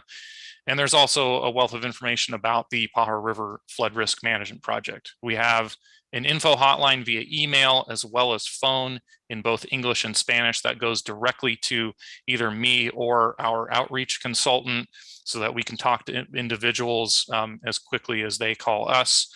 We've already had a number of calls through that line, and we're happy to speak with people directly about it. And that is the end of my presentation. I am happy to answer any questions the board may have, and I'll pass it back to Randy. Thank you, Director Strudley, and we hand it back to the board for questions or comments. Thank you very much, Dr. Strudley, and to Mr. Ishii. And I'll go by district number. I see Supervisor Alejo first, and then we'll go to District 2. Thank you very much, Madam Chair. And I want to thank Mr. Strudley for the presentation. This is an exciting time that I hope all of us could support this moving forward today. For decades, as Supervisor Phillips knows, and even during my time as mayor of Watsonville and a council member who represented one of the council districts adjacent to the Pajaro River, we know that this is long overdue, but there was never any real momentum or real resources to really do anything about it. It was much a concept and theory for such a long time. But finally, because of a lot of good work by a lot of different people, but especially out of staff out of Santa Cruz County, Supervisor Phillips, Congressmember Panetta and Senator Laird, among others. Finally, we got the stars are aligned, and there is a willingness to draw down or bring significant federal and state dollars. This vote that will be finalized on June 8th, as that's when the voting period ends, and there will be a public hearing on that day. That's when we'll determine whether we have the sufficient votes to pass this 218.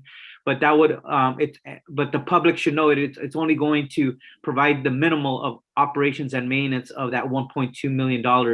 The hundreds of millions of more dollars that we're able to maximize and bring to our region and benefit both Monterey and Santa Cruz County, both benefit the city of Watsonville and the North County community of Pajaro, a disadvantaged farm worker community, I think really shows that this really deserves a lot of attention and a lot of support from us today. So I want to thank everyone who made this possible. And I know Supervisor Phillips and I serve on the Pajaro Flood Management Agency that was created specifically as a first responsibility is to get this through. So I hope that we will do our part, and that the people of the Pajaro area and in the assessment area on the Watsonville side would also see the wisdom in bringing this and helping protect property and lives when more of these storms come through, and then we all know that they're expected to become more drastic in futures when they do hit. So with that, I want to express my support, and I'll certainly offer a second to the motion after Supervisor Phillips as well. Thank you, Supervisor Alejo. Supervisor Phillips. Yes, thank you, Madam Chair. Yeah, this has been something that's been in the works, but not too actively. I know Leon Panetta worked on it. Sam Farr worked on it, and now Jimmy Panetta's worked on it, and Jimmy really has pushed on this and took a big lead. And I got to commend Mark Strudley too, because we really saw a much more intense focus when he came on board to do it. But I've taken 2 trips back to Washington, D.C., where we met personally with Supervisor Feinstein and a lot of the others and the general back there. But we've never had a thing like this where $400 million is being funded by the federal and the state government, and Senator Laird stepped up and got us the additional money. So the homeowners there are just coming up with the maintenance. They're not having to come up like what we thought they were going to have to do. And for most of them, they're going to come out about even, because the flood insurance, they're not going to have to pay for it. It makes a big difference. So I'd be happy to make the motion for this when the time is right. Thank you. Thank you. Supervisor Lopez, anything? Supervisor ask you anything? Nor do I. So let me take it out to the public and see if there's any member of the public that wishes to comment on this. Of course, I can't see the public because I'm so low down on my chair. Doesn't appear that there's any member of the public. So let's bring it back. CAO. Yeah, thank you, Madam Chair. Yeah, I appreciate the board's support for this resolution to authorize me to, or my successor to, vote for the Pajaro Regional Flood Management Agency assessment. Excuse me. I understand the ballots have come into Public Works. Mr. Ishii does have those. And I also want to echo what the board members have said and commend Dr. Strudley for all the efforts he's put in here. I think he's been the valuable piece to make this all happen. So I want to thank him for that. So appreciate the support for the resolution. Thank you, Mr. McKee. So we will go back for the motion, and I believe it's Supervisor Phillips. Move approval. Thank you. Is there a second? And I'll second that, Madam Chair. Alejo, thank you very much. Can we have a roll call vote, please? I just want to recognize Santa Cruz County Supervisor Zach Friend, who's been another big champion on this. I didn't want us to vote without recognizing him. Thank you. Thank you. Roll call vote. Supervisor Alejo. Aye. Supervisor Phillips. Aye. Supervisor Lopez. Aye. Supervisor Wu Askew. Aye. And Chair Supervisor Adams. Aye. Thank you very much. And with that, we will go down to other board matters. Our first item will be the County Administrative Officer comments. Thank you, Madam Chair. I appreciate the opportunity to make a few comments today. First, in response to a referral that came in a long time ago, excuse me, to request that we engage with the Arts Council about putting murals in our stairwells. Pre-COVID, I think that came in, and then COVID kind of derailed things. I want to thank the Arts Council for coming forward with funding to be able to provide a mural in the east stairwell, and we're looking forward to a future mural again, also in the west stairwell. And I think the CIC committee yesterday heard a presentation on what that first mural would look like, and I just want to thank Mr. Chulos for leading this, as well as Karina Bakanovich for presenting yesterday, and then the Arts Council in particular for coming forward to make this a reality. I think it'll be a really nice addition to our building here. Next, I want to thank Ashley Walker for alerting us to some efforts by Assemblymember Robert Rivas, who we also want to thank for putting money into budget requests this year, $150 million for the dams and dam maintenance and repair, and $15 million for the old jail. And we hope that his advocacy will come to fruition in this budget. It may not, but we hope that it does come through, and we're also successful in getting those dollars here into Monterey County. We know they're sorely needed and could help our communities. And then finally, I'm very pleased to announce that we have selected a homeless services director. The board authorized the creation of the position of homeless services director to help with those housed and unhoused in our community. We know that's a serious issue, and I think it would be almost an understatement to say that we have a coup in the successful candidate.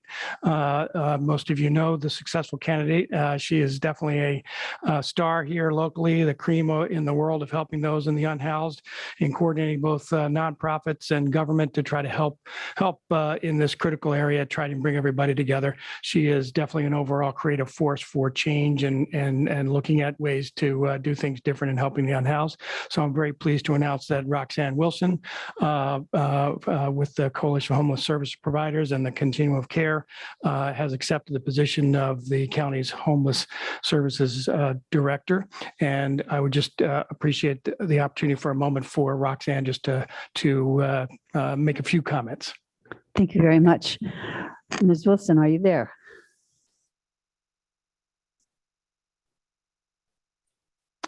I see you, Roxanne, but I don't hear you. Okay. Did There you we hear go. me I hear you now? Yes, we do. Thank you so much. And thank you and congratulations. Thank you. I'm very excited to be joining the County of Monterey in the fight to end homelessness as the new Director of Homeless Services. I do look forward to working in partnership with the county departments and learning more about the services each one of them provide to this marginalized population. I would like to acknowledge the Board of Supervisors, especially Supervisor Alejo, for making the referral, which prioritizes this as a much needed position at the county. It really does show your commitment to addressing the complex issues surrounding the homeless crisis. Again, I look forward to joining the team in July, and thank you so much for this opportunity. Thank you so much, Roxanne. It's wonderful to get this information. We're all very pleased with this. Anything else from the CAO? Okay, thank you for that. Then are there any new referrals? Yes, Madam Chair, we do have one new referral. And it's to build off some previous work and efforts by Supervisor Alejo and now working with Supervisor Phillips. The referral is for the Monterey County Probation Department and other county staff, as well as our grants team to work on securing funding for the unfinished phase of the new juvenile hall. We know that there were some great efforts originally to have funding for the new juvenile hall, but it fell short of a complete build out that we were seeking. And we also know that there's some real challenges coming down soon from the state Board of Community Corrections with their efforts to now have some of the more violent and more challenging youths to be housed here locally as opposed to at the state level. So we're looking forward to hopefully getting some funding from the state to finish the build out, and we're hoping to utilize this referral to spur getting some grant monies to do that. Thank you very much. If I can yes, just Supervisor comment on that, because I know I got talking to Supervisor Alejo, it had to do with the youth center and maybe closing the youth center. And, that might have been viable at one time, I felt, but when they closed the youth authority and the state then imposed upon us those heavier inmates that would be difficult to house in the same type of facility with the kids that we see in juvenile hall. And so it seems to me that we ought to really explore the state stepping up to help us provide the facility, since they're shifting the responsibility to us. And I think there is a real viable way that we could expand the juvenile campus out there in a productive way. And if we did that, I think the youth center, like I mentioned, that wasn't our number one priority of where to put the youth center. So anyway, I think this would make that a viable option if we were able to get the funding for that. Supervisor Alejo, your hand is up. Yeah, I just wanted to say, I think this is a good time to move and try to do the unfinished business at the juvenile hall. We only cut the effort short because of the budget overruns and all the problems that we all know we had in that construction project.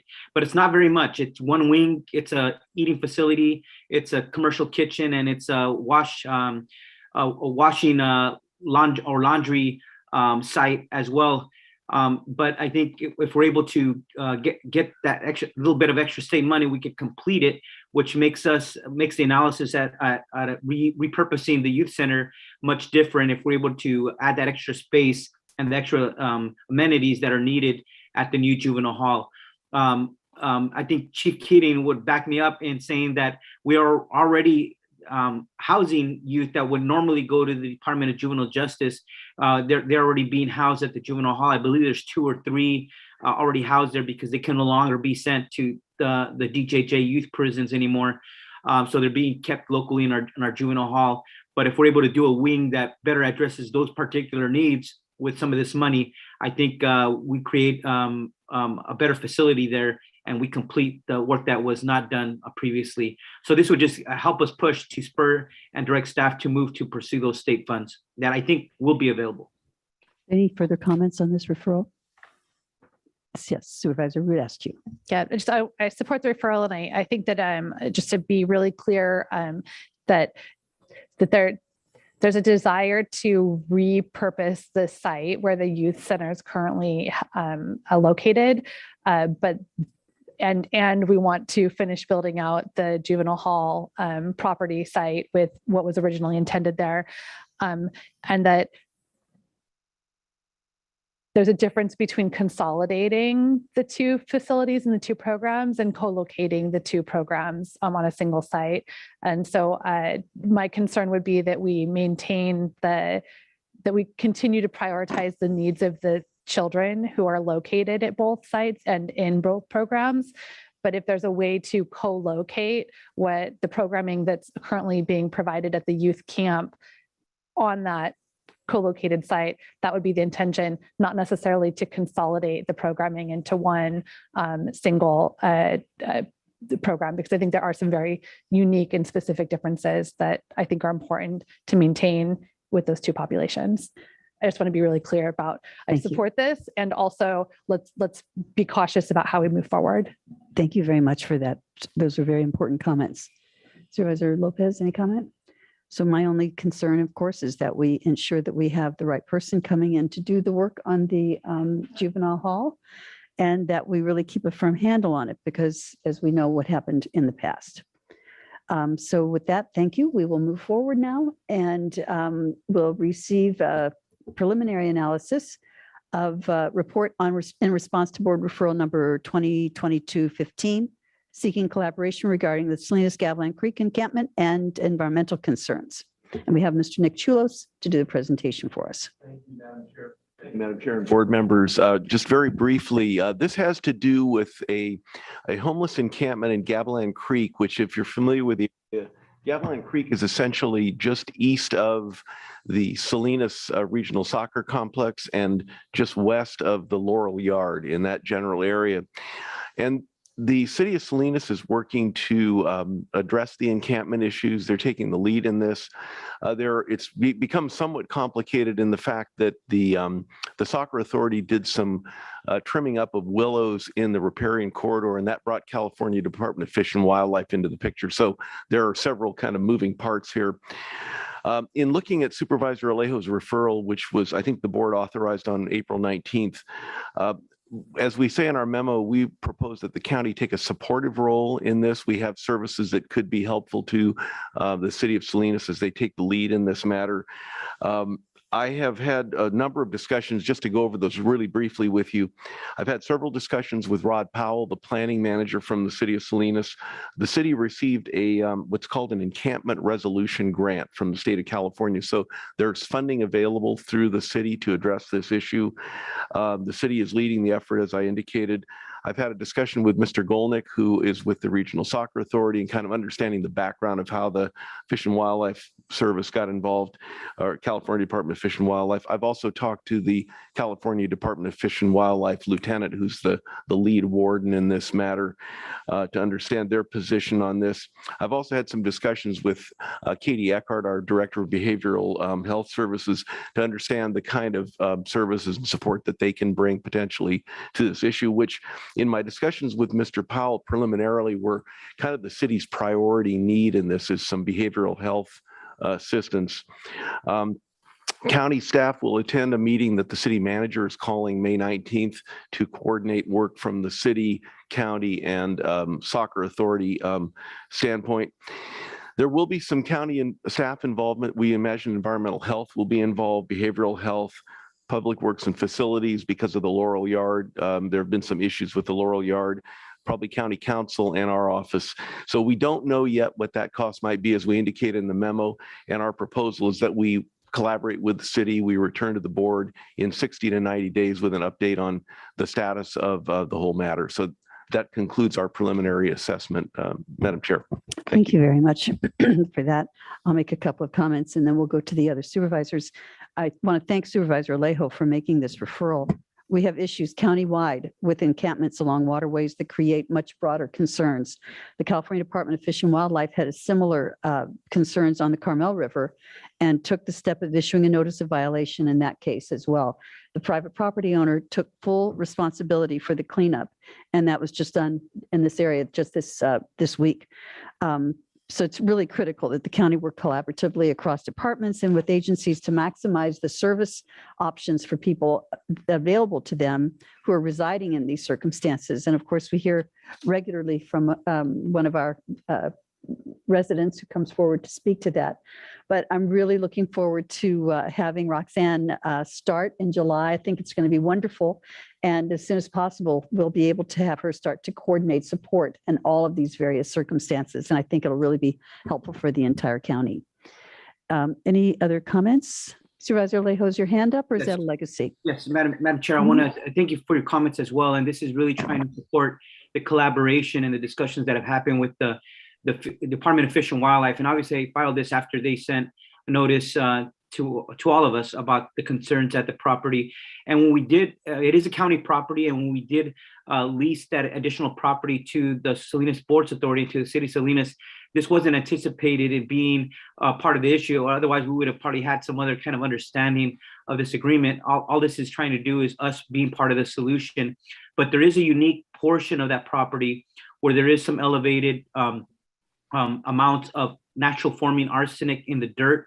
And when there's homeless residents digging holes on that levee area, there's environmental concerns to them as well. So it's a much more complicated than perhaps some of the other areas because of those the conditions of particular portions of the property along that creek. And there's some easy solutions, as I previously mentioned, for example, addressing some of the vehicles that are parking on that levee to be able to block them from being able to access, and because there was about 12 vehicles there. And then there's more complicated solutions of how we deal with that moving forward. But we just wanted to be part of those discussions and have this come back to us at a future time to consider some strategies of dealing with the concerns raised by Fish and Wildlife. Thank you. Are there any other supervisors who wish to comment on this item? Seeing none, I'll go out to the public, see if there's any member of the public that wishes to comment on this item. Seeing no one in and no hands raised, then thank you. We will support the referral moving forward. Do we need to have a vote on this? All don't think you're looking for a direction from the board, are you, Mr. Chair? Just to, if you're in agreement with the staff's proposed approach for handling this, if you could just indicate that. We don't need a motion, I don't think necessarily. But, Okay, yeah, I thank believe that I can speak for the entire board by saying that we are in support of this action moving forward. Thank you. Thank you. And with that, we will go to board comments, and I will look at my people here and start with Supervisor Lopez for a change. Right in the middle. I appreciate that. First of all, I want to say happy Mother's Day to all the mothers in Monterey County. Obviously, Sunday was Mother's Day, but today is actually Mexican Mother's Day. And so I had the opportunity to work with the local LULAC in Greenfield to have some flowers and a serenade delivered this morning to my mother-in-law. Brought some tears, and I'm just thankful for mothers and all that they've done for us and continue to do for us in our communities. I want to welcome everybody to the Salinas Valley Fair, which is taking place this weekend. I know Congressman Pineda will be there with me, helping to spot at the auction on Saturday all day. And so welcome folks out to buy a pig. If you need a pig, or rabbits, or a lamb, or a replacement heifer, or a steer, we've got them all. So welcoming the community out this weekend. It will be warm, should be around about 100 degrees on Saturday, so dress appropriately. Then wanted to thank Councilwoman Yaneli Martinez last Friday. After some time we spent together in Chicago with Naleo, she held a disaster preparedness session with Chief Langborg. It went extremely well. For a Friday night, what was supposed to be about an hour long turned into 2.5 hours with about 50 community members. So that was a great session where we were able to hear concerns and bring forward some opportunities for future sessions to bring solutions. And lastly, I thought about doing this next week, and I talked to Les a little about it, but I'm going to go ahead and use this opportunity to do what a friend asked, and that is to say goodbye to her. She's here with us. Dee Heckman is a teacher from Greenfield. She's now on the school board in Greenfield. She's gone home on hospice. There'll be a celebration of her life with her this weekend at Vista Verde Middle School. So she invites the community out, those that know and love Dee. She is a huge personality. She's a mainstay in the community of Arroyo Seco. We dedicated a library, a mini take and leave library at the fire station a couple years back.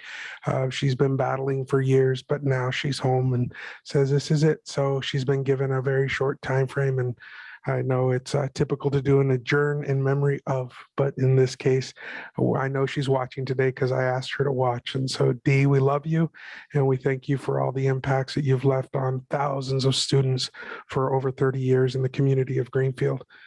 We lift you up, and we love you and your spirit. Thank you, Dee.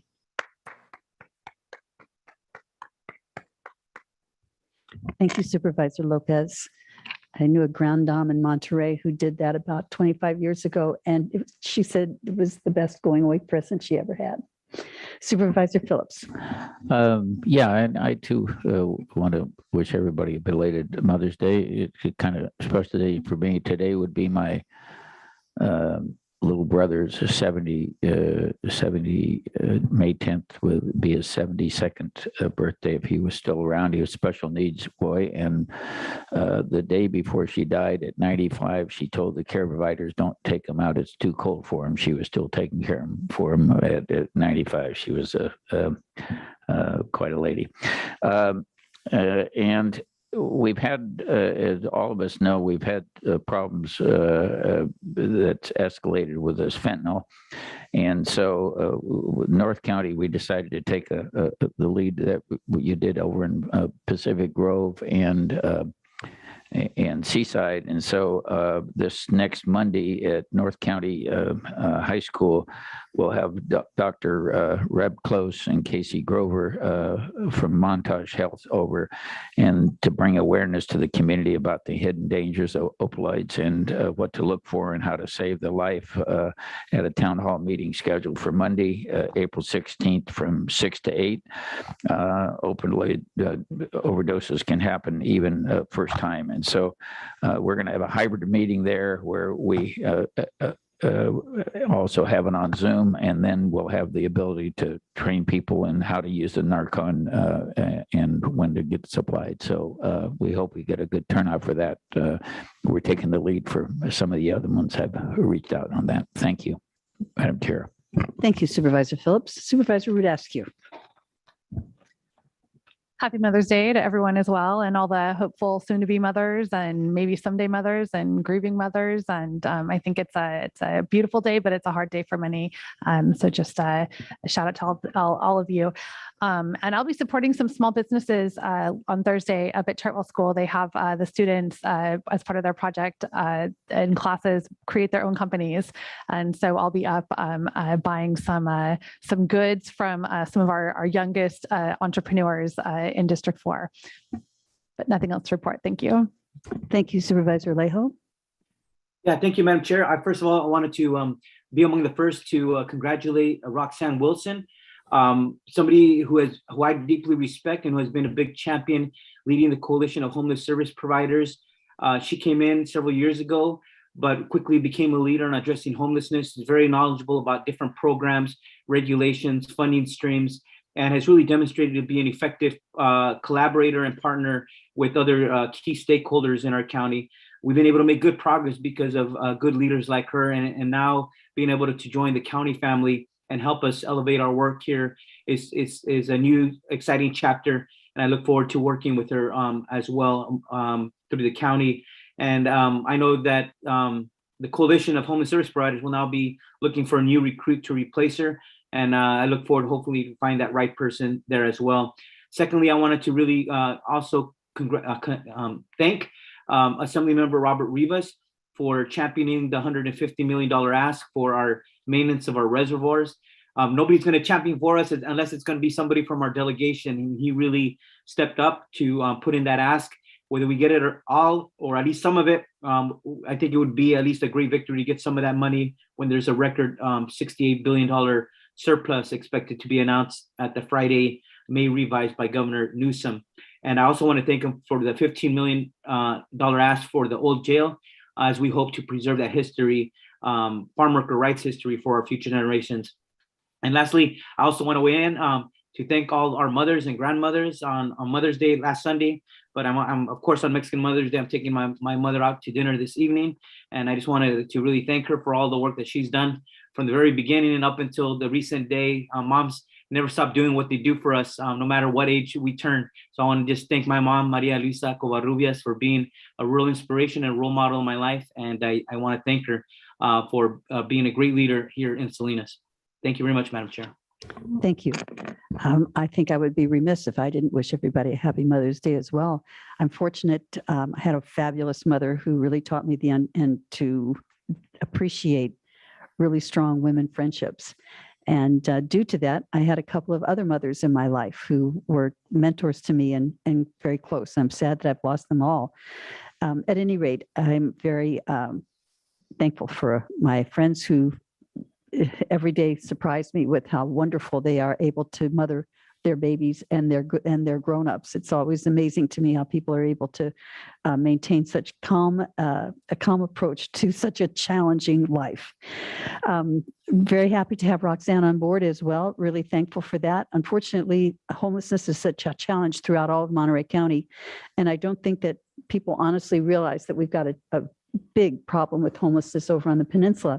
We've been able to invest quite a bit over in the Salinas side, and I'm hopeful that we'll be able to find more shelter opportunities on the Monterey Peninsula so that we can have the same sort of opportunities that we've been able to do over here with the Project Home Key and Project Room Key.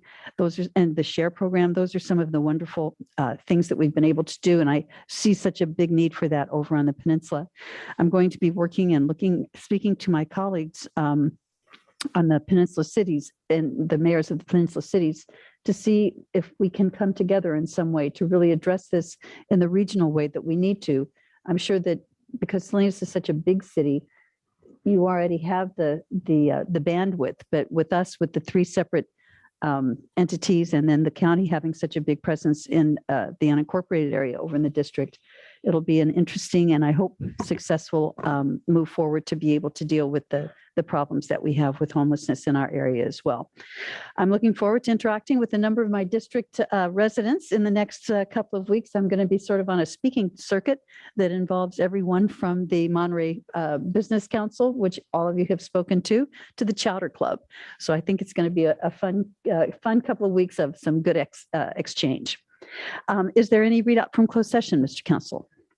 There is none today, Chair. Well, then with that, I will happily adjourn our meeting and I'll see you all next week. Thanks all so much.